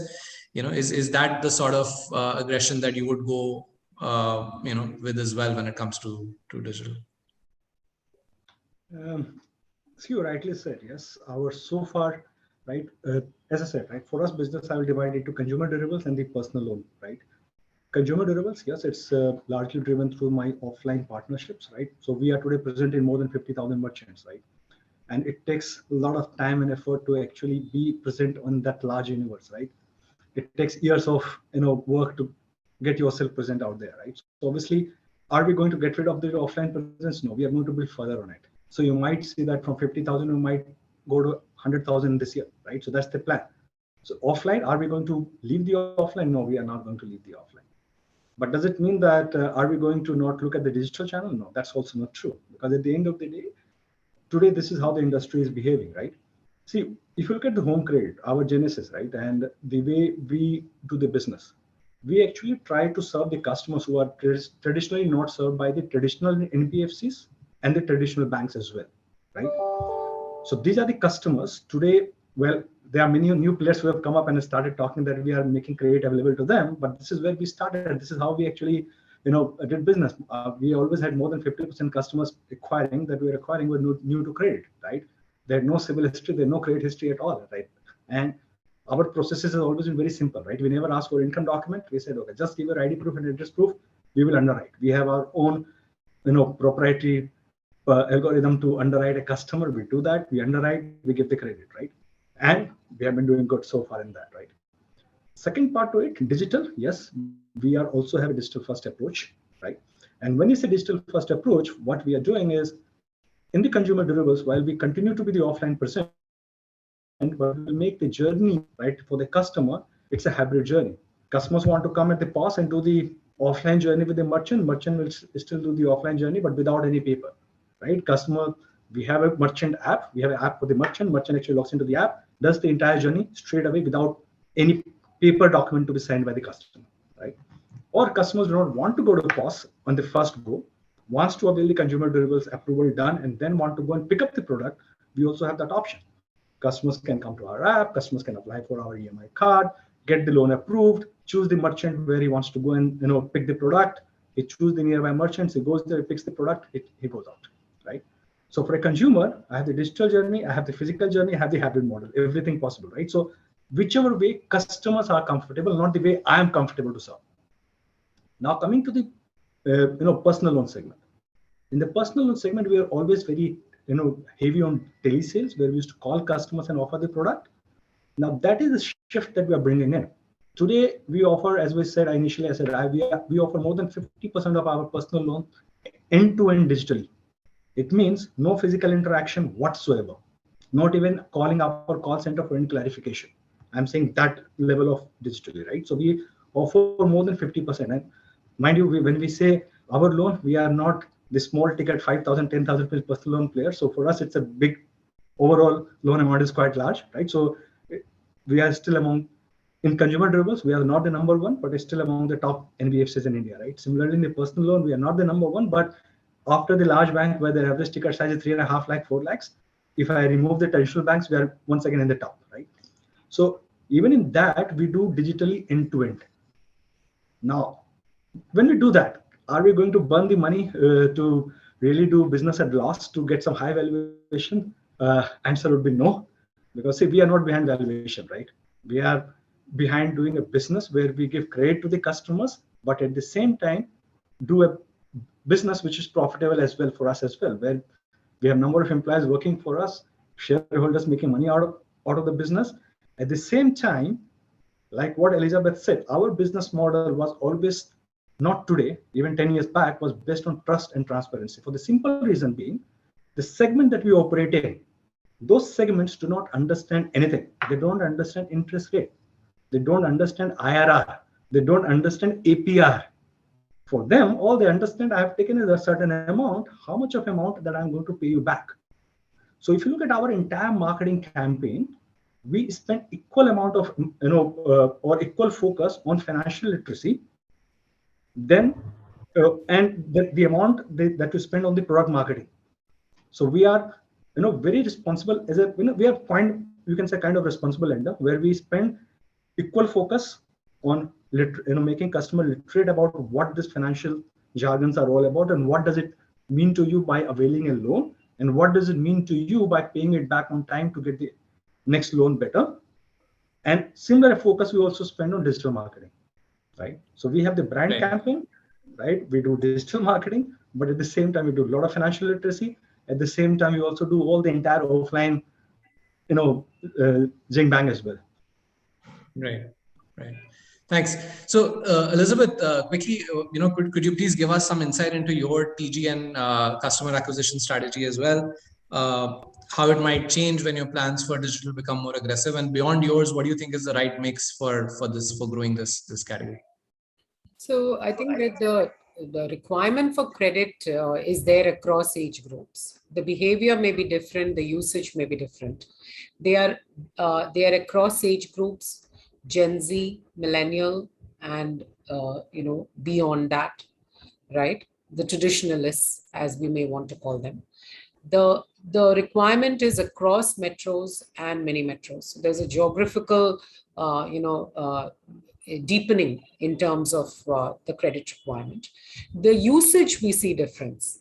The traditionalists use it for larger purchases, right?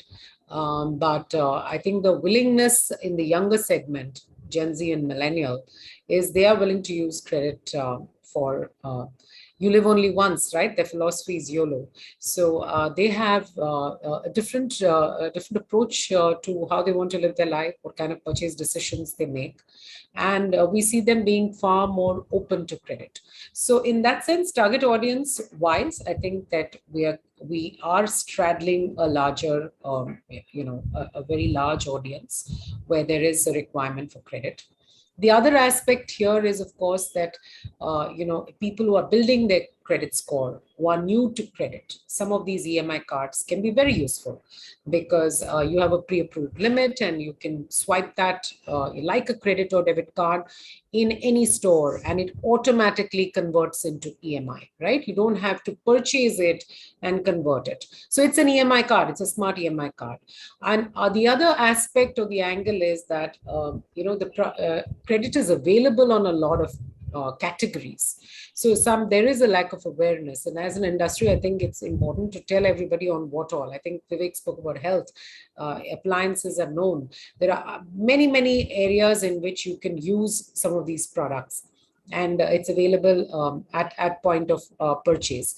So it's across categories, across cities, across age groups. The usage and behavior may be slightly different, the way they approach it, but that's really what we see. In terms of how you can get it, you can get it at the store, okay, and at the moment of truth, you can get it there, or you can, like I said, you can come onto our website and apply for it and be done. And the other is for our existing customers, it's available on a click on our mobile app. So it's very easy to get. You have a pre-approved limit and you can swipe the card to that extent. And our objective, while it's trust and transparency communication, and I think Arvind rightly spoke about hidden charges and some of the consumer, and Vivek spoke about IRR. I think these are terms which are, for customers, they have very, very simple thinking. Can I afford to pay this back? How much? What is the catch? So these are some of those things. If you clarify, then there are no friction in the purchase, in the buying system, in the consumer buying system. So if you clarify all of this, and we go with Sab Kuch EMI Per. So most of my the communication we put out is on Sab Kuch EMI Per, which is just to expand the customer's mind, saying that, don't worry about what you can really afford today. If it's something that you really like, then, you need to check if that's available on EMI. It depends on the product, on the brand, on what it is really, because the deals keep the offers and everything keeps changing. So we encourage customers to just get that awareness that you sab kuch EMI per aaj mil sakta hai. So that's really the communication objective at our end. And we have a good mix of online and offline, and that's where we are. All right, thanks. So I think we're running short of time. So I think one last question and maybe quick half a minute per panelist on, any predictions for the BNPL space for the next year or two. And Arvind, let's start with you. I think there's enough headroom in the market, but also a lot of players. So do you think where is the space going? Is there going to be consolidation? Is there room for everyone? What are your thoughts? Yeah, today it's about $3.5-4 billion, and there are about 10 to 12 million users. The prediction is that it will grow to about $45-50 billion by 2026, right? And almost touch about 100 million users, right? There is definitely room for different shades of BNPL to grow, and it's not a winner-take-all market is what we believe, because there are different consumer segments with different needs, and different innovative products will appeal to different consumers, right? And I think it's just getting started. There's a lot of headroom. As we all know, it's an underpenetrated. India is an underpenetrated country for credit cards, so to say, right?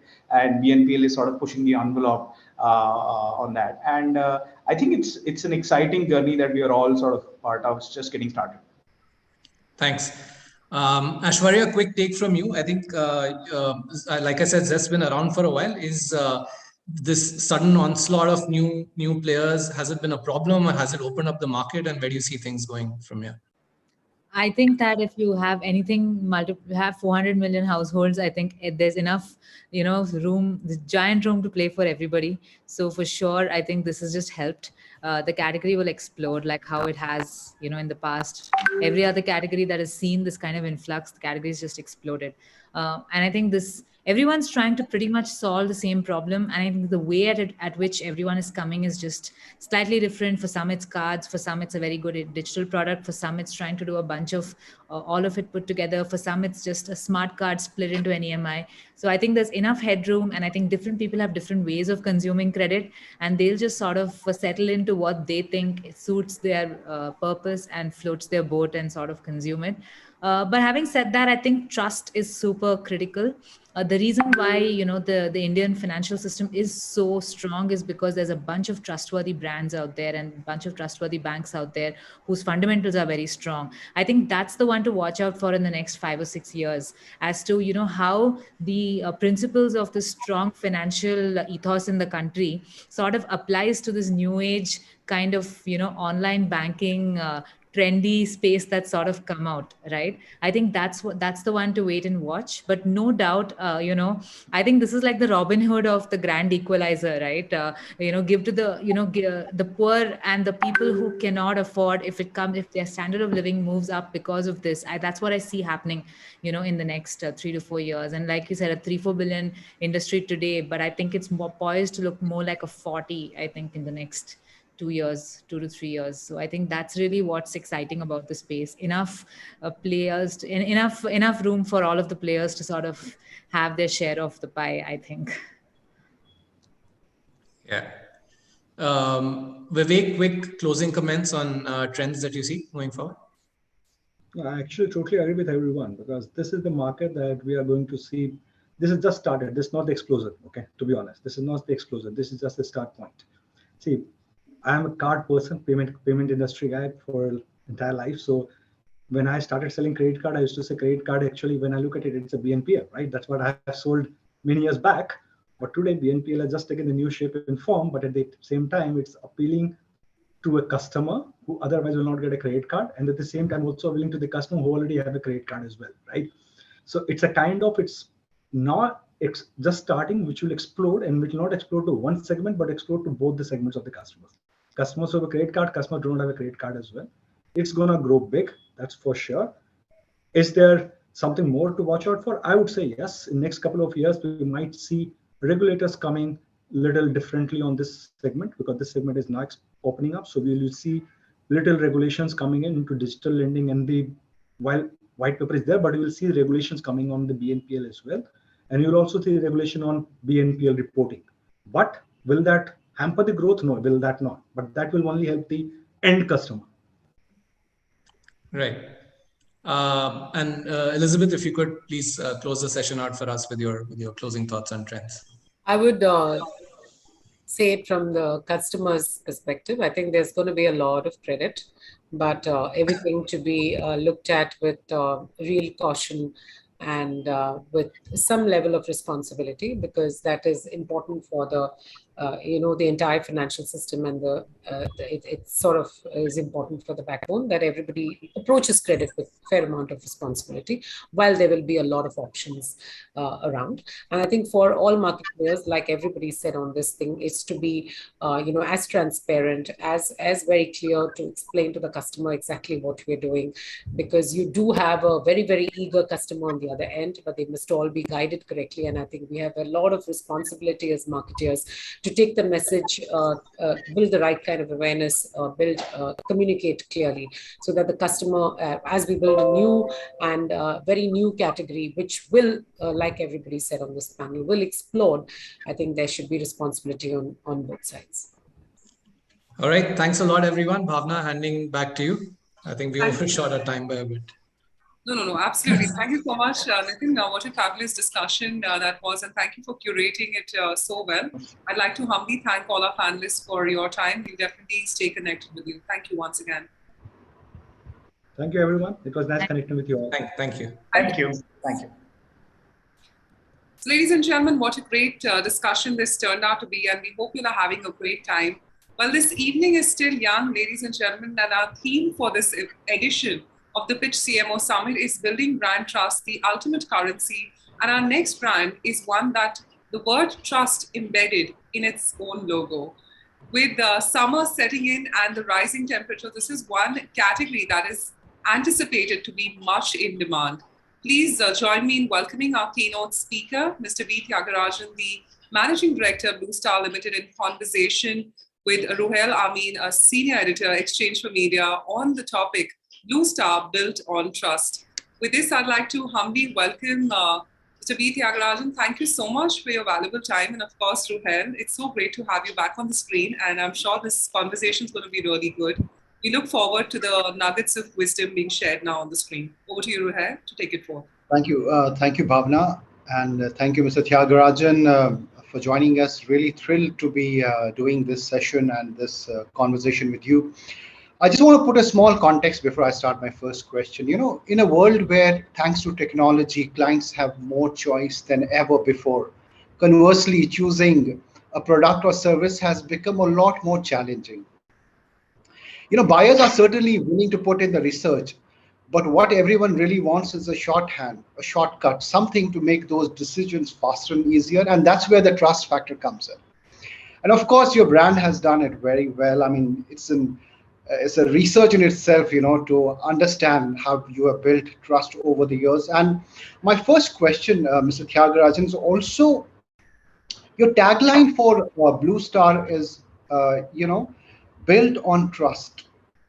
Give our viewers a sense of how important has this trust factor been for building brand salience.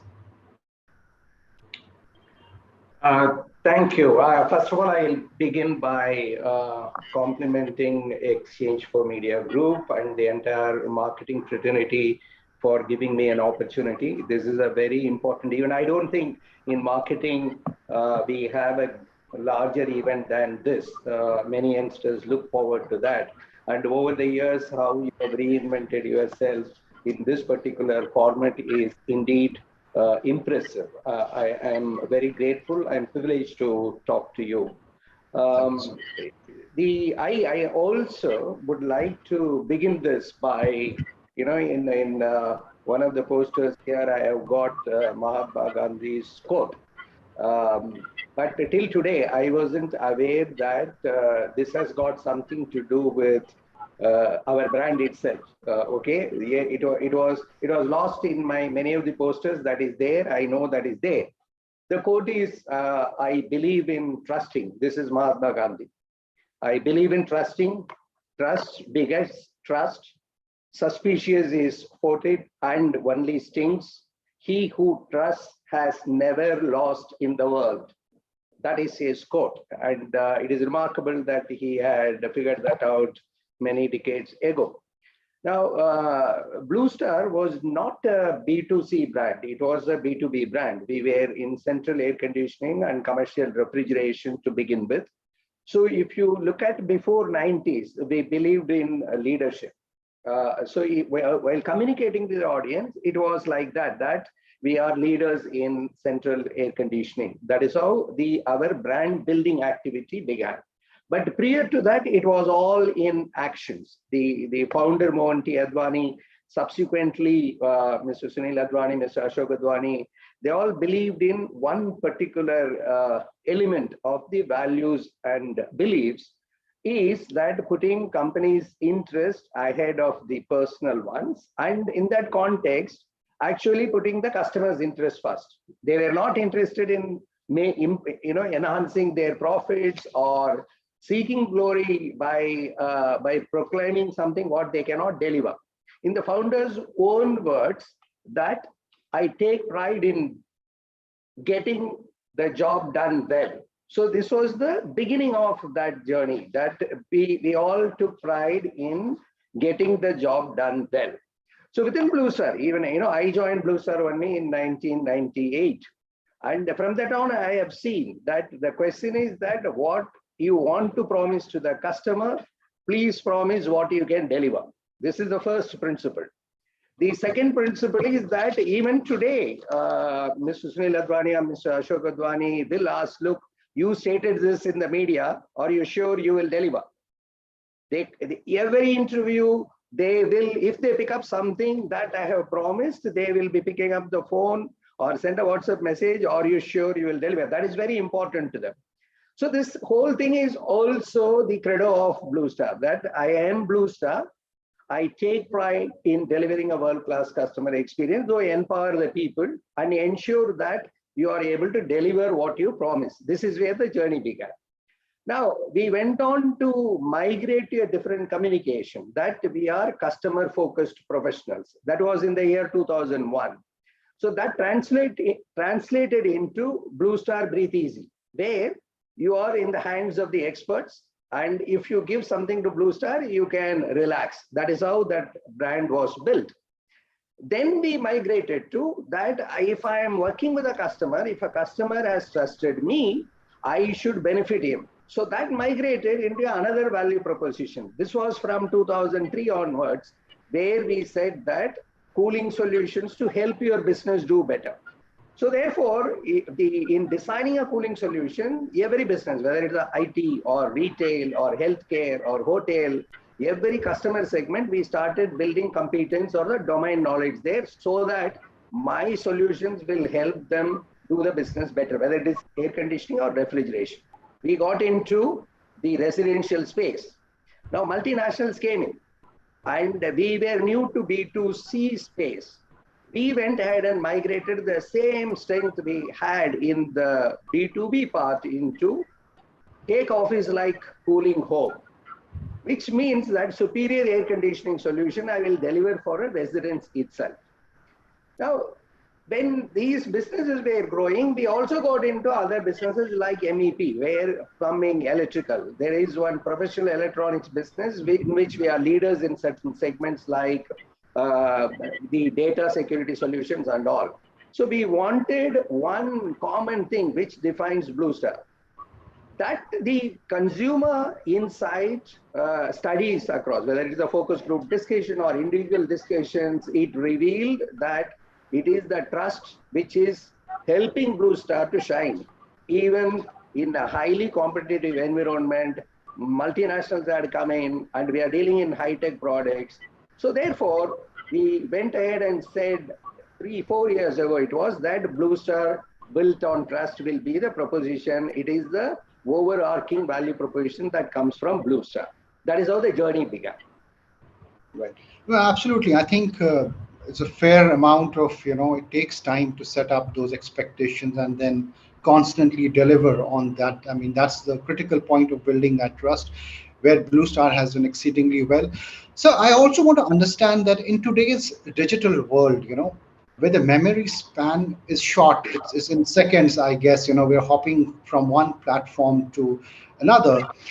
A major factor, is retaining that, the customer mind share, for example.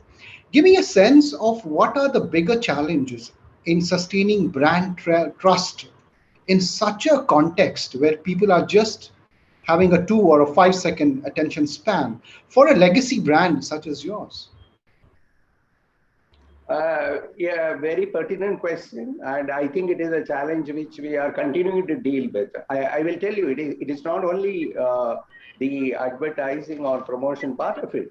E-commerce is another element where I suspect in before clicking buy or add to the cart, anybody is paying attention, because I have a complaint. E-commerce drives this L1 lowest price.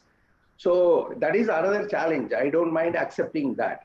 Now, what we have figured out is that your communication has to be consistent. That any marketing person will be aware, and you should be consistent in communicating with the. You should be consistent in delivery. Now, the second part of it is your communication will have to be clutter breaking, and your communication will have to be delivered in an authentic manner, and you should live up to that communication. So let us say a room air conditioner. If we are saying that nobody cools better, and at the end of the day, if the customer has bought it, and whether we are living up to that promise, and we have said that built on trust, which means the delivery time that I promised I am fulfilling, and the product is reliable, and it conforms to certain energy efficiency and other regulatory requirements that I have fulfilled that, and he is fully looked after during the life cycle of the product. That has to be demonstrated outside. Now, in communication, you have seen that we felt that we need definitely a brand ambassador. We brought in Virat Kohli, and that an element where the people can connect with him. Given the fact that the 65 to 70% of our customers are from tier 3, 4, 5 towns, and we find that most of them are first-time buyers of an air conditioner. And and in that context, we felt that we need a brand ambassador also to add to our communication and bring in some element of humor so that you will be able to break the clutter. Now, in the recent years, we have learned that, look, I'm feeling that this 30, 40-second TV commercial days are over. It's all becoming some 10 second. That is the reality in which we are living. Yes, please go on. Yes. Yeah. So the thing is, we have figured out that we are doing well in terms of the skippable ads in digital medium, that the people are not skipping. That we get very high scores. People going through the ad fully. So that challenge has been overcome. We believe it is in terms of simple communication, consistent communication, clutter-breaking communication with some kind of humor. This is one part of it. The second part of it, in a B2B part of the business, this has to be built in multiple ways. That we invest substantial amount of money in creating content for the people to consume in terms of knowledge. So there are quite a few, like you will find a Blue Star Guide to Hospital Air Conditioning, Blue Star Guide to Air Conditioning of Educational Institutions. And there are so many webinars that are being done. So therefore, you don't have this problem. You will be in a position to get the captive audience for you to communicate adequately. Right. And in the dealer showroom, we are again, the in-shop demonstrators or the dealers who are doing it, the communication is created in such a manner, one or two aspects of it, which are highly differentiated or communicated to the customers or the potential customers who are walking in. Right. Right. Mr. Thiagarajan, you raised a very valid point of clutter breaking communication, and you also stated how humor, has been a cornerstone, if I might call it, of all your marketing most of your marketing communication. Here, I want to understand the brand ethos when it comes to marketing and the role of innovation. How do you ensure that you've got the pulse right and the communication targeted, and nobody is pressing the skip button? Yeah, say for example, I know very well that most customers are looking for cooling, when buying an air conditioner. So you need to constantly invest in the consumer insights. And in India, you cannot look at it as one market. You have to look at North or South, within North, different markets, like Punjab behaves differently than NCR, so on and so forth. So number one is that invest in getting the consumer insights right. This is very, very important element. The second part of it is we know very well that the people are buying for just cooling. That is what the air conditioner does. Within that, what is that particular element which can resonate with the consumers? At some point of a time, we had discovered this. The consumers are like the Blue Star brand has to be seen in the context of many multinationals present there. So therefore, we were trying to create a communication where this product is world class. It is the most innovative one. So if you look at the history, we were the first one to come out with decimal cooling. Like if you want 24.5 degrees centigrade, 23.5 degrees centigrade, you can set it in the air conditioner. So some point of a time, the communication was that. The second part of the communication was that the powerful cooling, that it can handle multiple people there. So therefore, that the communication was, if you recollect the Virat Kohli and the lookalikes. So that communication, in order to make it humor, make it interesting, we brought in lookalikes of Virat Kohli to say that many people walking into the room also, the air conditioner can deliver its capacity. Now, now we understood that right now, when your market share has grown, you are addressing large audience, and you are addressing bottom of the pyramid, we need to go ahead and communicate. It is the fast cooling. The people want to switch on the AC and immediately it should start cooling. So one end, you develop a product according to that value proposition, then go ahead and deliver that through a communication. Say, for example, we have just launched another campaign which will be playing in the IPL and other channels. Like Virat Kohli is snapping his fingers, and he says that this is a advertisement which is a very fast one, and it is going to end. And it is for a fast cooling AC, and before somebody can click the skip button, the ad will be over. That is how it is created there. Wow, so therefore, you have to figure out a product feature which will be appealing and relevant to the consumer through consumer insight, convert it into a communication, and figure out a human element there. Right. Absolutely, that's what great company is all about. So if we look at your last year's results, revenues surpassed pre-pandemic levels, and we are also at the start of the peak season for AC cooling sales. How are you looking to close the year? The Q3 results is in the public domain. We grew faster than the market. We improved our market share, and we find the demand sustaining over January, February, March itself.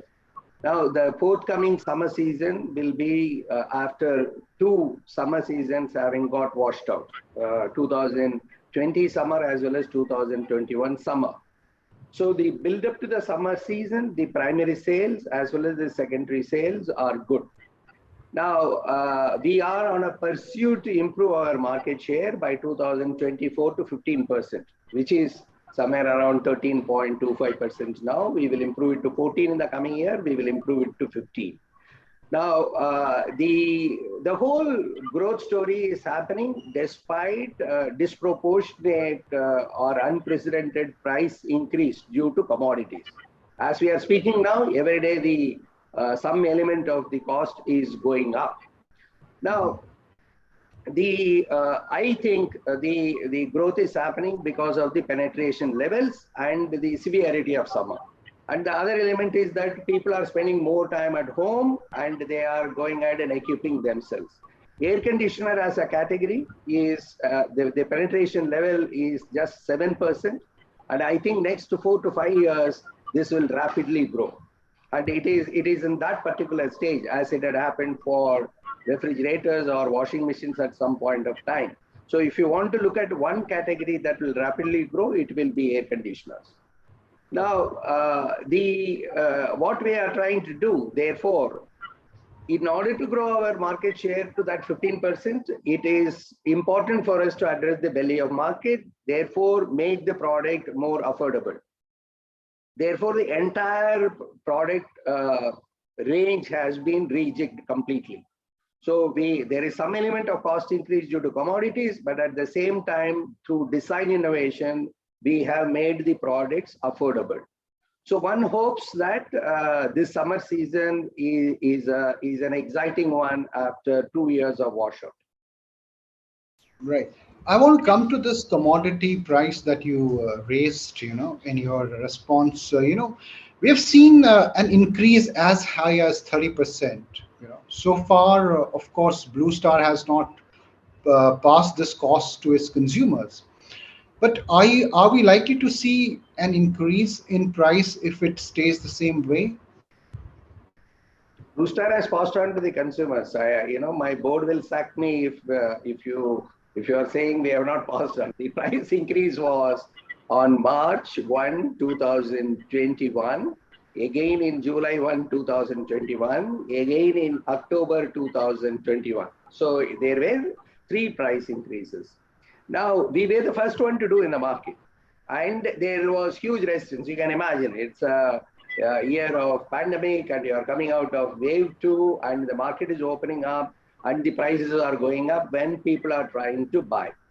So if you look at our Q3 results, despite 3 price increases and unprecedented increase, not only commodity prices, it's also the ocean freight costs. You will notice that the margin eroded by 150 basis points or 1.5% it eroded by Q3.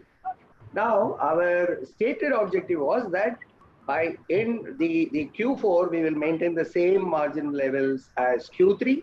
So we had no intention to increase the prices during this quarter. So we felt that what we have increased is enough because you determine your price by what the competition is doing. The war and the sanctions have led to in the speculative market, metals are being booked at very high prices, and we know the supply chain disruptions will be a real challenge to face. Therefore, as against our original statement that we will revise the prices by middle of April, in fact, we have taken a decision to revise in the April 1st week itself. Right. And with the promise again, I'm connecting it with the trust. This trust element is not only for the consumers, right? That we need to display this and demonstrate it across the value chain, whether it is our principals, whether there are vendors or business associates, dealers, and most importantly, the shareholders. So whenever the commodity prices have gone up, you can look at the record that I would have been the first person to disclose to the market that there is a price increase and we are going to increase the price. We had maintained that consistently, this transparency. To the dealers, we have maintained that transparency, that I need to increase the price. This is what we are going to do. Same way, even last week I have stated this. This price increase, which is going to take place in April, is because of the war, conflict. Now we will monitor this. If the prices soften, we will revise it downwards. That is where you demonstrate the trust to your trade as well. Right. So we're also in the midst of a heat wave in many parts of the country, and the focus for Blue Star has shifted to tier 3-4 towns in India as well. Do you think small towns in rural India will be the big drivers for growth now on?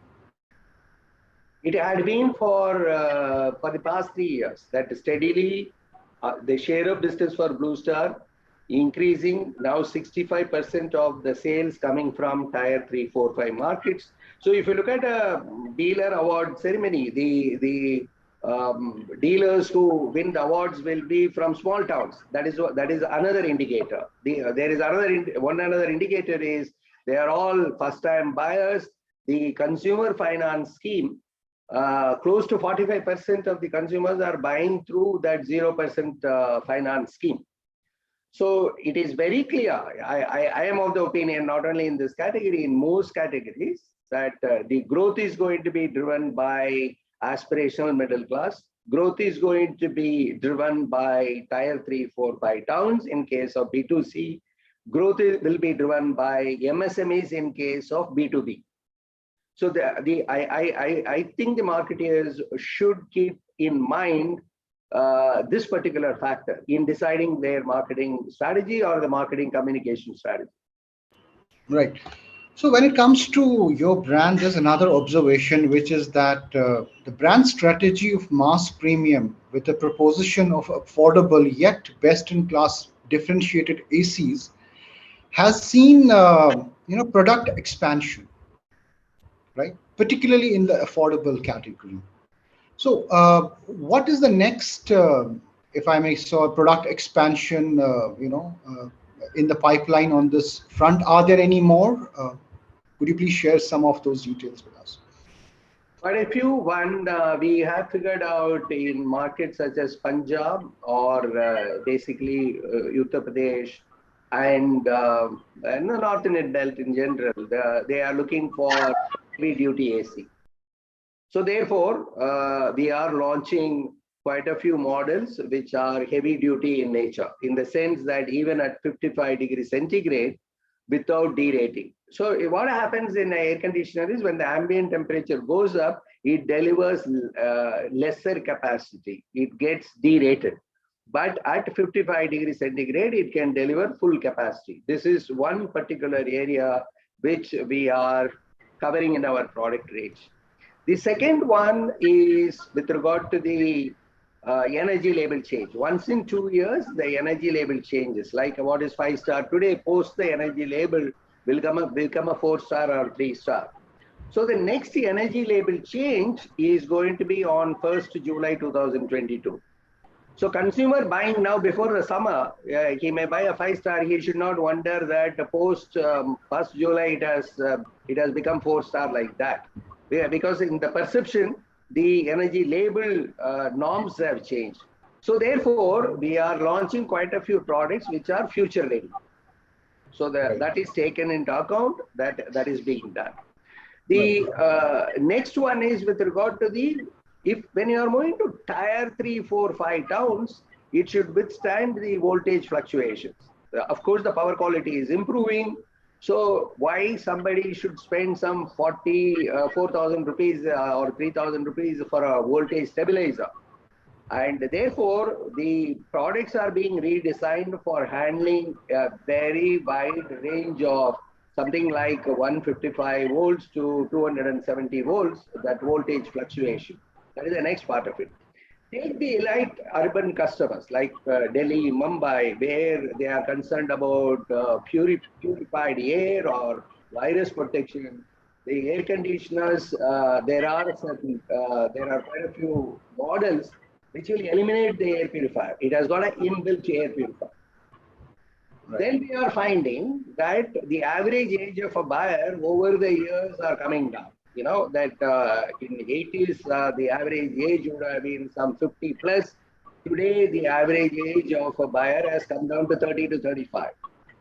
And which means a lot of youngsters are also decision makers, both male and female. And for them, the technology is important. Say, for example, Wi-Fi ready air conditioners. Or so therefore, the technology element is also being brought in. Right, right.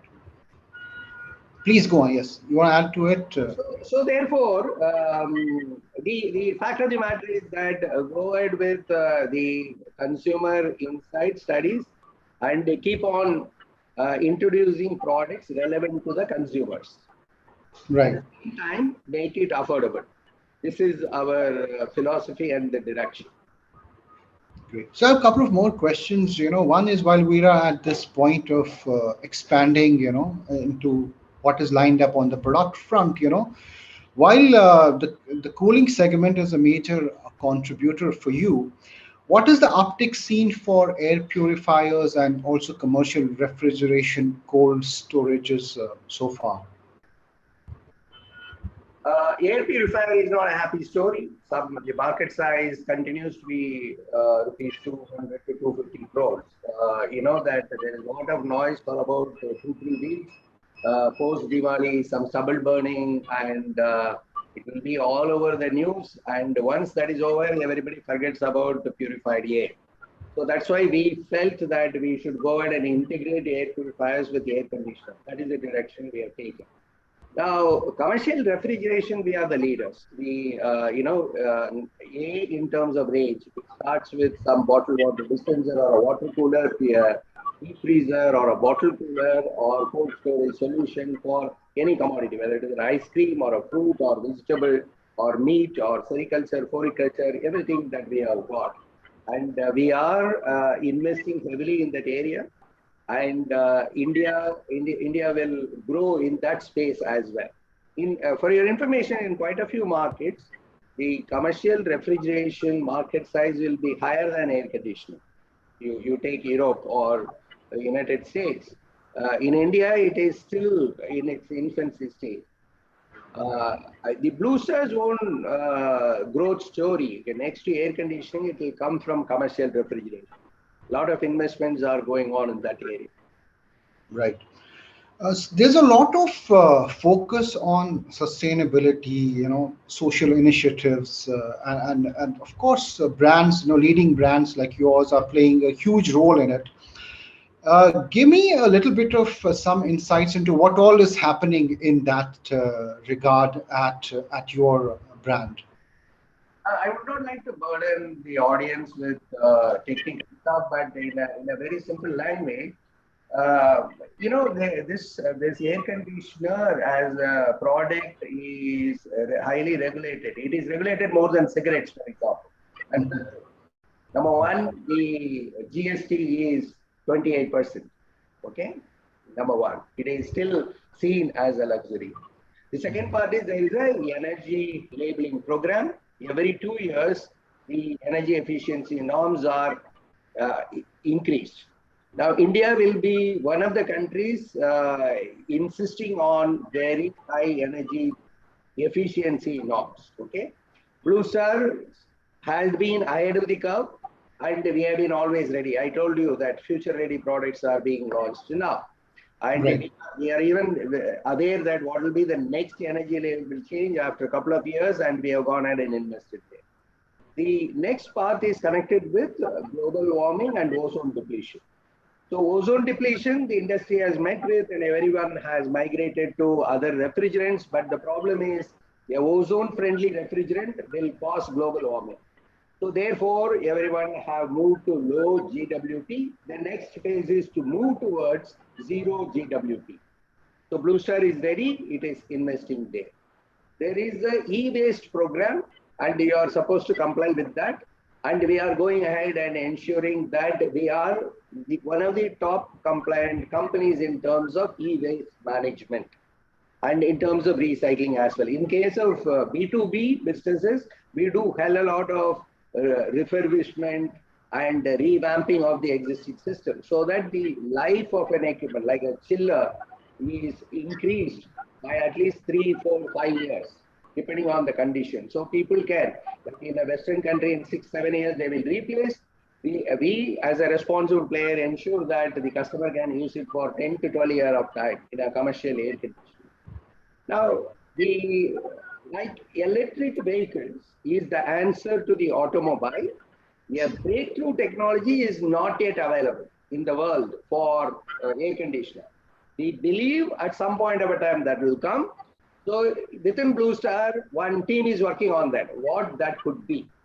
And you won't believe, just this afternoon, our chairman emeritus mentioned that given the fact that India is a poor country, many people cannot afford to be investing in some research and development for creating affordable solutions. That is, it is not an air conditioner, it is not a fan, somewhere in between, everybody can, given the summer conditions and their affordability. So our innovation programs are geared and confined to these, or takes into account these sustainability requirements as well. Right, right. Thank you, Mr. Thiagarajan. We of course have more questions, but then we're out of time. But really, so thank you very much for taking out time and joining us on this and sharing the facts and the insights of what it takes to build trust with your consumers and grow in challenging times. It's been great talking to you. Thank you so much for joining us. It was a pleasure talking to you. I thank the Institute Media Group once again for giving me this opportunity. All the best to you. Thank you. Thank you. Thank you so much. Thank you, Rohel, for curating this wonderful conversation with Mr. V. Thiagarajan. Thank you so much for your valuable time. So, ladies and gentlemen, with this, it is time for us to bring to the end of the Pitch CMO Summit. We hope you all had a great time, and a huge thank to all the speakers today, our partners, and more importantly, thank you all for joining us today. You've been a great audience with all the questions coming in and with all the tweets going in. I'd just like to take a moment to acknowledge our partners before I sign off. Powered by Salesforce, we bring companies and customers together, and whole partner being Discovery. Well, this is me, Bhavna Bhatia, on behalf of Exchange for Media, signing off for today. But we'd like to leave you with a partner, Avies. Thank you once again.